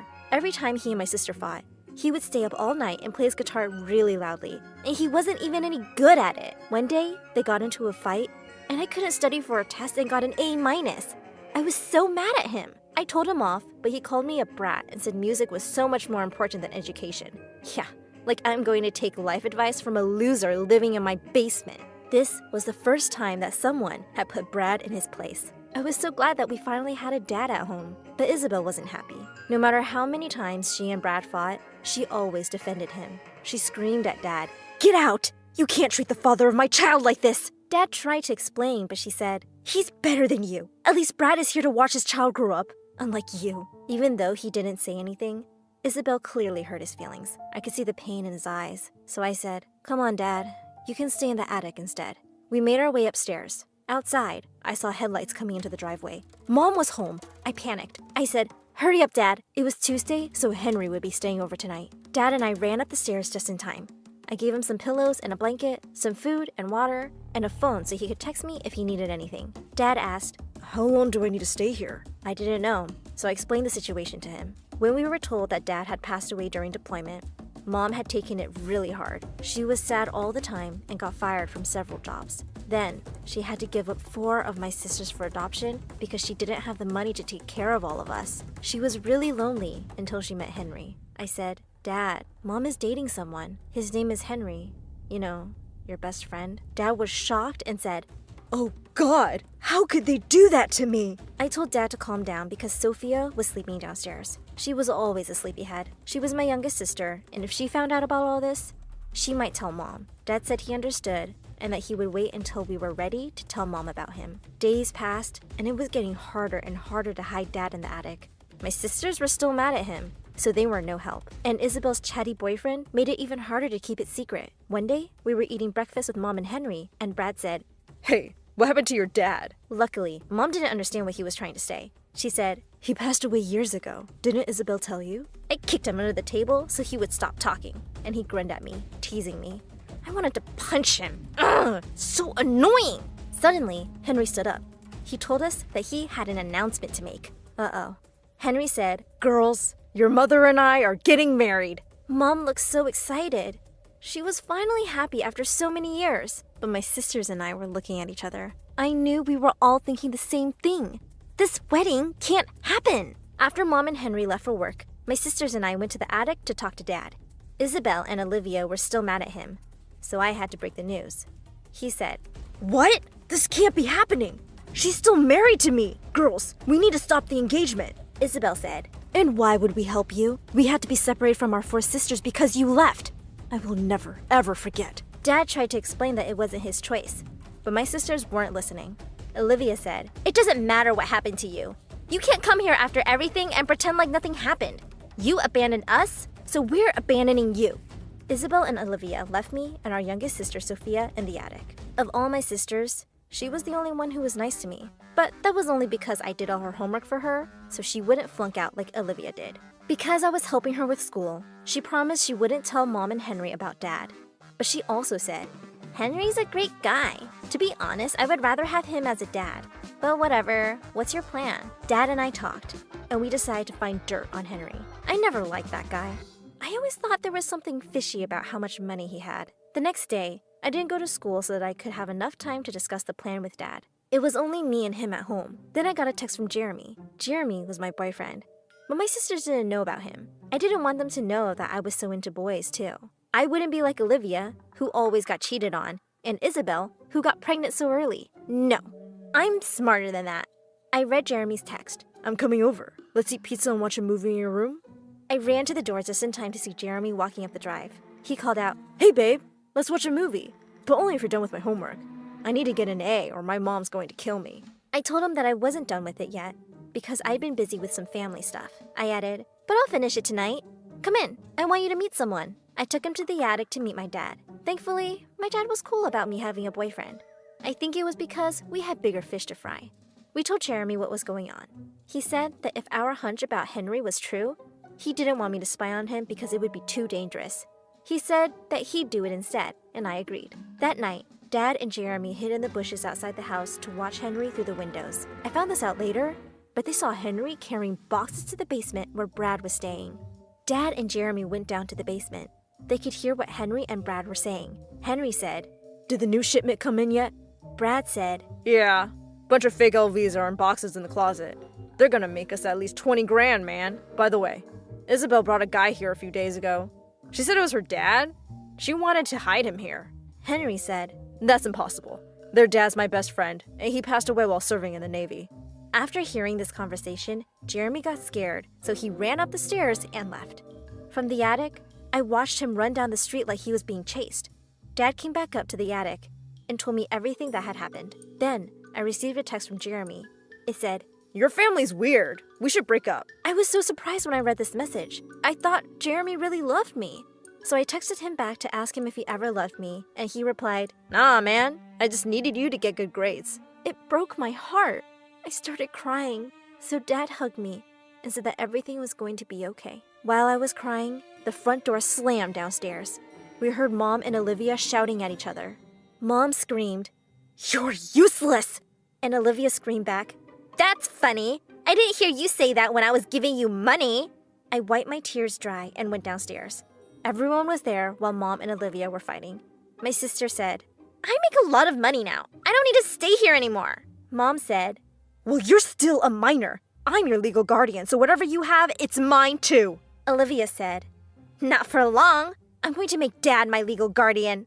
Mom said, "Well, Henry isn't your birth father, so that's not going to happen." Before Olivia could say anything else, I pulled her aside and told her to calm down. But she got mad at me instead. She ran to her room and slammed the door behind her. When everyone had gone, Sophia said to me, "You should tell Mom that Dad's here before things get out of hand." I told her to stay out of the grown-ups' business, and she said, "Listen, you little..." But before she could continue, she fell asleep on the couch. I realized that Jeremy was right. My family is weird, but I wanted to fix everything.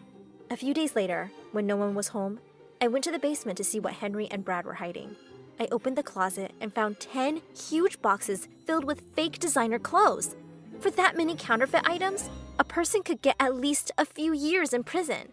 Suddenly, I heard footsteps coming into the basement.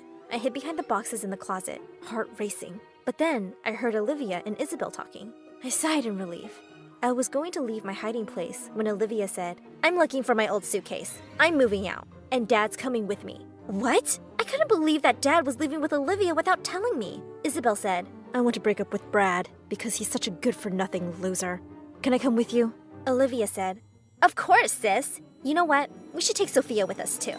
Isabel asked if they should take me, too, and Olivia replied, We'll leave her here. She's useless anyway.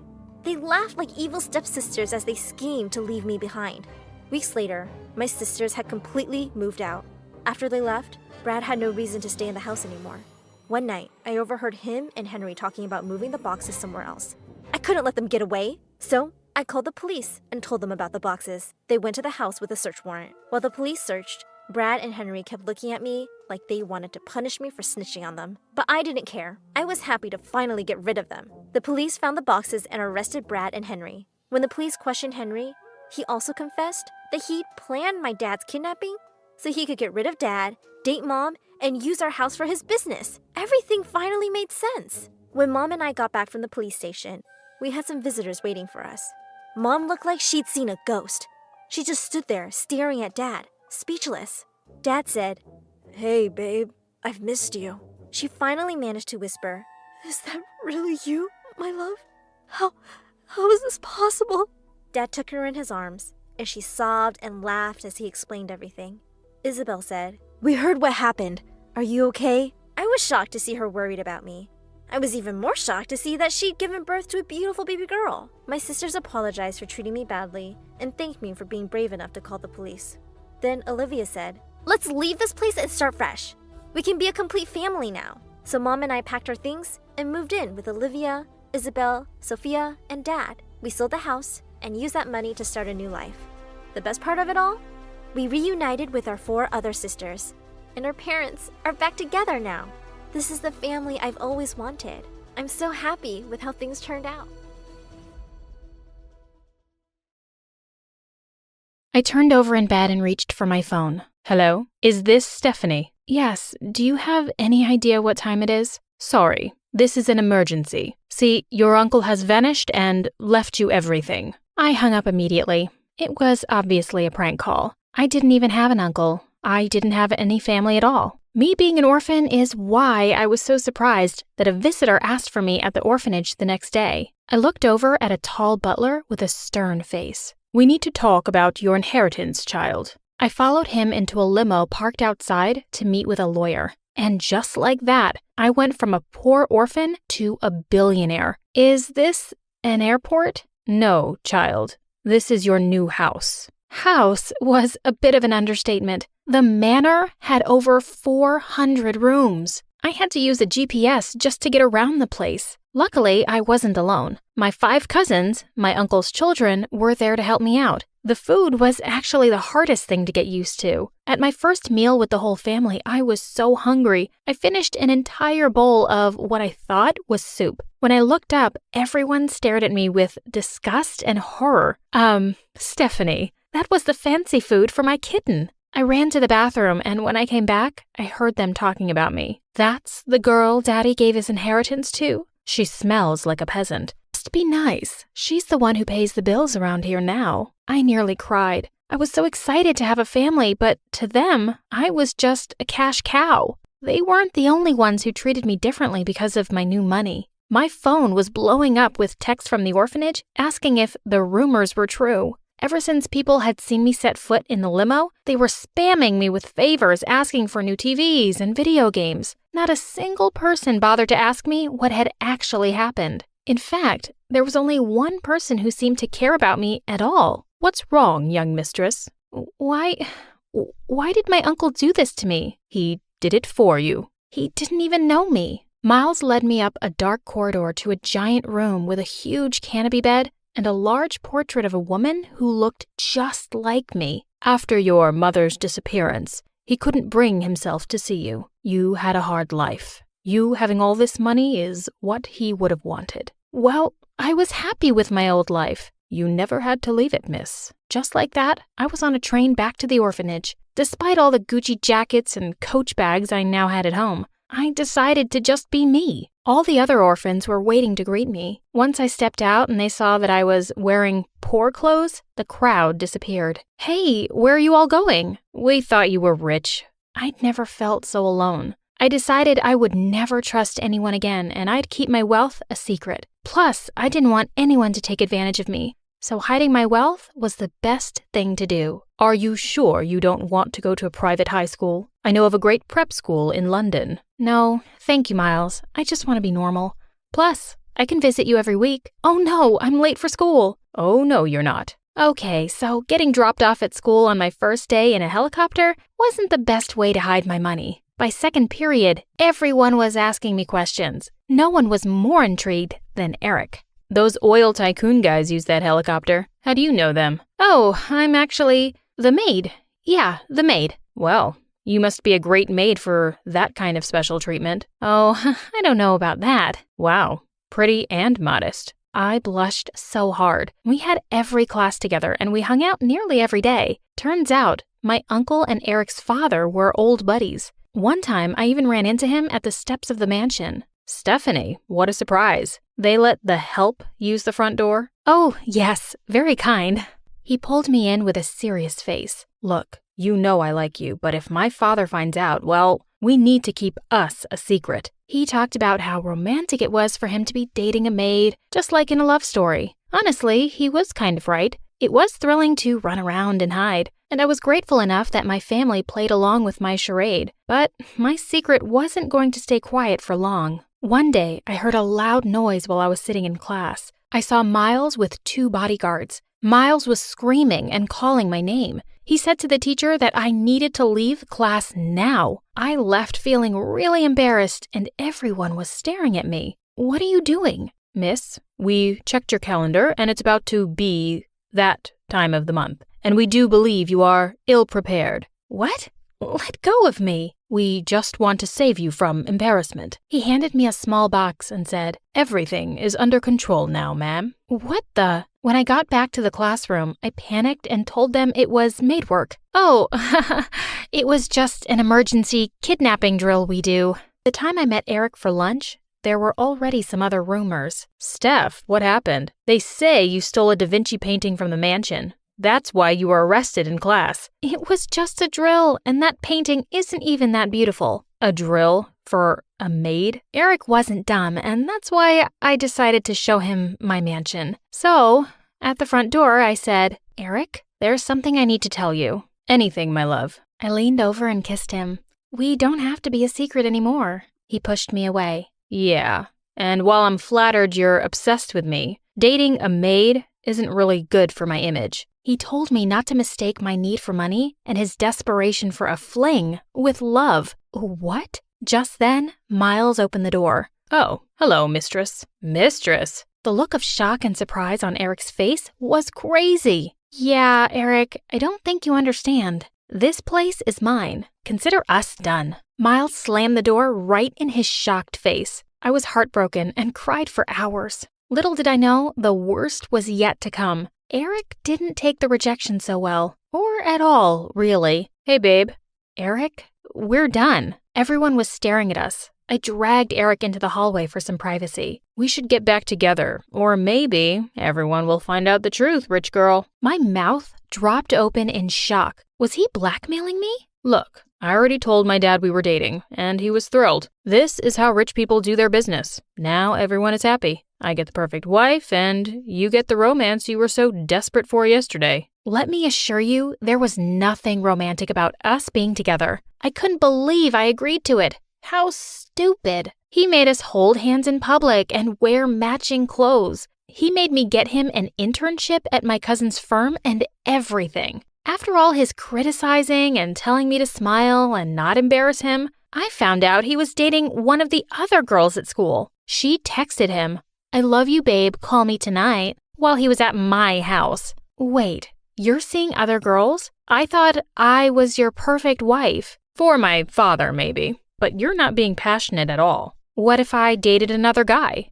Well, I'm the one with the dirt on you. So, I guess you're stuck with me. The next day at recess, a pretty blonde girl came over and sat next to him after kissing him on the cheek with a, hey you. Then she looked at me like I was a cockroach. Who is she and what is she doing here? Oh, don't mind her. She's just a loser who's drooling over me all the time. I think she's a bit of a gold digger. How could he just humiliate me like that in front of everybody? I was so sick of all of this. I went home and ran out into the garden and cried because I felt so hopeless. I stuffed my face with comfort food and sobbed under the little bridge. Soon after, Eric found me there and started yelling at me. This is all your fault, you know. If you want me to stop dating other girls, maybe you should be a better girlfriend. He leaned in for a kiss and I was struggling to pull away. I don't think the lady wants a kiss. I looked up to see the most handsome guy in the whole world. Without warning, the guy punched Eric right in the jaw. I said, the lady doesn't seem like she wants a kiss.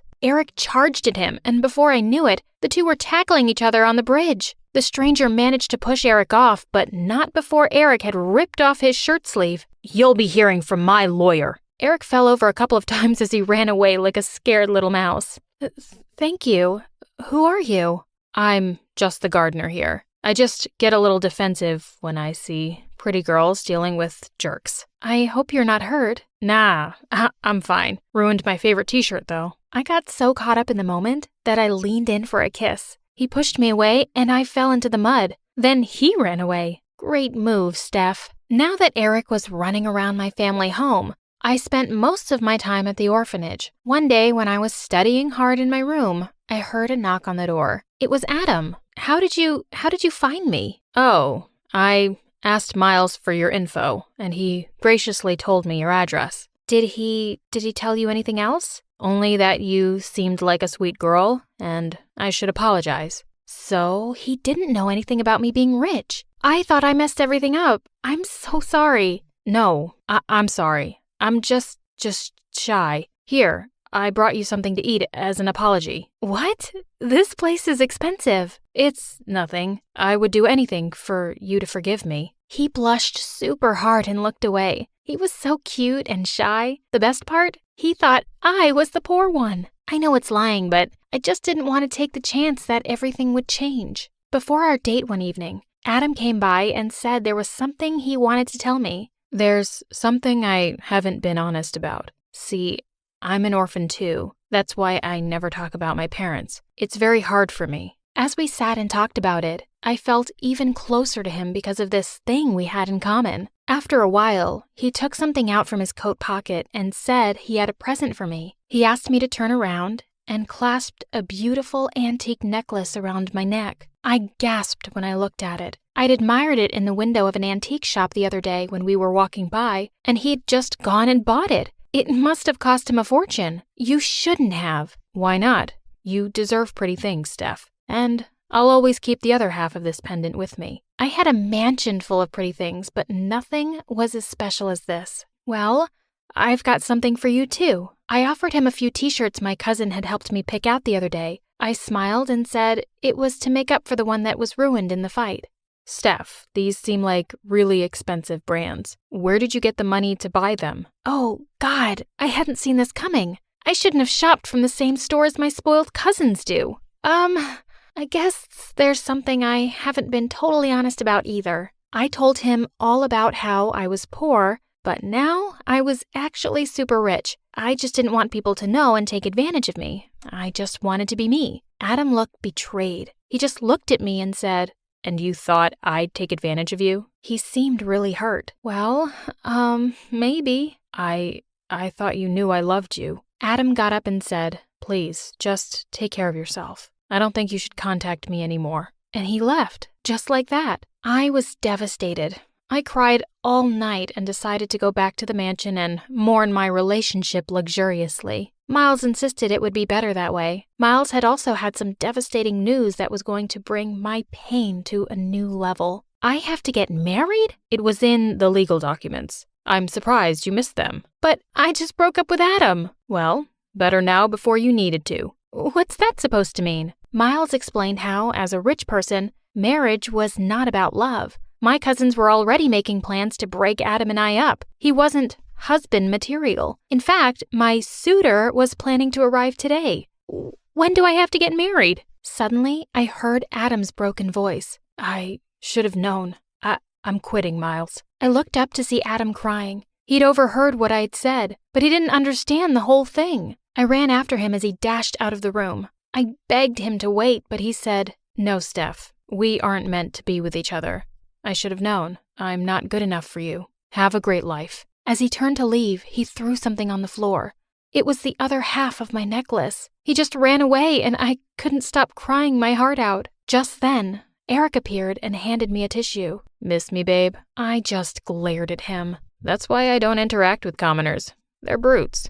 What are you doing here? Didn't your cousins tell you? I'm your fiancé. I tried to run away from him, but he grabbed my arm. He told me he was sorry, and if he knew who I was, he would have treated me better. You don't get it, do you? I'm under a lot of pressure from my parents to marry someone wealthy. I was not hearing it, at first at least. My wounds were fresh from the breakup, but he didn't make it easy to reject him. I brought you a present, my turtle dove. Is that? Of course. A baby elephant. A baby elephant wasn't even the most extravagant gift he gave me. He bought me a private Justin Bieber concert, a solid gold statue of instant noodles, and my very own village. I felt bad, but the whole time he was courting me, I was spamming Adam's phone. I left him about 1,000 messages, and he didn't respond to me on anything. It was time I moved on.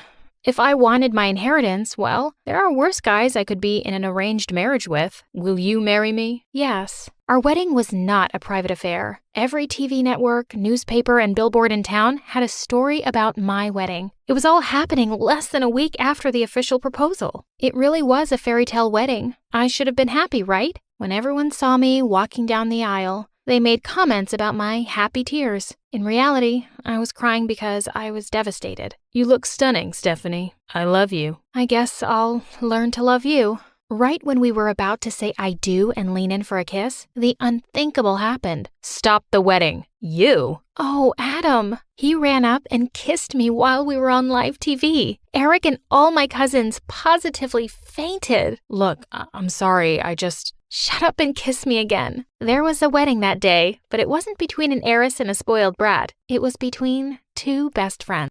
Hi, I'm Greta. I live with my single mom on a busy Miami street. Please like and subscribe. I've always been a late bloomer. Born 2 weeks after mom's due date, took 2 years to speak my first word, and growing up, I wasn't a very social person. But my mom was so talkative. She could blabber nonstop about a burnt omelet for a whole day. But whenever I was around, I was her subject. Once when I was 4, we had a family gathering and all my aunt's sons were playing with me. Suddenly, Mom went bonkers with their parents. Look at your boys. I don't even know why they like her. You know, she still wears diapers at night. One night, I tried to train her to sleep without diapers. That was it. When I woke up, there was poop all over the room. On the floor, on the bed, on the door, on the closet, on her toys. Ew, that's a factory of poop. Yeah, but that's nothing. Yesterday at the grocery store. Mama, stop. Stop this right now.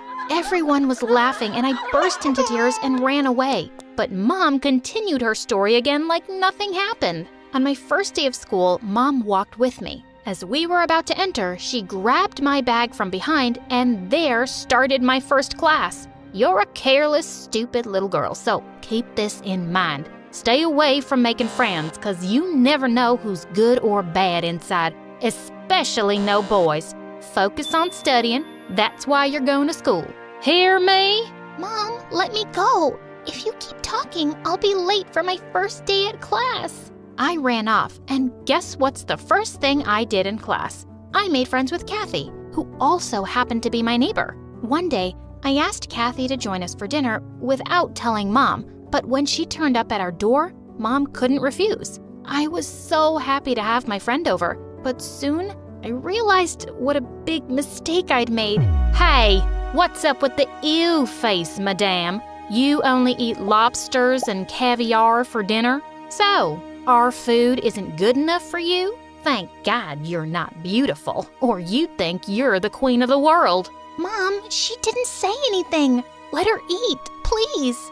Eat? No. I can see from her rich dress and her entitled look you don't belong with her. Just go away, ugly girl. Kathy freaked out and ran away. That felt horrible. I ran after her on the road when suddenly a bus came charging straight at me. I stood frozen in horror, but Mom pulled me back just in time. Are you crazy? You could have gotten hit and gone into a coma. At least that would feel better, Mom. You embarrassed me so much. See, I'm gonna run off somewhere. If you don't let us be friends, I swear. Oh, you heartless girl. Do whatever you want. I just want you to be careful, 'cause you're my daughter. Ugh, I don't know if all moms are the same or if it's just her. Years went by and Kathy and I became the closest. On her 10th birthday, they had a party and I attended it with my mom. When she heard Kathy say the price of their cake was $900, she lost it. Woo-wee! Why spend so much money on a cake while she can use it for her daughter's plastic surgery? Man, Kathy is ugly. Mom, quiet! What can Kathy do about it? She didn't create herself. Well, she can, actually. It's the 21st century, not a big deal. I saw Kathy looking really upset as some people laughed, and her mom asked us to leave. It was so embarrassing. Mom, stop! Are you crazy? You hurt Kathy's feelings. And does it make you mad that her mom is a single woman like you, but she's done so well for herself? Oh, shut up, Greta. I can tell from the looks of that lady, she's not honest. And listen, I don't want you to visit their house any longer. I don't have a good feeling about them. But I couldn't dump my best friend for no good reason. The next day, I went to Kathy's house and I apologized to her for my mom's annoying behavior. Kathy was such a sweet friend that she didn't hate me for my mom, and she forgave me. Just then, I saw her mom dancing. Kathy said her mom was a famous dancer in town and she ran a dance studio too. That's so cool, Kathy. I've always wanted to be a dancer, but you know my mom. She'd never pay for it. What if you don't need to pay? I'll speak to my mom. She'll teach you for free. That was amazing. I started going for weekend dance classes, telling Mom I was just hanging out with Kathy. Kathy's mom was teaching me some really different moves I'd never seen before, and she said it was the new trend. I was practicing at home one night when Mom came into my room and she burst out laughing. Where did you learn that from? That's insane! OMG, I can't stop laughing. What's so funny, Mom? Clearly you have no idea about the hot trend. And I learned this from a professional dancer. Professional? What? Oh no. These moves with claps and snaps? That's not dancing, really. Enough, Mom. I'm sick of this. Just leave me alone. I pushed her out of my room and closed the door. God. Weeks later, we had a talent show. All the parents and teachers were going to be there, and I was freaking confident. I was going to get some big applause for my dance and prove my mom wrong. The moment I got on the stage and the music started, there was so much noise from the audience. Wow, they were loving it. But seconds later, they started throwing paper balls and shouting, "Out, out, out, out, out, out, out, out." I stood frozen in shock.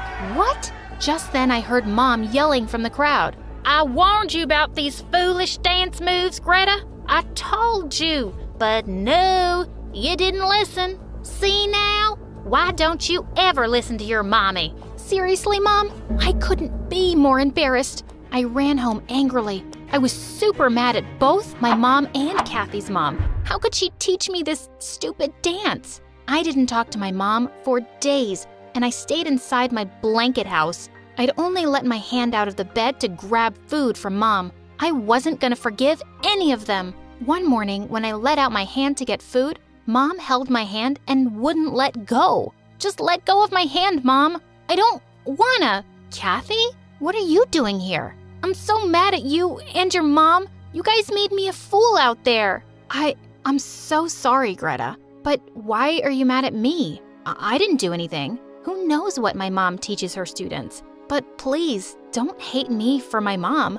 I never hated you for yours. She sounded so true. After all, it's not her fault, and she apologized too. I called her inside my blanket house, and we started talking and laughing, and I started feeling better. Hey, I've got good news. The baseball team captain, your long-term crush, he's hosting a Halloween party tonight, and he's invited everyone at school. That includes you and me too? OMG, that's amazing. But I don't have any costumes. Well, that's why I'm here. We have to go shopping. Come on. We both got up happily and found Mom standing there with flared nostrils. What's this little devil doing here? And what's all this about going to some stupid boy's party? Kathy was about to run away, but I held her hand. Mom, were you eavesdropping? That's awesome. But listen, I'm done with all your doubts and questions. You're making me feel like I'm dumb, but I'm not. So just back off, please. Okay, fine. I'm always looking out for you, but if you think you can take care of things by yourself, I'll back off. She stormed off, and Kathy and I had a blast shopping for costumes. Later that evening, I went to the party dressed up as Wonder Woman. I was sure to impress my crush, but when I walked into his house, I stared around in horror as everyone stared at me. No one was dressed in costumes. Everyone was just dressed in their regular clothes. As everyone started laughing, the ground under my feet started to burn. I looked around for Kathy, and just then, she came laughing with the baseball team captain, and then she kissed him in front of everyone. What the what? How could my best friend do this to me? Oh, looks like some poor kitty wanted to impress my boyfriend by wearing that costume. Gosh, Greta, talk about being desperate. Does Wonder Woman have a cape? Because now would be a good time for you to fly out of this really embarrassing situation. I got so mad.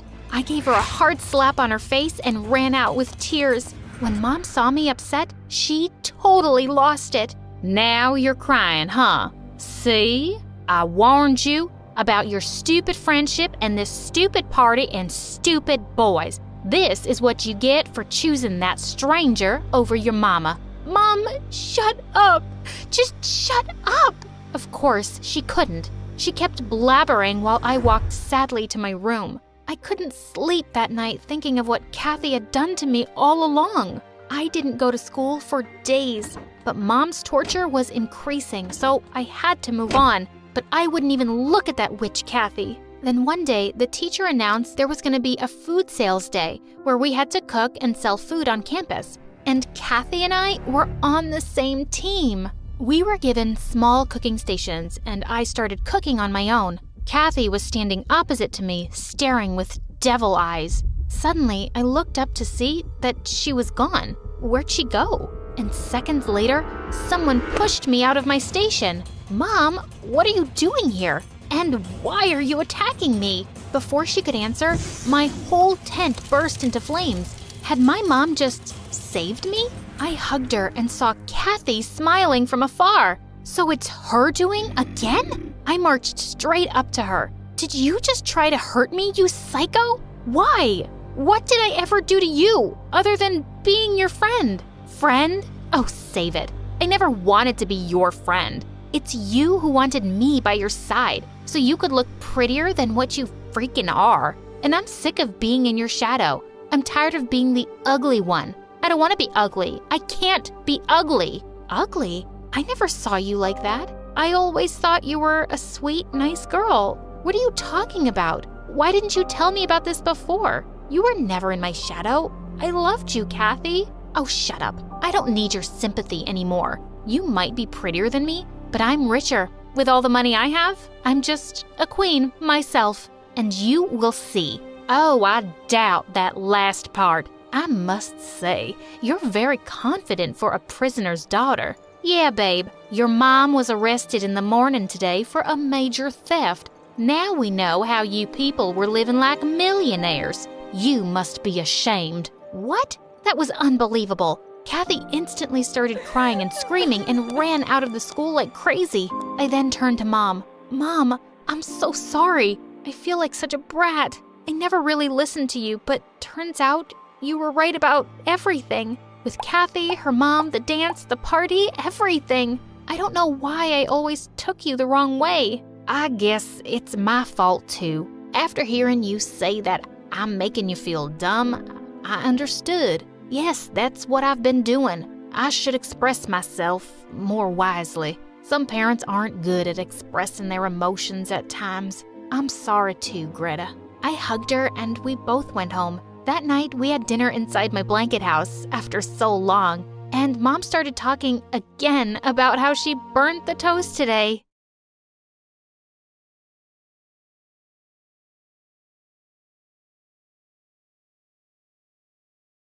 I never knew why, but I always seemed to annoy my parents. It wasn't as if they didn't like kids. They absolutely adored my brother John. He was always being showered with expensive gifts. In my case, they never even remembered my birthday. On my 10th birthday, I came downstairs and saw a tiny wrapped box on the kitchen table. I ripped it open, only to have Mom walk in and snatch it away from me. "That's not for you! Look, she's torn the wrapping!" Just then, John walked in, and they were all smiles. They handed the box to him, and inside was a key to a Porsche. He screamed in delight and followed them outside. He jumped into his new car. "Mom, Dad, let me take you around the block with this baby." And they were all off together. John was failing high school and was mostly just partying with girls, but that never seemed to bother my parents. Last Christmas, he brought 2 gorgeous girls home, and my parents looked like they couldn't be prouder. I had the duty of serving everyone drinks and food. I pretended to trip up and spilled an entire tray of drinks on John and his guests. Mom sent me to my room, and I was more than happy having dinner on my own. A couple of weeks later, he turned up with another girl, Alina, and said they were in a serious relationship and she was moving in with us. I wasn't even allowed to have friends over to study with. If I ever wanted to ask someone, Mom would say, "Are you too stupid to do your work on your own?" And here my parents were, welcoming Alina with open arms. To my horror, I heard Mom say, "Oh, John probably doesn't have enough closet space. Why don't you put your things in Gwen's closet? She can put her clothes under her bed." As I started cleaning out my closet, I said, "You know, this is Whisker's favorite sleeping spot. I hope he doesn't scratch all your pretty clothes." Alina shrieked, picked up all her dresses, and ran off. Later that year, my brother and his dumb girlfriend became proud parents to little Mike. My parents practically sobbed with joy at being grandparents, and I became the official babysitter. Anytime they were heading out to a party, they'd dump the baby on me and tell me they'd be late, which usually meant I'd be staying up till 2 trying to juggle schoolwork and diapers. To make matters worse, Alina was a mess. Mom ordered me to do everything she asked, and she had me running around constantly because, as she said, taking care of little Mikey is so exhausting. One time, she sent me to get her favorite Chinese takeout, and suddenly the paper bag ripped and all the food boxes fell out. I stood there staring at the mess for a minute, and then I just scooped up the noodles from the pavement and put them right back in the box. She didn't have to know. She popped into my room one day to try on one of her designer dresses, and she started crying when she couldn't get the zipper up because she'd gotten so fat. I helped her out of it, but inside, I felt so happy. Served her right for stuffing her face all day. One day, while Alina was taking one of her many naps, I was watching over Mike, and he just wouldn't stop crying. John barged into my room and snatched him from me. "Seriously, why are you so useless? You can't even get a baby to be quiet." That was it. I was done with the thankless job and these selfish people. I decided that things had to change now. Anytime they tried to leave Mike with me, I would say I was too busy with exams and projects and lock myself in my room.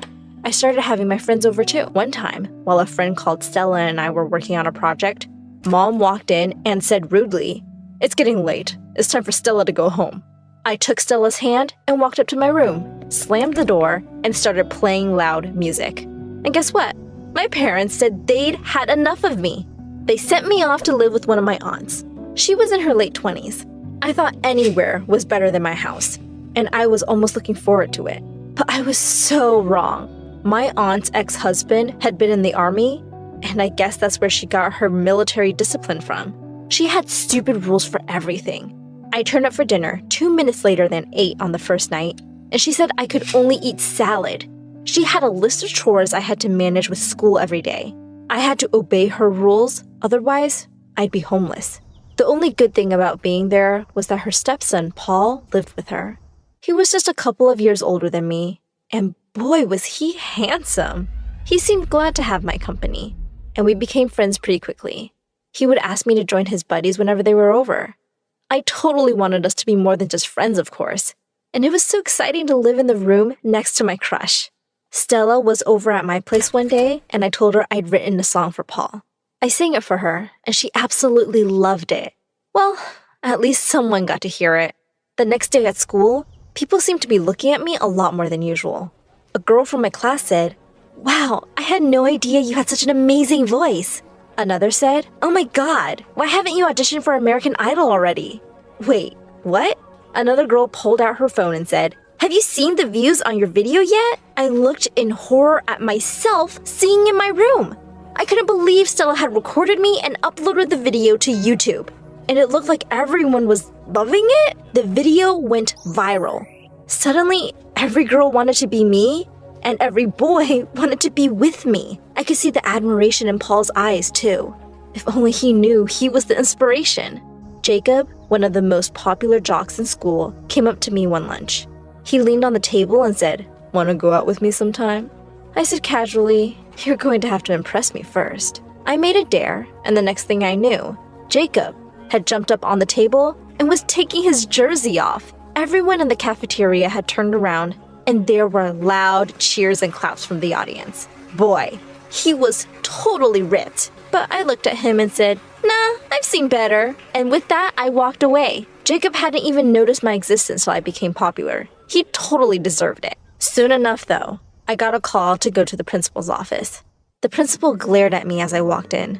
I knew she only liked the nerds. She called my parents, and of course, they had nothing nice to say about me. She warned me that if I wanted to stay in the school, I'd better follow the rules and be a good little girl. I felt so angry. I was so tired of everyone's rules. I got up from my chair and said, "Please don't talk to me like I'm a kid. I'm literally the most popular girl in this stupid high school right now." The principal looked absolutely furious. She said, "This is my last warning. Behave or you'll be expelled." This wasn't over. The principal needed to treat me with respect. I was going to find a way to bring her down. The chance came sooner than I could have hoped for. And it was so much better than any of my original ideas. My aunt had sent me to get food from her favorite restaurant one evening, and I stopped short when I looked in through the window and saw two women kissing. It was the principal and our science teacher. Last time I checked, that was definitely against the rules. I quickly whipped out my phone and made a video of the two. That video was an overnight sensation. The principal and the teacher were both forced to quit, and everyone was ecstatic that we were rid of the horrible principal. And I was the one who made it happen. I was crazy popular now. One day in the science lab, I caught Alexa staring right at me. She smiled at me when our eyes met. Alexa was really popular. The lab instructor told us to pair up, and she quickly came to my side. We became friends and started hanging out a lot. At one of her parties, I told her she looked really good, and she blushed. She took my hand and led me to the dance floor. I could tell she was really into me, and to my shock, I realized that I might be a little into her too. I invited her to my aunt's one day. Paul and some of his friends were watching the game and asked us to join them. My aunt walked in with some snacks, and she instantly seemed to warm up to Alexa. I had never seen her look so affectionately at anyone. Alexa and Paul really seemed to hit it off too. And after a while, I felt a little bit left out of their conversation. Soon after that, Alexa started hanging out with me less, and whenever I'd call, she'd say she was busy. Paul seemed to be home less often too. I wondered if the two were hanging out together without me. One day, when I got home from school, I heard laughter from the lounge. It was Alexa and my aunt. Alexa said, "Hi, Gwen. I was just here to see Paul."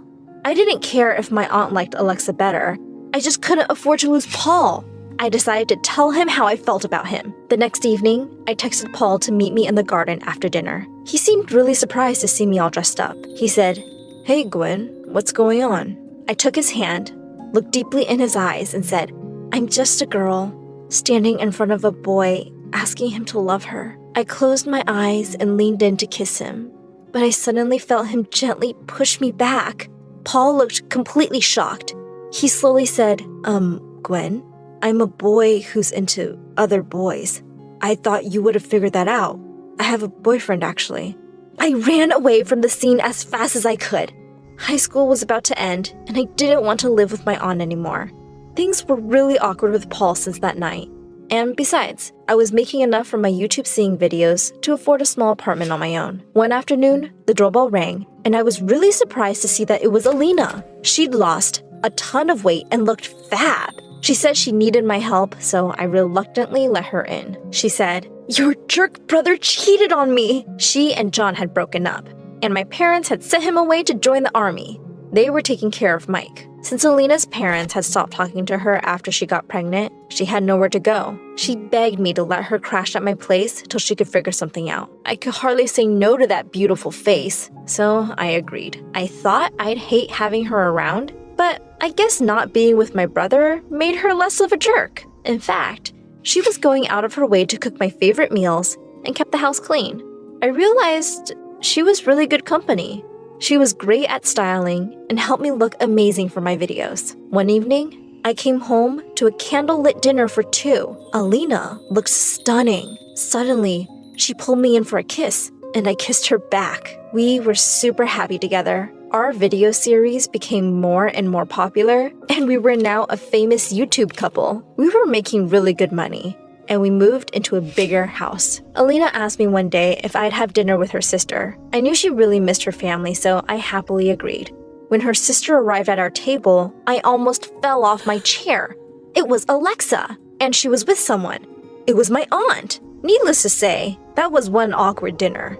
I just wanted to put the past and these people behind me already. I spoke too soon. Just a few days later, I got a text from my brother saying he wanted to come see us.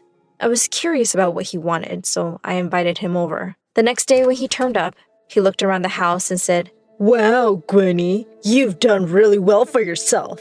Just then, Alina walked in and sat down next to me.